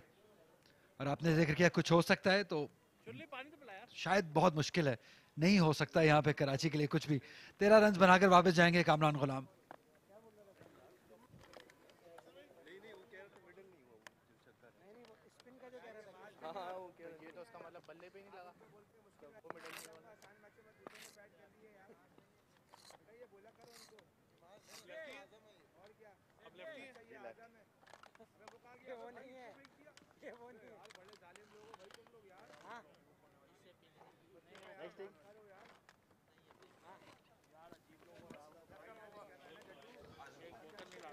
आजम खान ये बाएं हाथ से खेलने वाले बैटर हैं। 5 मैचेस 29 रन। तो ये तो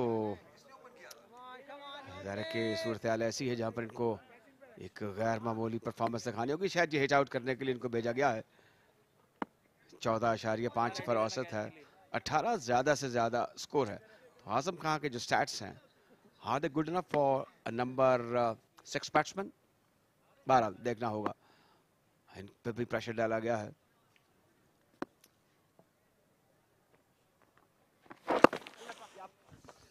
या सेमीफाइनल में ओपन करने आए थे,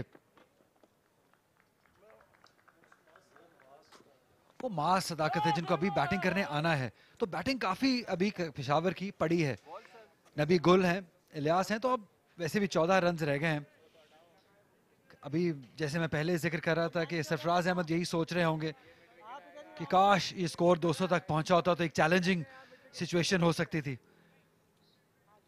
अभी भी कोशिश कर रहे हैं, काफी फील्डर्स जो हैं वो बैटर के इर्द गिर्द ले रखे हैं, मैक्सिमम चाह रहे हैं कि डैमेज किया जाए। तो ये कड़ा इम्तिहान होगा आदिल के लिए, जो मुझे लगता है बैट आउट करने की कोशिश करेंगे आगे पड़ी हुई गेंद को, अगर नुमान करते हैं। सीधे बल्ले का साइड ड्राइव किया ऑफ साइड पर लॉन्ग ऑफ की जानिब। तो जिस तरीके से ड्राइव्स लगी हैं, ये पिछले कदम पर 1-2 कट्स भी हमने देखी हैं, गेंद इवन स्टीवन आता रहा है। तो 15 ओवरों के बाद 91 पर 4 पेशावर रीजन।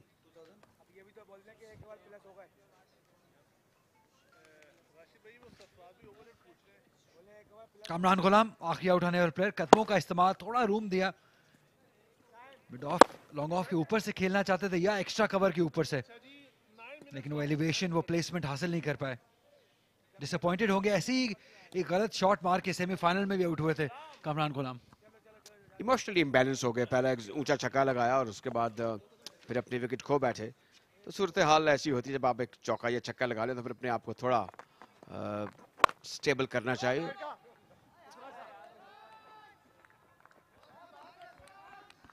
सोहेल खान थे बैकवर्ड पॉइंट पर, दानिश ने नबी तुली बॉलिंग की है। सोहेल खान, एक एम्बैरसिंग स्माइल है इनके चेहरे पर, मिसफील्डिंग हुई थी। आजम बाएं हाथ से खेलने वाले बैट्समैन हैं। 2016-17 में कराची वाइट्स को हराया था बड़े मार्जिन से पेशावर ने 124 रन से। इफ्तिखार अहमद ने सेंचुरी बनाई थी उस मैच में। और ये मैच भी, ये भी जो शिकस्त होने वाली है, ये भी बड़ी शिकस्त है। यहाँ पे 100 पे मैच आउट हो गई पेशावर रीजन की टीम, कराची की टीम। और अब तो बहुत आसानी से कर रहे हैं। ये जो शॉट्स आप देख रहे हैं, ये बहुत कैजुअल शॉट्स हैं क्योंकि ज़्यादा प्रेशर नहीं है।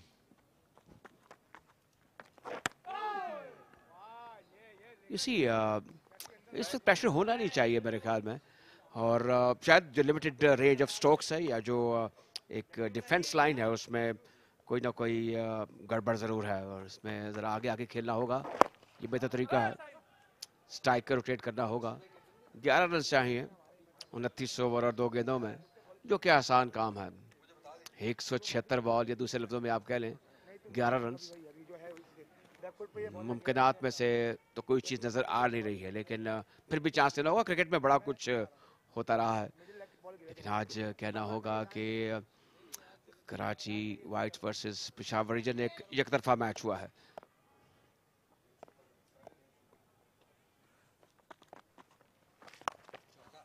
ये अच्छे तरीके से बल्ले को घुमाया है। ये स्ट्रॉन्ग पॉइंट भी होता है राइट हैंडर बैट्समैन का।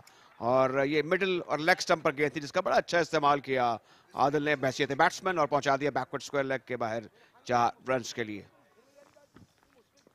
जहाँ खराब लाइन, ये आसानी से 4 रन हासिल किए क्योंकि लेग साइड पे ये बॉल गिरा हुआ, इस स्वीप के लिए आइडियल शॉट है। कैप तलाश किया और 4 रन हासिल किए।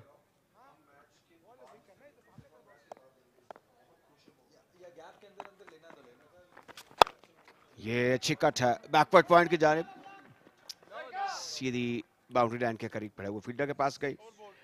इसमें अब 16 ओवरों के बाद पेशावर रीजन 98 पर 4।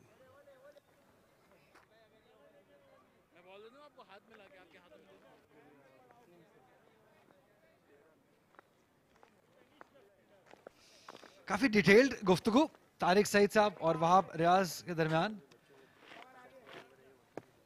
काफी भारी जिम्मेदारी है यहाँ से वहाब रियाज के कंधों पे। वर्ल्ड कप के बाद कौन सी टीम सिलेक्ट होगी, कैसे प्लेयर आएंगे, कैसे नए प्लेयर्स, कौन कौन नया इंक्लूड होगा। लेकिन एक चीज तो तय है कि मेरिट को फोकस दी जाएगी, प्रेफरेंस दी जाएगी, डोमेस्टिक के परफॉर्मर्स को प्रेफरेंस दी जाएगी। और यही हम क्रिकेटर्स से एक्सपेक्ट करते हैं जब वो ऐसी पोजीशंस में आते हैं कि आप परफॉर्मर्स को एक्नॉलेज कीजिए। जैसे खुरम शहजाद हैं, कायद आज़म ट्रॉफी के leading wicket taker, Sahibzada Farhan जिन्होंने सबसे ज्यादा रन्स बनाए। हम तो कर सकते हैं कि एक अच्छा अमलगमज़म होगा, एक्सपीरियंस एंड यंगस्टर्स, जो कि ऑस्ट्रेलिया का टूर करेगी टीम। और ये सब पॉकेट्स को जानते हैं, कहाँ कहाँ से प्लेयर्स इमर्ज हो रहे हैं, कौन कौन से एस्टेब्लिश हैं, परफॉर्मर क्या है, लॉन्ग टर्म कितने सर्व करना है। तो चेयरमैन सेलेक्टर्स वहाँ पर अच्छे तरीके से चीज़ों को समझते हैं। और ये काफ़ी मुश्किल कैच था, भरपूर कोशिश की। अगर ये कैच हो जाता तो फिर क्या आप समझते हैं कि अभी 6 गेंदें, 6 रन जो बाकी हैं वो मुश्किल हो जाते हैं फॉर पेशावर रीजन। यार मुश्किल तो नहीं होता, लेकिन ये कैच हो जाता तो डेफिनेटली हमें बहुत कुछ बोलने को मिल जाता, क्योंकि ये एफर्ट शानदार थी असद शफीक की जानिब से। और ये पहली बार नहीं है कि हमने असद शफीक को इतनी अच्छी एफर्ट करते हुए देखा है। कायदे आजम ट्रॉफी में बहुत शानदार कैचेस लिए थे असद शफीक ने, अभी भी इस एज में भी बहुत तगड़े हैं, बहुत फिट हैं, मूव बहुत अच्छा करते हैं। नुमान अली यहाँ पे कैच की अपील है, एलबीडब्ल्यू की अपील है, लेकिन एहसन रजा ज्यादा इंटरेस्टेड नहीं है। इसी नुमान को क्रेडिट देना होगा जिस तरीके से अभी तक वो पूरी जान लगा रहे हैं और बड़ी नैगिंग लेंथ से निप से गेंदें कर रहे हैं, और ये एक और अच्छी गेंद थी और इनको पूरा यकीन था, लेकिन जो ज्यादा स्पिन हुई है थोड़ी ऊपर चली गई है। मेरे ख्याल में ये इनके फेवरेबल में जो डिसीजन जाना था उसके खिलाफ गई। तो ये समझते हैं सब कुछ एहसन रजा, गेंद कहाँ से आ रही थी, कहाँ इसको जाना था, ये जा सकती थी। पेशावर 5 रन दूर, शॉट खेलने गए, ये बॉल बाय या बल्ले को लगा ये देखना होगा, लेकिन रन्स डेफिनेटली मिलेंगे आजम खान को। 2 रन्स मिले हैं। बाएं हाथ से बैटिंग करने वाले बैटर को आमतौर पर बॉलिंग करना फॉर लेफ्ट आर्म वाला आसान नहीं होता, लेकिन काफी मुश्किल में डाला बैटर्स को। 100 रन्स मुकम्मल हो गए पेशावर रीजन के। अब सिर्फ 3 रन्स दूर पेशावर रीजन पाकिस्तान कप जीतने को। नुमान अली बॉल करेंगे आजम खान को, अभी जल्दी नहीं है, सिंगल लिया है, ये आसानी से स्कोर करना चाहिए।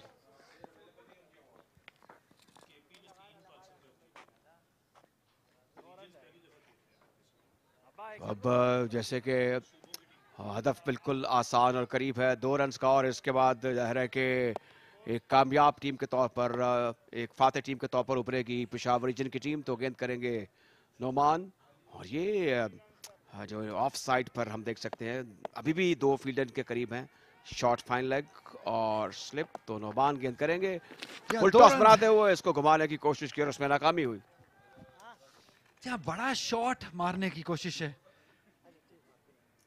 सिर्फ 2 रन दूर है। ओवर का हुआ इख्तिताम, 17 ओवर्स के बाद 102 पे 4 पेशावर, और ये सब सेलिब्रेट करने के लिए तैयार है। और आई एम श्योर इसका साजिद खान का बहुत बड़ा रोल है, क्योंकि ये ऐसे प्लेयर हैं जो कि टीम में ना होने के बावजूद टीम को बहुत जगा के रखते हैं, एक्टिव रखते हैं।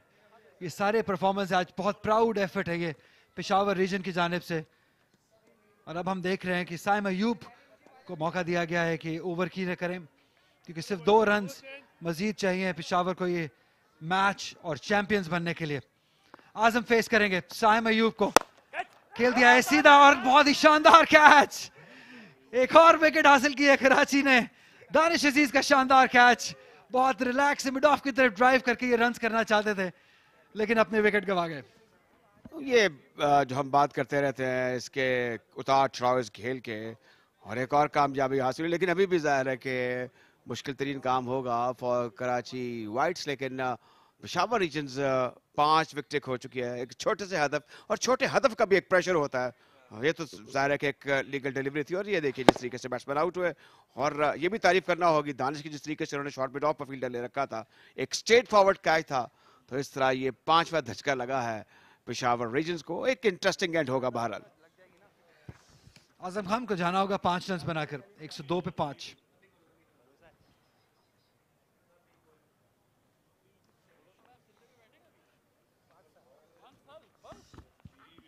नबील कुल के लिए आज बहुत अच्छा दिन रहा है सुबह से ही, क्योंकि इन्होंने एक शानदार कैच पकड़ा, उसके बाद एक रन आउट भी किया, और अब शायद इनके पास मौका है कि विनिंग रन्स भी बना सके अपनी टीम के लिए, क्योंकि एक ऐसा टाइम था जहां थोड़ी स्टेबिलिटी मिली थी कराची को, लेकिन इनके उस कैच ने, जब असद शफीक ने स्वीप शॉट मारा था, उसने गेम का नक्शा काफी हद तक बदल दिया। 464 रन नबी गुल बना चुके अपने करियर में, 350 बेहतरीन स्कोर 78 है राधा।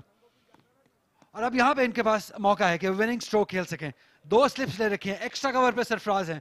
नबी गुल पहला बॉल, बड़ा शॉट, और इसके साथ ही पेशावर ने ये टूर्नामेंट अपने नाम कर लिए शानदार शॉट के साथ। 5 विकेट्स से कामयाबी हासिल की, और ऑल स्माइल्स। जिस तरीके से ये टीम खेली है, बहुत ही शानदार परफॉर्मेंस, क्राउड बहुत लुत्फानंदोज हुआ है इस परफॉर्मेंस से। डिसअपॉइंटेड होंगे कराची रीजन की टीम, लेकिन यहाँ पे आज जश्न का मंजर है। H presents Trans Group Pakistan का पेशावर रीजन ने 5 विकेट से अपने नाम किया, बहुत ही शानदार ऑलराउंड परफॉर्मेंस रही, हर शोबे में ही कराची को उन्होंने बीट किया। टॉस जीतने से आखिरी विनिंग हिट तक पेशावर की टीम ने लीड किया है और अपने नाम पाकिस्तान कप किया है। इसमें कोई शक नहीं कि बड़ा शानदार इख्तिताम हुआ जिस ईज एंड कंफर्ट के साथ। इन द एंड पेशावर ने इस मैच में एक कामयाबी हासिल की है, वो उनको तादेर याद रहेगी और यकीनन एक शानदार तहनीत और मुबारकबाद के मुस्तहिक हैं पेशावर के जो बैटर्स हैं, इनके जो बॉलर्स हैं। और आज कहना होगा कि पेशावर की क्रिकेट के लिए, पेशावर की टीम के लिए बहुत शानदार दिन रहा। इन्होंने खेल के हर शोबे में कहना होगा कि चारों शाने चित किया कराची वाइट्स को, जो एक तगड़ी टीम थी। लेकिन बाय ऑल मीन वो कहेंगे, हम ये कहेंगे कि क्रिकेट जो है, इसकी स्पिरिट जो है, इसकी जो ग्लोरी है, वो अपने अरूज पर थी और दोनों टीमों में जो तालमेल रहा, जो भाईचारा भी रहा, वो that was at its peak. तो इन दी एंड मैं ये कहूँगा अली यूनुस के ये खुशाइन बात है कि पेशावर के नाम के साथ अब लिया आ जाएगा कि they are the champion of National Cup, Pakistan Cup. तो ये जो एक बाज़ का छोटे शहरों का, रिमोट शहरों का एक एहसास भी होता है कि यहाँ पे टैलेंट कम है या हम जीत नहीं रहे, ये मेरे ख्याल में पेशावर के हवाले से आज एक सुनहरी बाब है, इसका इजाफा हुआ है। जहाँ इससे पहले केपी की टीम 3 बार पाकिस्तान कप जीत चुकी है, तो इस रीजन को आदत है जीतने की, बड़ी ट्रॉफीज जीतने की। लेकिन ये टीम बहुत खुश होगी क्योंकि यंग साइड थी, इफ्तिखार और हारे सेमीफाइनल में टीम को ज्वाइन किया और जिस तरीके से ये टीम लड़ती है, खेलती है, ये तारीफ के मुस्तहिक हैं। बहुत फिट हैं, बहुत तगड़े हैं सारे क्रिकेटर्स। और आज तो अपने जो प्लान इनको दिया गया था उसको एग्जीक्यूट किया बहुत शानदार तरीके से। पहले बॉल से ही जिस तरीके से इनको पिच से भी थोड़ी मदद हासिल हुई, लेकिन उसको अच्छे तरीके से एक्सट्रैक्ट किया। और ये जो खुशी है, ये सेलिब्रेशन है, ये बहुत कुछ बताती है कि कितना मीन करता है ये जो जीत है पेशावर रीजन के लिए। इफ्तिखार अहमद ने आज एक शानदार कैच पकड़ा, अपनी कंट्रीब्यूशन डाली जब सरफराज अहमद की विकेट हासिल की थी। ओवरऑल एक कंप्लीट परफॉर्मेंस पेशावर रीजन की जानिब से। और आप जो बात कर रहे थे कि चेयरमैन ऑफ सेलेक्टर्स जब वहाब रियाज जहां पर है, तो ये अब क्लेम होगा पेशावर का, क्लेम होगा कराची का कि they are the team, they are the players who can reach greater heights और इनको मौके मिलने चाहिए एट द टॉप। तो पेशावर जो ज़ाहिर है किसकी कंट्रीब्यूशन रही है from the cricket point of view, और यहाँ से प्लेयर्स मजीद इमर्ज होंगे, उनका नाम बना है, उनकी टीम चैंपियन बनी है, तो ये अंडर कंसिडरेशन हो गए फॉर द टॉप ऑनर्स। या और कोई भी जीत अब सेल्फी के बगैर अधूरी है, इसलिए विनिंग सेल्फी तो बनती है। अब्बास आफरीदी इतनी शानदार, ऑल स्माइल्स हैं ये। साजिद आफरीदी की कंट्रीब्यूशन नहीं भूलनी चाहिए, इन्होंने अपनी बैटिंग से भी मैच जितवाए हैं। कराची की टीम डिसअपॉइंटेड होगी इस परफॉर्मेंस से क्योंकि सिंगल हैंडेड ही वन साइडेड मैच ही हार गए। इससे बेहतर एक्सपेक्टेड था क्योंकि हमें लगा था 2 पाई की टीमें हैं, एक अच्छा मैच देखने को मिलेगा, लेकिन ऐसा ना हो सका। पेशावर रीजन ने टॉस जीता, पहले बॉलिंग का फैसला किया और कंडीशंस का इस्तेमाल किया, प्रेशर डालते रहे कराची की टीम के ऊपर, विकेट्स हासिल करते रहे। सिर्फ 103 रन पर ढेर कर दिया कराची को। साहबजादा फरहान की शानदार कप्तानी बिल्कुल तारीफ के मुस्तहिक हैं, जिस तरीके से उन्होंने लीड किया है पेशावर की टीम को। सिर्फ एक मैच हारे फाटा से, लेकिन उसको ज्यादा सर पे हावी नहीं होने दिया, कम बैक किया, सेमीफाइनल में भी फाटा को शानदार तरीके से हराया। और आप कह सकते हैं कि इस पाकिस्तान कप की सबसे बेहतरीन टीम जिसके अंदर सारे सुपरस्टार्स, इंटरनेशनल क्रिकेटर्स मौजूद थे, और उनको इतनी आसानी से ये मैच हरा दिया और पाकिस्तान कप के चैंपियन बन गए 5 विकेट से। अब इस पे ये चीज़ है कि पहले ज़ाहिर है कि जो हमारी नेशनल क्रिकेट का महवर था वो कराची, लाहौर, मुल्तान, फैसलाबाद या दीगर बड़े शहर थे, उसमें ज़रा नीचे नाम आता था पेशावर का। लेकिन अब ज़ाहिर है कि जो वक्त बदल रहा है और पेशावर जिस आज चैंपियन बनी है, अब ये ज़ाहिर है इंसाइटमेंट होगी फॉर द यंगर फो टू फॉलो द जीनियस जिन्होंने आज इस मैच में कामयाबी हासिल की है। तो ये जिस तरीके से वो जो एक विनिंग मोमेंट था, शानदार छक्का मिड विकेट पर और एक शानदार इख्तिताम हुआ। Ali Younis by all means it was a grand day, अगर से बड़ा स्कोर नहीं हुआ, मौसम बड़ा शानदार था, wicket was very conducive for runs as well as for the bowlers specially. तो फिर खुशियां मनाई गई और जाहिर है कि ये जो दिन है ये शायकीन क्रिकेट को तादेर याद रहेगा, स्पेशली टू द पेशावराइट्स। बहुत ही शानदार परफॉर्मेंस रही, 5 विकेट्स जरूर गिरा दी थी, अच्छी बॉलिंग की गई नुमान की जानिब से, उन्होंने 2 विकेट्स हासिल की। लेकिन जब आपने सिर्फ 104 रन बनाने हो तो ज़्यादा प्रेशर होता नहीं है बैटिंग टीम के ऊपर। सिर्फ 108 रन बनाने थे, जो 5 विकेट्स पे आसानी पेशावर ने बना लिए। 2 विकेट हासिल की नुमान ने, 1 विकेट हासिल की गुलाम मुदस्सिर ने, 1 ही विकेट हासिल की दानिश ने और साइम ने सिर्फ 2 बॉलें कराई जिसमें 1 विकेट और 1 छक्का। और अपने 17 ओवर्स में 108 रन मुकम्मल किए। पेशावर ने 5 विकेट्स डेफिनेटली गंवाई। आज एक और शख्स बहुत खुश हैं, वो है अरशद खान। चलते हैं वेरी टैलेंटेड महक खोकर के पास, बात कर रही हैं वो अरशद खान से। Winning team champions Peshawar Region के हेड कोच और former international Pakistani cricketer Arshad Khan इस वक्त मेरे साथ मौजूद है। सबसे पहले तो आपको बहुत बहुत मुबारक हो कि आपकी टीम ये टूर्नामेंट जीत गई है। सिमिलर फील्स आपको आ रही होंगी 2006 जैसी, जब आपकी ही कैप्टनसी के अंडर पेशावर रीजन ये टूर्नामेंट पिछली दफा इससे पहले जीती थी।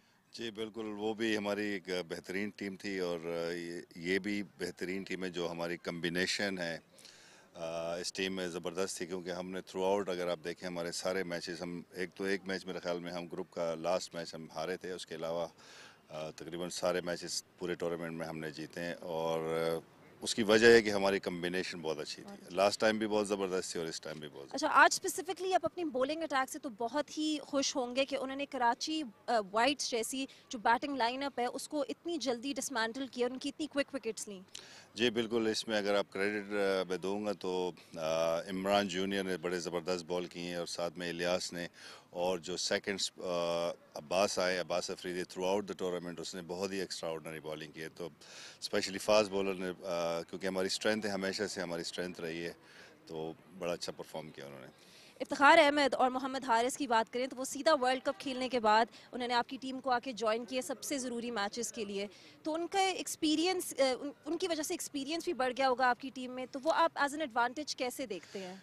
बहुत बूस्ट मिला हमारी इस टीम को, क्योंकि मैं स्पेशली थैंक्स भी उनको कहना चाह रहा हूँ, क्योंकि इतने थके हुए आ रहे थे, लेकिन जब एक ही कॉल पे उन्होंने कहा हम आएंगे, क्योंकि वो पेशावर के लिए उन्होंने हमेशा परफॉर्म किया और पेशावर से ही उनका नाम बना है, तो ज़ाहिर है उन्होंने आना भी था। लेकिन जैसे ही मैंने उनको कॉल की वो आए, और उससे फ़र्क क्या पड़ा कि हमारी जो बैटिंग थी और स्ट्रॉन्ग हो गई। बॉलिंग हमारी अच्छी थी, बैटिंग में थोड़ा सा हम ऊपर नीचे हो रहे थे, लेकिन इन दोनों के आने से हमें कम से कम वो कीपिंग का और बैटिंग का बहुत, स्पेशली इफ्तिखार की जो बॉलिंग ऑलराउंड परफॉर्मेंस, उसका हमें बड़ा फ़ायदा हुआ है। अच्छा, लास्टली आपकी टीम में किसी इंडिविजुअल ने इस तरह स्टैंड आउट नहीं किया, जैसे आपने कॉम्बिनेशन की बात की, तो एज अ टीम आपकी जो टीम थी उन्होंने बहुत अच्छी तरह जेल किया और परफॉर्मेंस दी। तो साहिबजादा फरहान की जो कैप्टनसी है उसके बारे में आप क्या कहना चाहेंगे, जिन्होंने आप लोगों को टॉप ऑफ द टेबल पे भी वो लाए और साथ में ये टूर्नामेंट भी जितवाया है? ऑनेस्टली मैं कोचिंग तो मैंने काफ़ी की है, लेकिन अभी साहिबजादा फरहान के साथ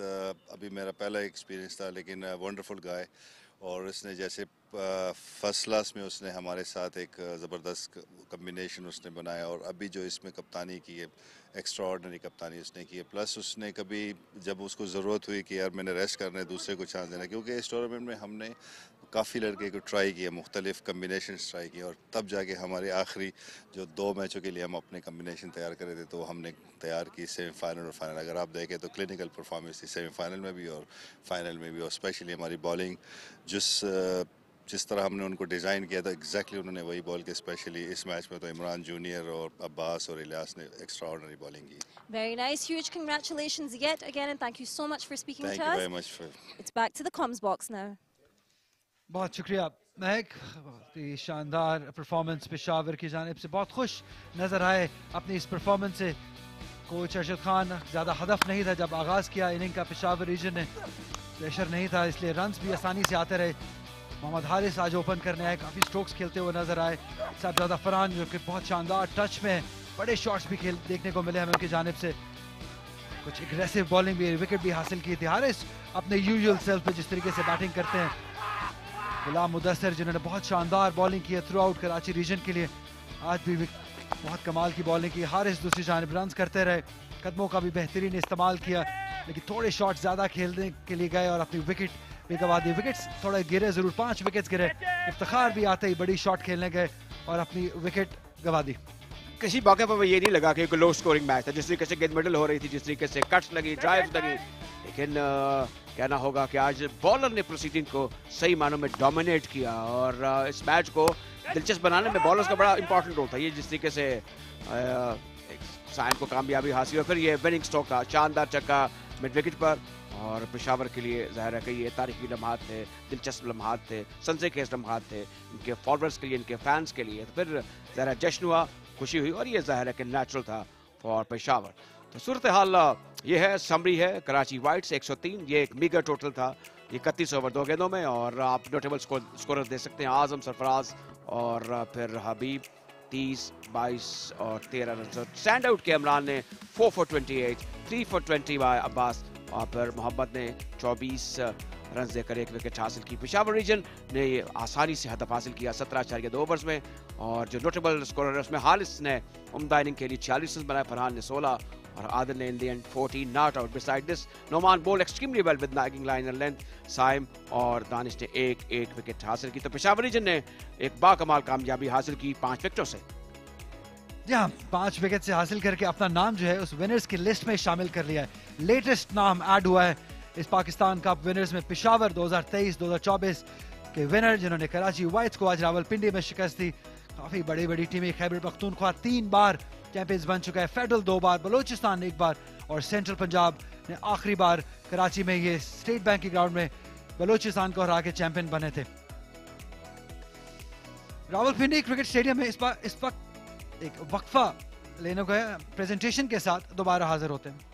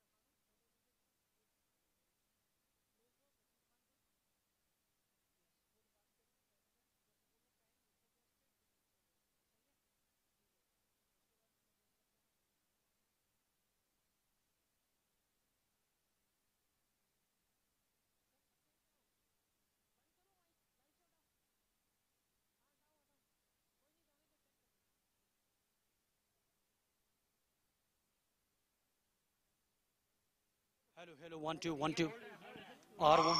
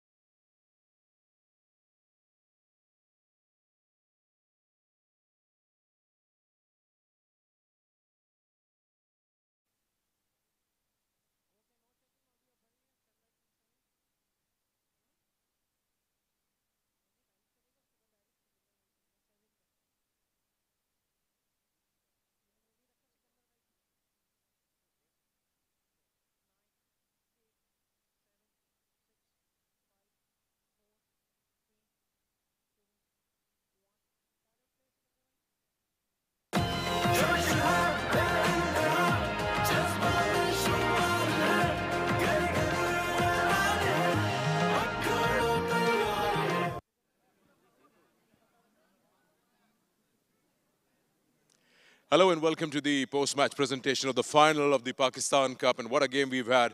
It was Peshawar all the way who first won the toss and made all the right calls and won this match with a good, strong margin of 5 wickets. Congratulations to Peshawar. Before we give away the individual awards, let me introduce our presentation party. Starting from my left, Mr. Nadeem Khan. He's joined us, Director, Domestic Cricket, Pakistan Cricket Board. Next to him, Mr. Junaid Zia, SGM, Domestic Cricket, PCB. And Mr. Ramzan Ali Masood, Managing Director, AH Group of Companies. Welcome, gentlemen. We start off with the awards to the match officials. I'll request Mr. Junaid Zia to please step forward and hand over the medals. And I'll call out the names, starting with our match officials, the on-field umpires, Mr. S. and Raza and Mr. Faisal Afridi.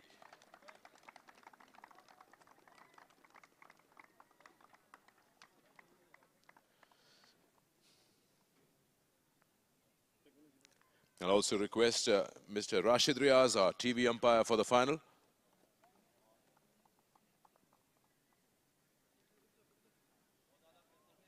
Mr. Mohammad Asif, the reserve umpire.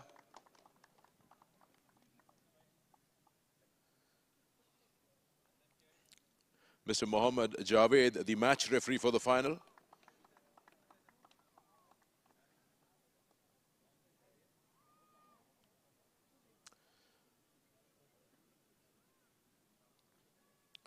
Mr. Mohammad Javed, the match referee, and followed by the official scorer, Mr. Shakil Ahmed.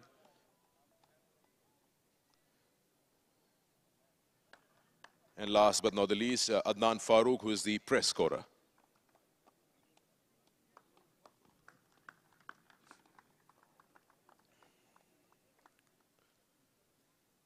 Thank you, Junaid. Now I'll request Mr. Ramzan Ali Masood to please present the AH Group Player of the Final Match, cash award of 50,000 rupees and a trophy. And that goes to the bowler from Peshawar, 4 for 28, Mohammad Imran.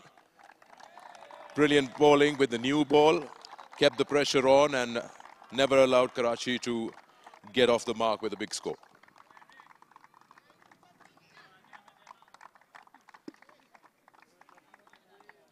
Well done, Imran.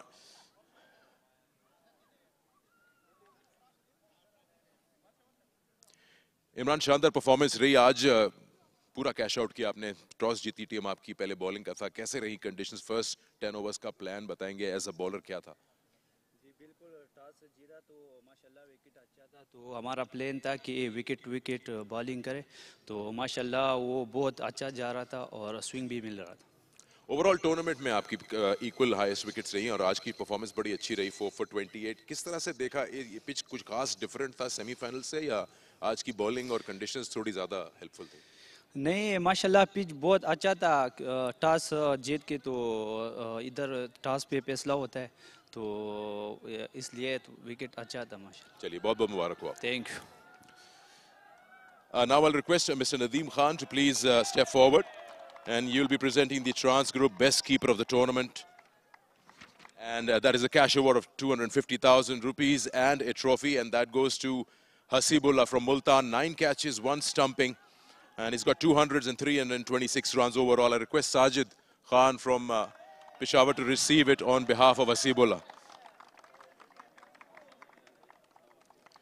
Sajid will receive the Best Keeper award for Hasibullah from Multan. Now Mr. Nadeem Khan will present the Trans Group Best Bowler of the Tournament cash award of 250,000 rupees and also a trophy. And that is a joint award that goes to Zahid Mahmood and Abbas Afridi both. Zahid from Multan, Abbas Afridi from Peshawar. Both of them picked 15 wickets each. Brilliant performance throughout the tournament by the two.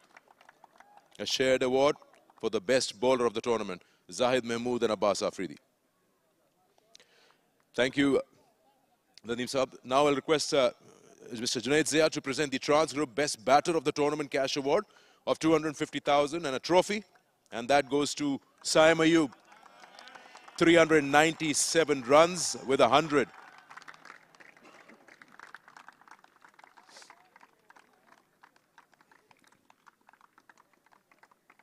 Very well played up in the order by Saim in the tournament with the Best Batter award.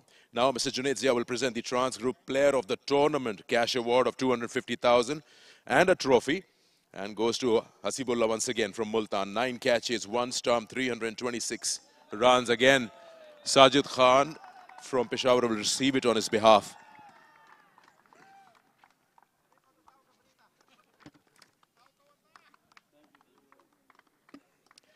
Now I'll request Mr. Ramzan Ali Masood to please present the AH Group runner-up cash award of 25 lakhs and a trophy to the captain of Karachi, Sarfaraz Ahmed. Karachi played brilliant cricket all throughout the tournament. It just wasn't the day on the final. Lost the game by 5 wickets, but kept themselves in the top 2 positions on the table.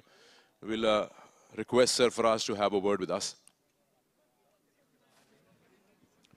Sarfaraz आज शायद blame कर सकते हैं कि दिन अच्छा नहीं रहा क्योंकि कंसिस्टेंटली टीम तो परफॉर्म करती आ रही है टूर्नामेंट में। देखें बिल्कुल आप ये कह सकते हैं कि थोड़ा दिन अच्छा नहीं रहा हमारा स्टार्ट हालांकि अच्छा हुआ था लेकिन ये कि विकेट्स हमारी बहुत ज़्यादा गिर गई पहले 20 ओवर्स में। आई थिंक क्रेडिट देना चाहिए पेशावर के फास्ट बॉलर्स को। आई थिंक मोहम्मद इमरान और इलियास ने इस तरीके से बॉलिंग की और उसके बाद जितने भी उनके बॉलर्स आए बहुत ही आउटस्टैंडिंग बॉलिंग करी आज उन्होंने। क्या कोई एक वजह पिन पॉइंट करना चाहें कि आपको लगा कि सही है पावर प्ले में कोई 27-28 बने लेकिन टीम वहां से उठ नहीं पाई? देखिए बिल्कुल अगर आप पूरा थ्रू आउट द टूर्नामेंट देखें तो यही है कि पहले जो 10-15 ओवर है वहाँ पे गेम पूरा डिसाइड होता है तो वही हुआ है कि हमने वहाँ पे मिस्टेक किया, रन थोड़े कम बने लेकिन एक विकेट बहुत ज़्यादा गिरेंगे जिसकी वजह से टीम जो है कम बैक नहीं कर पाई। कुछ चीजें लार्जर गुड के लिए होती हैं, बड़ा टूर्नामेंट इंटरनेशनल लाइन अप है तो की प्लेयर्स जो हैं वो फिर रेस्ट कराए जाते हैं, इससे बैलेंस में कितना फर्क पड़ता है? देखिए जब आपके खेलते हुए प्लेयर्स जो हैं वो एकदम मेन मैच में नहीं आते तो उससे बहुत ज़्यादा फर्क पड़ जाता है लेकिन ये कि ये पार्ट ऑफ गेम है और ये लड़कों को अपॉर्चुनिटी मिलती है तो जिनको अपॉर्चुनिटी मिलती है उनको चाहिए उससे फ़ायदा उठाएं। चलिए hard luck today, well played. Thank you. Well, excuse me for my throat. I'll now request Mr. Nadeem Khan to please present the Trans Group Winners Cash Award of 50 lakh and a trophy to the captain of Peshawar, Saibzada Farhan.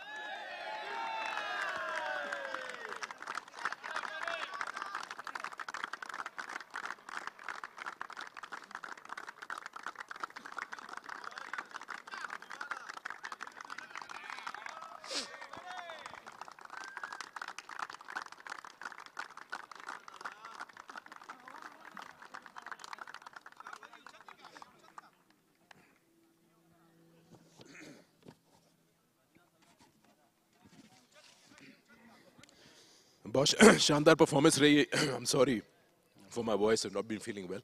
ये बताइए कि overall कैसा देखा team की performance को? देखिए ये एक पूरा टीम वर्क होता है, इसके पीछे मैं स्पेशली मैनेजमेंट को भी क्रेडिट देना चाहता हूँ। जिस तरह हमारे ओवरऑल लड़के थे, वकार भी थे, इब्रार भी थे, जिस तरह हमें पूरा फील्डिंग में हमारे साथ काम किया और हमारे पास थ्रू डाउन के 3 लड़के तो ये मैं स्पेशली उन लोगों को भी क्रेडिट देना चाहता हूँ। पूरी टीम वर्क था। टॉस को कितना यहाँ पे आप देंगे रोल के, कितना इंपॉर्टेंट था? देखिए टॉस लाजमी बात है, थोड़ा सा इम्पोर्टेंट रोल होता है लेकिन उसमें हम टॉस जीत के भी हार के भी हम कुछ मैचेस जीते तो हमारे लिए इतना वो नहीं था लेकिन लाजमी बात है बड़ा मैच होता है थोड़ा सा प्रेशर होता है उसका। ज्यादा किस चीज को आप देंगे benefit through out the tournament? Team ने बड़ा बैलेंस परफॉर्मेंस दी है, बैटिंग बॉलिंग भी डिफरेंट वेन्यूज पर, एक अच्छा पैकेज नजर आया पेशावर ओवरऑल। देखिए हमारी शुरू से यही था कि हम बॉलिंग पे मैच जीत रहे थे और ओवरऑल हम बैटिंग में थोड़ा अपना परफॉर्मेंस कर रहे थे लेकिन आज आपको हमारी फील्डिंग बहुत अच्छी नज़र आ रही तो उसकी वजह ये है कि हमने फील्डिंग बहुत इंप्रूव किया, उसकी वजह आज हमारे रन आउट भी और कुछ कैचेस भी अच्छे हो गए। ओवरऑल हमने देखा फील्ड में भी बॉलिंग में भी ऑपोजिशन काफी स्ट्रॉन्ग थी, ओवरऑल परफॉर्मेंस करते हैं। कोई स्पेशल आपने आज प्लान रखा हुआ था ऑपोजिशन को देखते हुए क्योंकि इस तरह के विन फाइनल में होता नहीं है, वन साइडेड हुआ बिल्कुल? देखिए लाजमी बात है इस तरह बड़ी सेट हो तो आपको प्लान करना पड़ता है तो कल हम यही बात करते कि हमने विकेट टू विकेट बॉलिंग करनी जिस तरह हम ओवरऑल करके आ रहे थे तो माशाल्लाह आज लड़कों ने बहुत अच्छी बॉलिंग की।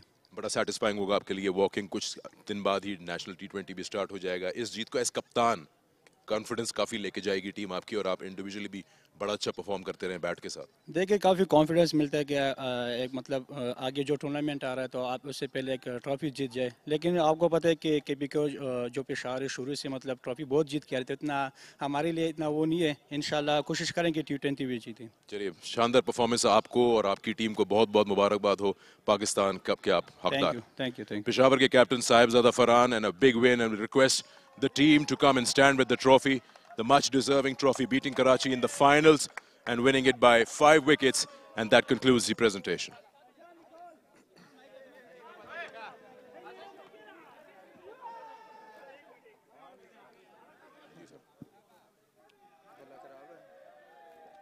दिन से बुखार है।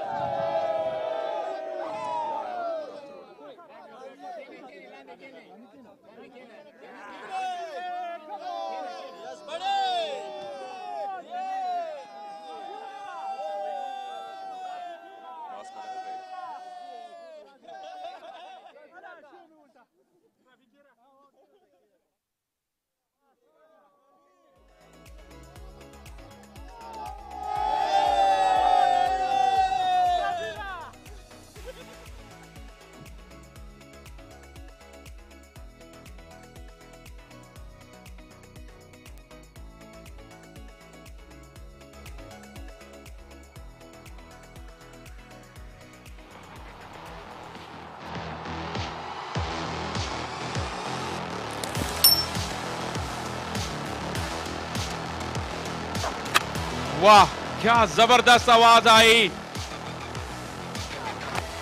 और इस बार शानदार तरीके से खेला, कूप कर दिया हारे से। और ये हिट विकेट हो चुके।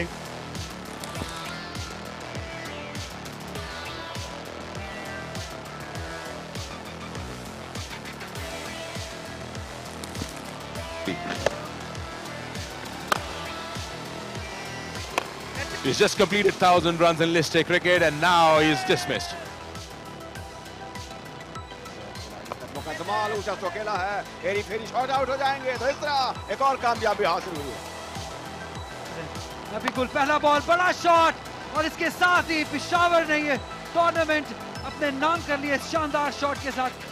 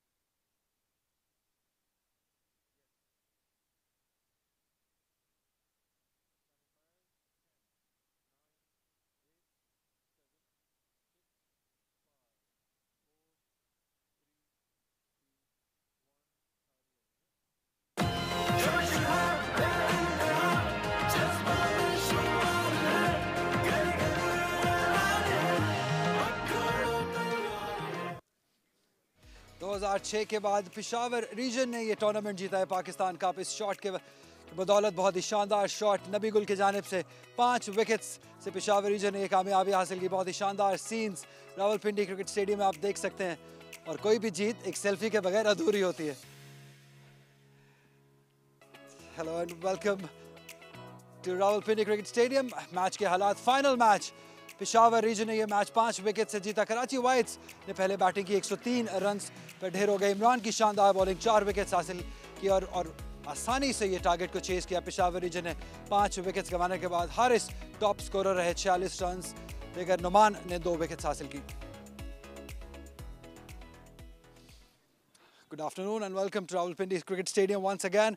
मेरे साथ मौजूद हैं तारिक सईद साहब। हम बात करेंगे इस टूर्नामेंट के बारे में, ओवरऑल किसके लिए परफॉर्मेंस अच्छी रही, किसके लिए टूर्नामेंट बहुत फ़ायदेमंद हासिल हुआ। तो तारिक साहब से आगाज़ करेंगे। सबसे पहले बात करते हैं तारिक साहब पिचेस को लेके कि बहुत शानदार पिचेस।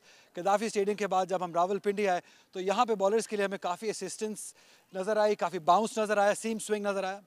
जी हाँ, और कई ऐसे बॉलर्स थे जो नहीं फ़ायदा उठा सके इन हालात का, लेकिन आज मोहम्मद इमरान ने जो स्पेल किया, क्योंकि बहुत अच्छा कंट्रोल था और दोनों तरफ गेंद को मूव करते हुए नज़र आए नई गेंद के साथ। वो स्विंग कंट्रोल के साथ जो स्विंग थी जो खुर्रम शहजाद ने इससे पहले की थी, उसी का उनने मुजाहरा किया और उसी की बदौलत पेशावर की टीम जो है एक मजबूत बुनियाद उठाने में कामयाब हुई इस फाइनल की। क्योंकि ये जो बड़े नॉकआउट मैचेस होते हैं इनमें अच्छा आगाज़ होना बहुत ज़रूरी होता है। तो जो पहला पंच मार जाए उसके बाद हरीफ का उठना इतना आसान होता नहीं है। और कराची को शान मसूद की भी जो कमी थी वो शायद एक नफसियाती तौर पर भी उन्होंने धचका महसूस किया है टॉस के साथ साथ। या शान मसूद के ना होने का डेफिनेटली नुकसान तो ज़रूर हुआ है कराची को, लेकिन हम दाद देनी होगी जिस तरीके से नए बॉल से बॉलिंग की इलियास ने, और इमरान का आपने जिक्र किया, एक अच्छा प्लान था और उसको अच्छे तरीके से एग्जीक्यूट किया है उन्होंने। जी हाँ, और उसके बाद बैकअप भी अच्छा किया। आजम खान ने आकर अच्छा स्पेल किया, जो लेफ्ट आर्म स्पिन बॉलर हैं पेशावर के। उनके अलावा अब्बास आफरीदी ने बड़ी उम्दा बॉलिंग की और साथ साथ इफ्तिखार अहमद वो गेंद को टर्न करने में कामयाब हुए। तो पिच से मदद होना ये पहली बात होती है, उससे फ़ायदा उठाना वो और ज़्यादा अहम होता है। तो वो पेशावर के बॉलर्स ने उठाया और मैच को बिल्कुल यकतरफा कर दिया। बिल्कुल सर, थोड़ा तारिक साहब नज़र डालते हैं कि कौन से परफॉर्मर्स रहे हैं पाकिस्तान कप में। बॉलिंग की पहले बात करते हैं कि कौन से ऐसे बॉलर्स रहे जिन्होंने इम्प्रेस किया हमें, जिन्होंने परफॉर्म किया। नज़र डालते हैं ग्राफ के ऊपर, पहले बैटर्स पे नज़र डालते हैं कि किसने ज़्यादा रन्स किए हैं। तो Saim Ayub tops the list, 397 runs, यही एक्सपेक्टेड था। जिस तरह का फ्लेयर और एक ऐड ऑन उन्होंने किया है, पैशन ऐड ऑन किया है क्रिकेट में। जी हाँ, और कोई हैरानी नहीं हो रही इसको देखकर। ज़्यादातर इसमें बाएं हाथ के बैटर्स हैं। साइम अयूब जो हैं वो टॉप स्कोरर है, क्योंकि शान मसूद आज खेले नहीं और शान ने बहुत ही आला इनिंग्स खेली और शर्जील ने यहाँ पर सेंचुरी बनाई। लेकिन हसीबुल्ला जो हैं ये हर इवेंट में, ये जब भी 50 ओवर की क्रिकेट की या पाकिस्तान कप की बात होती है, लगता है ये टूर्नामेंट बना ही इनके लिए, हसीबुल्ला के लिए। फिर इन्होंने 2 सेंचुरियाँ स्कोर की। इनकी विकेट कीपिंग जो है दिन ब दिन वो बेहतर होती जा रही है। तो ये अच्छे आसार हैं पाकिस्तान क्रिकेट के मुस्तकबिल के लिए। डेफिनेटली साइम अयूब 397 रन बनाकर टॉप पर है। और टॉप पर है अब्बास आफरीदी जिन्होंने 15 विकेट्स हासिल की। जाहिद महमूद लेग स्पिनर मुल्तान के, उन्होंने भी 15 विकेट्स हासिल की। खुशदिल शाह भी इस लिस्ट में शामिल है 14 विकेट्स के साथ। जी हाँ, लेफ्ट आर्म स्पिन बॉलिंग उनकी थी और जो विकेटें थी वही फाटा को सेमीफाइनल में लेकर आई। जाहिद महमूद ने खासी हद तक इम्प्रूव किया है और जो अब्बास आफरीदी हैं ये दिन ब दिन बेहतर होते जा रहे हैं। कई दफ़ा पहली चेंज पर आते हैं, बाद में भी इनको बॉलिंग करते हुए देखा है। ज़्यादा मजबूत हो रहे हैं जिस्मानी तौर पर, बाउंसर बेहतर करने लगे हैं, चेंज ऑफ द पेस, इसके अलावा बैटिंग भी कर सकते हैं। कुछ अच्छे नाम, एक्साइटिंग नए नाम भी हमें देखने को मिले हैं। काशिफ अली का जिक्र करना ज़रूरी है। खुर्रम शहजाद जिन्होंने कायद आज़म ट्रॉफी के टॉप विकेट गेटर है, जिस तरह की उन्होंने बॉलिंग की, जिस लेंथ में बॉलिंग की। हुनैन शाह ने विकेट्स हासिल की, अहमद दानियाल ने विकेट्स हासिल की। तो अच्छे तरीके से इन्होंने यूटिलाइज़ किया इन कंडीशंस को। जी हाँ, बिलाशुबा खुर्रम शहजाद जो हैं ये पिक ऑफ द बॉलर हैं इस पूरे सीज़न की। अगर हम बात करते हैं रेड बॉल के साथ, वाइट बॉल के साथ और नई गेंद पर, तो ये हमेशा ही मौसर रहते हैं और कोई जवाब नहीं था यहाँ लाहौर वालों के पास। जिस टीम के खिलाफ भी खेलें टॉप ऑर्डर का ये सफाया करते चले गए हैं और इनने फैसलाबाद को खेल में रखा। यहाँ खेल में रखा। हम एक और बड़े एक्साइटिंग प्लेयर को ऐड करते हैं अपनी गुफ्तगू के अंदर, क्योंकि हम पाकिस्तान कप की बात कर रहे हैं, तो हम एक सुपरस्टार को ऐड करते हैं अपने साथ गुफ्तगू के। सीधा वर्ल्ड कप से आए हैं ये मैच खेलने के लिए। इफ्तिखार अहमद हमारे साथ मौजूद हैं। सबसे पहले शुक्रिया, आपने वक्त निकाला। काफ़ी खुश हैं पेशावर रीजन, वो हमने सेलिब्रेशन से अंदाज़ा लगाया कि क्या मीन करती है ये विक्ट्री। जी बिल्कुल, हमेशा की तरह बंदा एज ए प्लेयर आप चैम्पियन बनते हैं, एज ए टीम चैम्पियन बनती है। तो बहुत खुशी होती है। तो इसी तरह मेरे ख्याल में हमारी टीम डिज़र्व भी करती है कि वो चैम्पियन बने। या इफ्तिखार, क्या खास बात रही आज की? हम बात करेंगे आज के मैच की। सबसे पहले कि आप आए, टॉस जीता, कंडीशंस क्या बहुत मुश्किल थी बैटिंग के लिए अर्ली ऑन, पहले 10-12 ओवर? जी, मेरे ख्याल में थोड़ा सीम हो रहा था, और जिस तरह हमारी बॉलर ने बॉलिंग की है लाइन और लेंथ पे, तो देखो सीम होना तो एक अलग बात होती है, मगर वहाँ जगह पे फेंकना और जगह से वहाँ पे सीम करना, और जिस तरह बाउंसर किए इलियास ने और अब्बास ने और मोहम्मद इमरान ने, तो मेरे ख्याल में ये पाकिस्तान के लिए वन ऑफ द बेस्ट बात है कि इतने जूनियर लड़के आ रहे हैं और जो अपने लेवल पे अपने आप को पहुंचा रहे हैं। और आपकी फील्डिंग की बात करनी बहुत ज़रूरी है। जो आज आपने कैच पकड़ा इफ्तिखार, मतलब बहुत ही शानदार catch, one of the catch of the tournament, तो क्या कमिटमेंट लेवल था, क्या पैशन था अंदर? जी बिल्कुल, हमेशा फील्डिंग पे ज़्यादा फोकस रहता है, क्योंकि आप वनडे क्रिकेट खेलते हो, T20 क्रिकेट खेलते हो, तो उसमें आपको ज़्यादा मतलब 50 ओवर फील्डिंग करनी पड़ती है।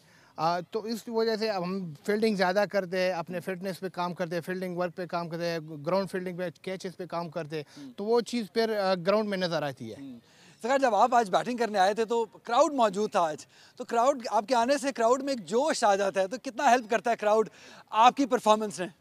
बिल्कुल, हमेशा जब भी आता हूँ तो लोग बहुत मोहब्बत करते हैं, क्राउड बहुत मोहब्बत करते हैं, तो आता हूँ और कोशिश यही होती है कि एंटरटेन करूँ इनको, और उसी तरह खेलूँ। इफ्तिखार, आमतौर पर आप जो है मिडिल ऑर्डर में खेलते हैं, नंबर 4 पर ज़्यादा खेले हैं आप पेशावर के लिए भी और केपी के लिए, तो यहाँ पर नंबर 6 की पोजीशन को आपने अपनाया, जो कि इंटरनेशनल क्रिकेट में अब आपका नंबर है, तो अब आप अपने आप को फिनिशर के रोल तक अपने आप को महदूद कर दिया? असल में अगर आप मेरा लिस्ट एक का सारा रिकॉर्ड उठा के देखो तो मैं नंबर 4 पे खेला हूँ और अल्हम्दुलिल्लाह उसमें परफॉर्मेंस भी की है, मगर आज अब जो पाकिस्तान टीम की जो सिचुएशन है और जिस तरह मुझे वहाँ पे जगह मिली है नंबर 6 पे, तो अभी मैं वही उसके लिए सोच रहा हूँ कि जिस तरह मुझे उन लोगों ने रोल दिया है कि आप इम्पैक्ट रन्स करो, जो भी करना है आपने इम्पैक्ट हमारे लिए रन्स करना है, तो बस वही फोकस करता हूँ कि जितना भी बॉल्स मिले, जितना भी जैसे भी सिचुएशन है उसी पे जाके वहाँ पे इम्पैक्ट करूँ अपनी टीम के लिए। सर, आपसे बात मैं ज़रूर पूछना चाहूँगा वर्ल्ड कप के बारे में, जो पाकिस्तान की जिस तरीके से परफॉर्मेंस रही है, ओवरऑल एक डिसअपॉइंटिंग परफॉर्मेंस थी। अब लुक फॉरवर्ड कर रहे हैं, अब आने वाला ऑस्ट्रेलिया का टूर है, उसके बाद न्यूजीलैंड में T20s खेले हैं हमने, लुक फॉरवर्ड कर रहे हैं उसके लिए? हाँ बिल्कुल, फोकस तो यही है कि मतलब ऑस्ट्रेलिया टीम जा रही है वहाँ पे न्यूजीलैंड में।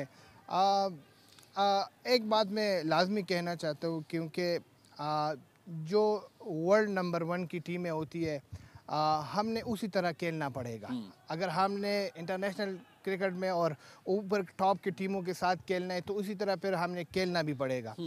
तो जिस तरह वनडे में है, तो वनडे में आजकल 400 के लोग सोच रहे हैं, ये नहीं कि वो ज़माना चला गया कि 250 270 वही ज़माना नहीं है, आज लोग 450 400 की सोच रहे। तो हमारा इंटेंट भी उसी तरह होना चाहिए। हमारे जितने भी जूनियर जो बात मेरे सुन रहे हैं, तो इस इंटेंट से खेले कि यार हमने पाकिस्तान के लिए खेलना है, तो मगर हमने टॉप क्रिकेट खेलनी है, वही टॉप क्रिकेट खेलनी है जो हमारे इंटरनेशनल उसमें मयार के मुताबिक हो। जी हाँ, तो इफ्तिखार, अब ये बताइएगा कि जो पेशावर की टीम है, ये हर बार एक चैम्पियन मेंटालिटी के साथ आती है और अक्सर चैम्पियन बन के भी निकल जाती है, चाहे ये केपी के नाम से खेल रही हो, पेशावर के नाम से खेल रही हो, इस खित्ते से। क्या वजह क्या है कि पेशावर के जो खिलाड़ी हैं ये बाकी पाकिस्तान के इलाकों से ख़ुद को मुमताज़ कर रहे हैं? इसमें मुझे 2 बातें मतलब ऐसे लग रही है कि इसकी वजह से हम चैम्पियन हो रहे हैं। एक तो हमारी टीम जेल होके खेलती है, हमारे ऐसे नहीं लग रहा है कि ये पेशावर के अलग अलग इलाकों से है, ऐसे लग रहा है कि एक बहुत टाइम से एक टीम खेल रही है, ऐसे हमारे प्लेयर्स खेल रहे हैं। और जितने भी हमारे सीनियर और जो पाकिस्तान खेल के आए वो भी उसी तरह उसके साथ मिलजुल के उसी तरह खेलते हैं। दूसरी बात कि मेरे ख़्याल में जिस तरह केपी के जितने भी लड़के हैं उनके फ़िटनेस लेवल मेरे ख़्याल में सबसे बेहतर है। सबसे बेहतर इसलिए है क्योंकि आपको वनडे क्रिकेट हो, T20 का 4 डे क्रिकेट हो, तो आपको सारा दिन ग्राउंड में रहना पड़ता है। अगर आप में थोड़ा थकावट होती है तो आपको अगले दिन फिर वो चीज़ आपको उसी तरह परफॉर्म नहीं कर सकते। जिस तरह आप एक फिट प्लेयर परफॉर्म करता है, तो मेरे ख्याल में KPK के जितने भी प्लेयर्स हैं वो सारे फिट है। और यंगस्टर तो अभी बहुत ज़्यादा आ गया अल्हम्दुलिल्लाह, मगर यही मैं अब मुझे चीज़ लग रही है कि वो बहुत ज़्यादा फिटनेस पे काम करते हैं। फिटनेस पे काम की बात हुई। अब इसके बाद पाकिस्तान कप हो गया, कायद-ए-आज़म ट्रॉफी हो गई, नेशनल T20 24 तारीख से कराची में स्टार्ट हो रहा है। उसके बारे में क्या तैयारी है, उसके बारे में क्या सोच रखा है, आप उसमें नजर आएंगे एक्शन में? जी बिल्कुल, उसके लिए तो अल्हम्दुलिल्लाह हमारी टीम भी बनी हुई है और मैं ख़ुद भी उसको ज्वाइन करूँगा। कोशिश यही है कि जिस तरह हम क्रिकेट खेलते हैं, ब्रांडेड क्रिकेट जो उसको कहते हैं, दुनिया जो खेलती है, हमारा कोशिश यही है, हमारे ड्रेसिंग रूम में यही बात होती है कि हमने क्रिकेट खेलनी है ब्रांडेड, जो ब्रांड का क्रिकेट होता है, जो दुनिया खेलती है। हम वो क्रिकेट नहीं खेलेंगे जो आम टीमें खेलती है। तो हमारा तो यही फोकस है कि हम ब्रांडेड के क्रिकेट खेलने में आपको नुकसान भी होता है, सम टाइम आप फेल भी हो जाते हो, मगर उनको ना अपने आप को हाई क्वालिटी पे लेके जाने के लिए ये कुर्बानी देनी पड़ती है। बिल्कुल कुर्बानी देनी पड़ती है। बहुत शुक्रिया इफ्तिखार अहमद, आप हमारे साथ मौजूद है क्योंकि काफ़ी सेलिब्रेशन है इस वक्त पेशावर के कैंप में, तो हम आपको इजाज़त देंगे, आप बिल्कुल एंजॉय कीजिए अपनी टीम के साथ। Thank you very much, good luck. Right, अब इसके बाद एक्शन जाएगा कराची में, जहाँ पे शुरू होगा नेशनल T20 कप 24 तारीख से। ये आपके सामने स्केड्यूल है।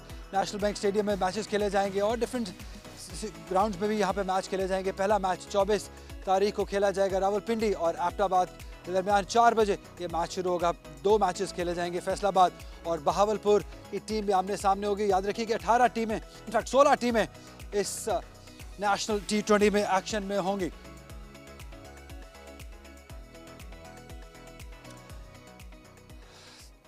तो रावलपिंडी क्रिकेट स्टेडियम से अब यहाँ पे हमारे पास वक्त खत्म होता है। तारिक साहब, आपका शुक्रिया अदा करूंगा, बहुत शुक्रिया, आपने वक्त निकाला। रावलपिंडी क्रिकेट स्टेडियम से हमें दीजिए इजाजत। आपसे मुलाकात होगी अब कराची में नेशनल बैंक स्टेडियम में। तब तक अपना बहुत ख्याल रखिए, अल्लाह हाफिज।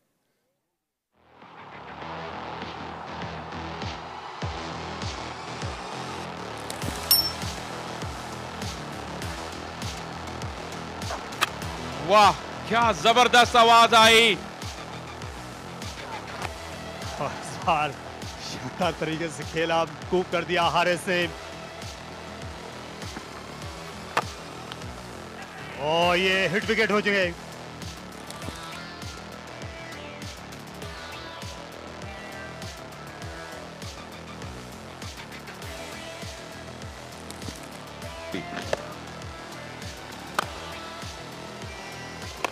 He's just completed 1,000 runs in list A cricket and now he's dismissed. अकेला है, हेरी फेरी शॉट आउट हो जाएंगे, तो इस तरह एक और कामयाबी हासिल हुई है। बिल्कुल पहला बॉल, बड़ा शॉट, और इसके साथ ही पेशावर ने ये टूर्नामेंट अपने नाम कर लिए शानदार शॉट के साथ।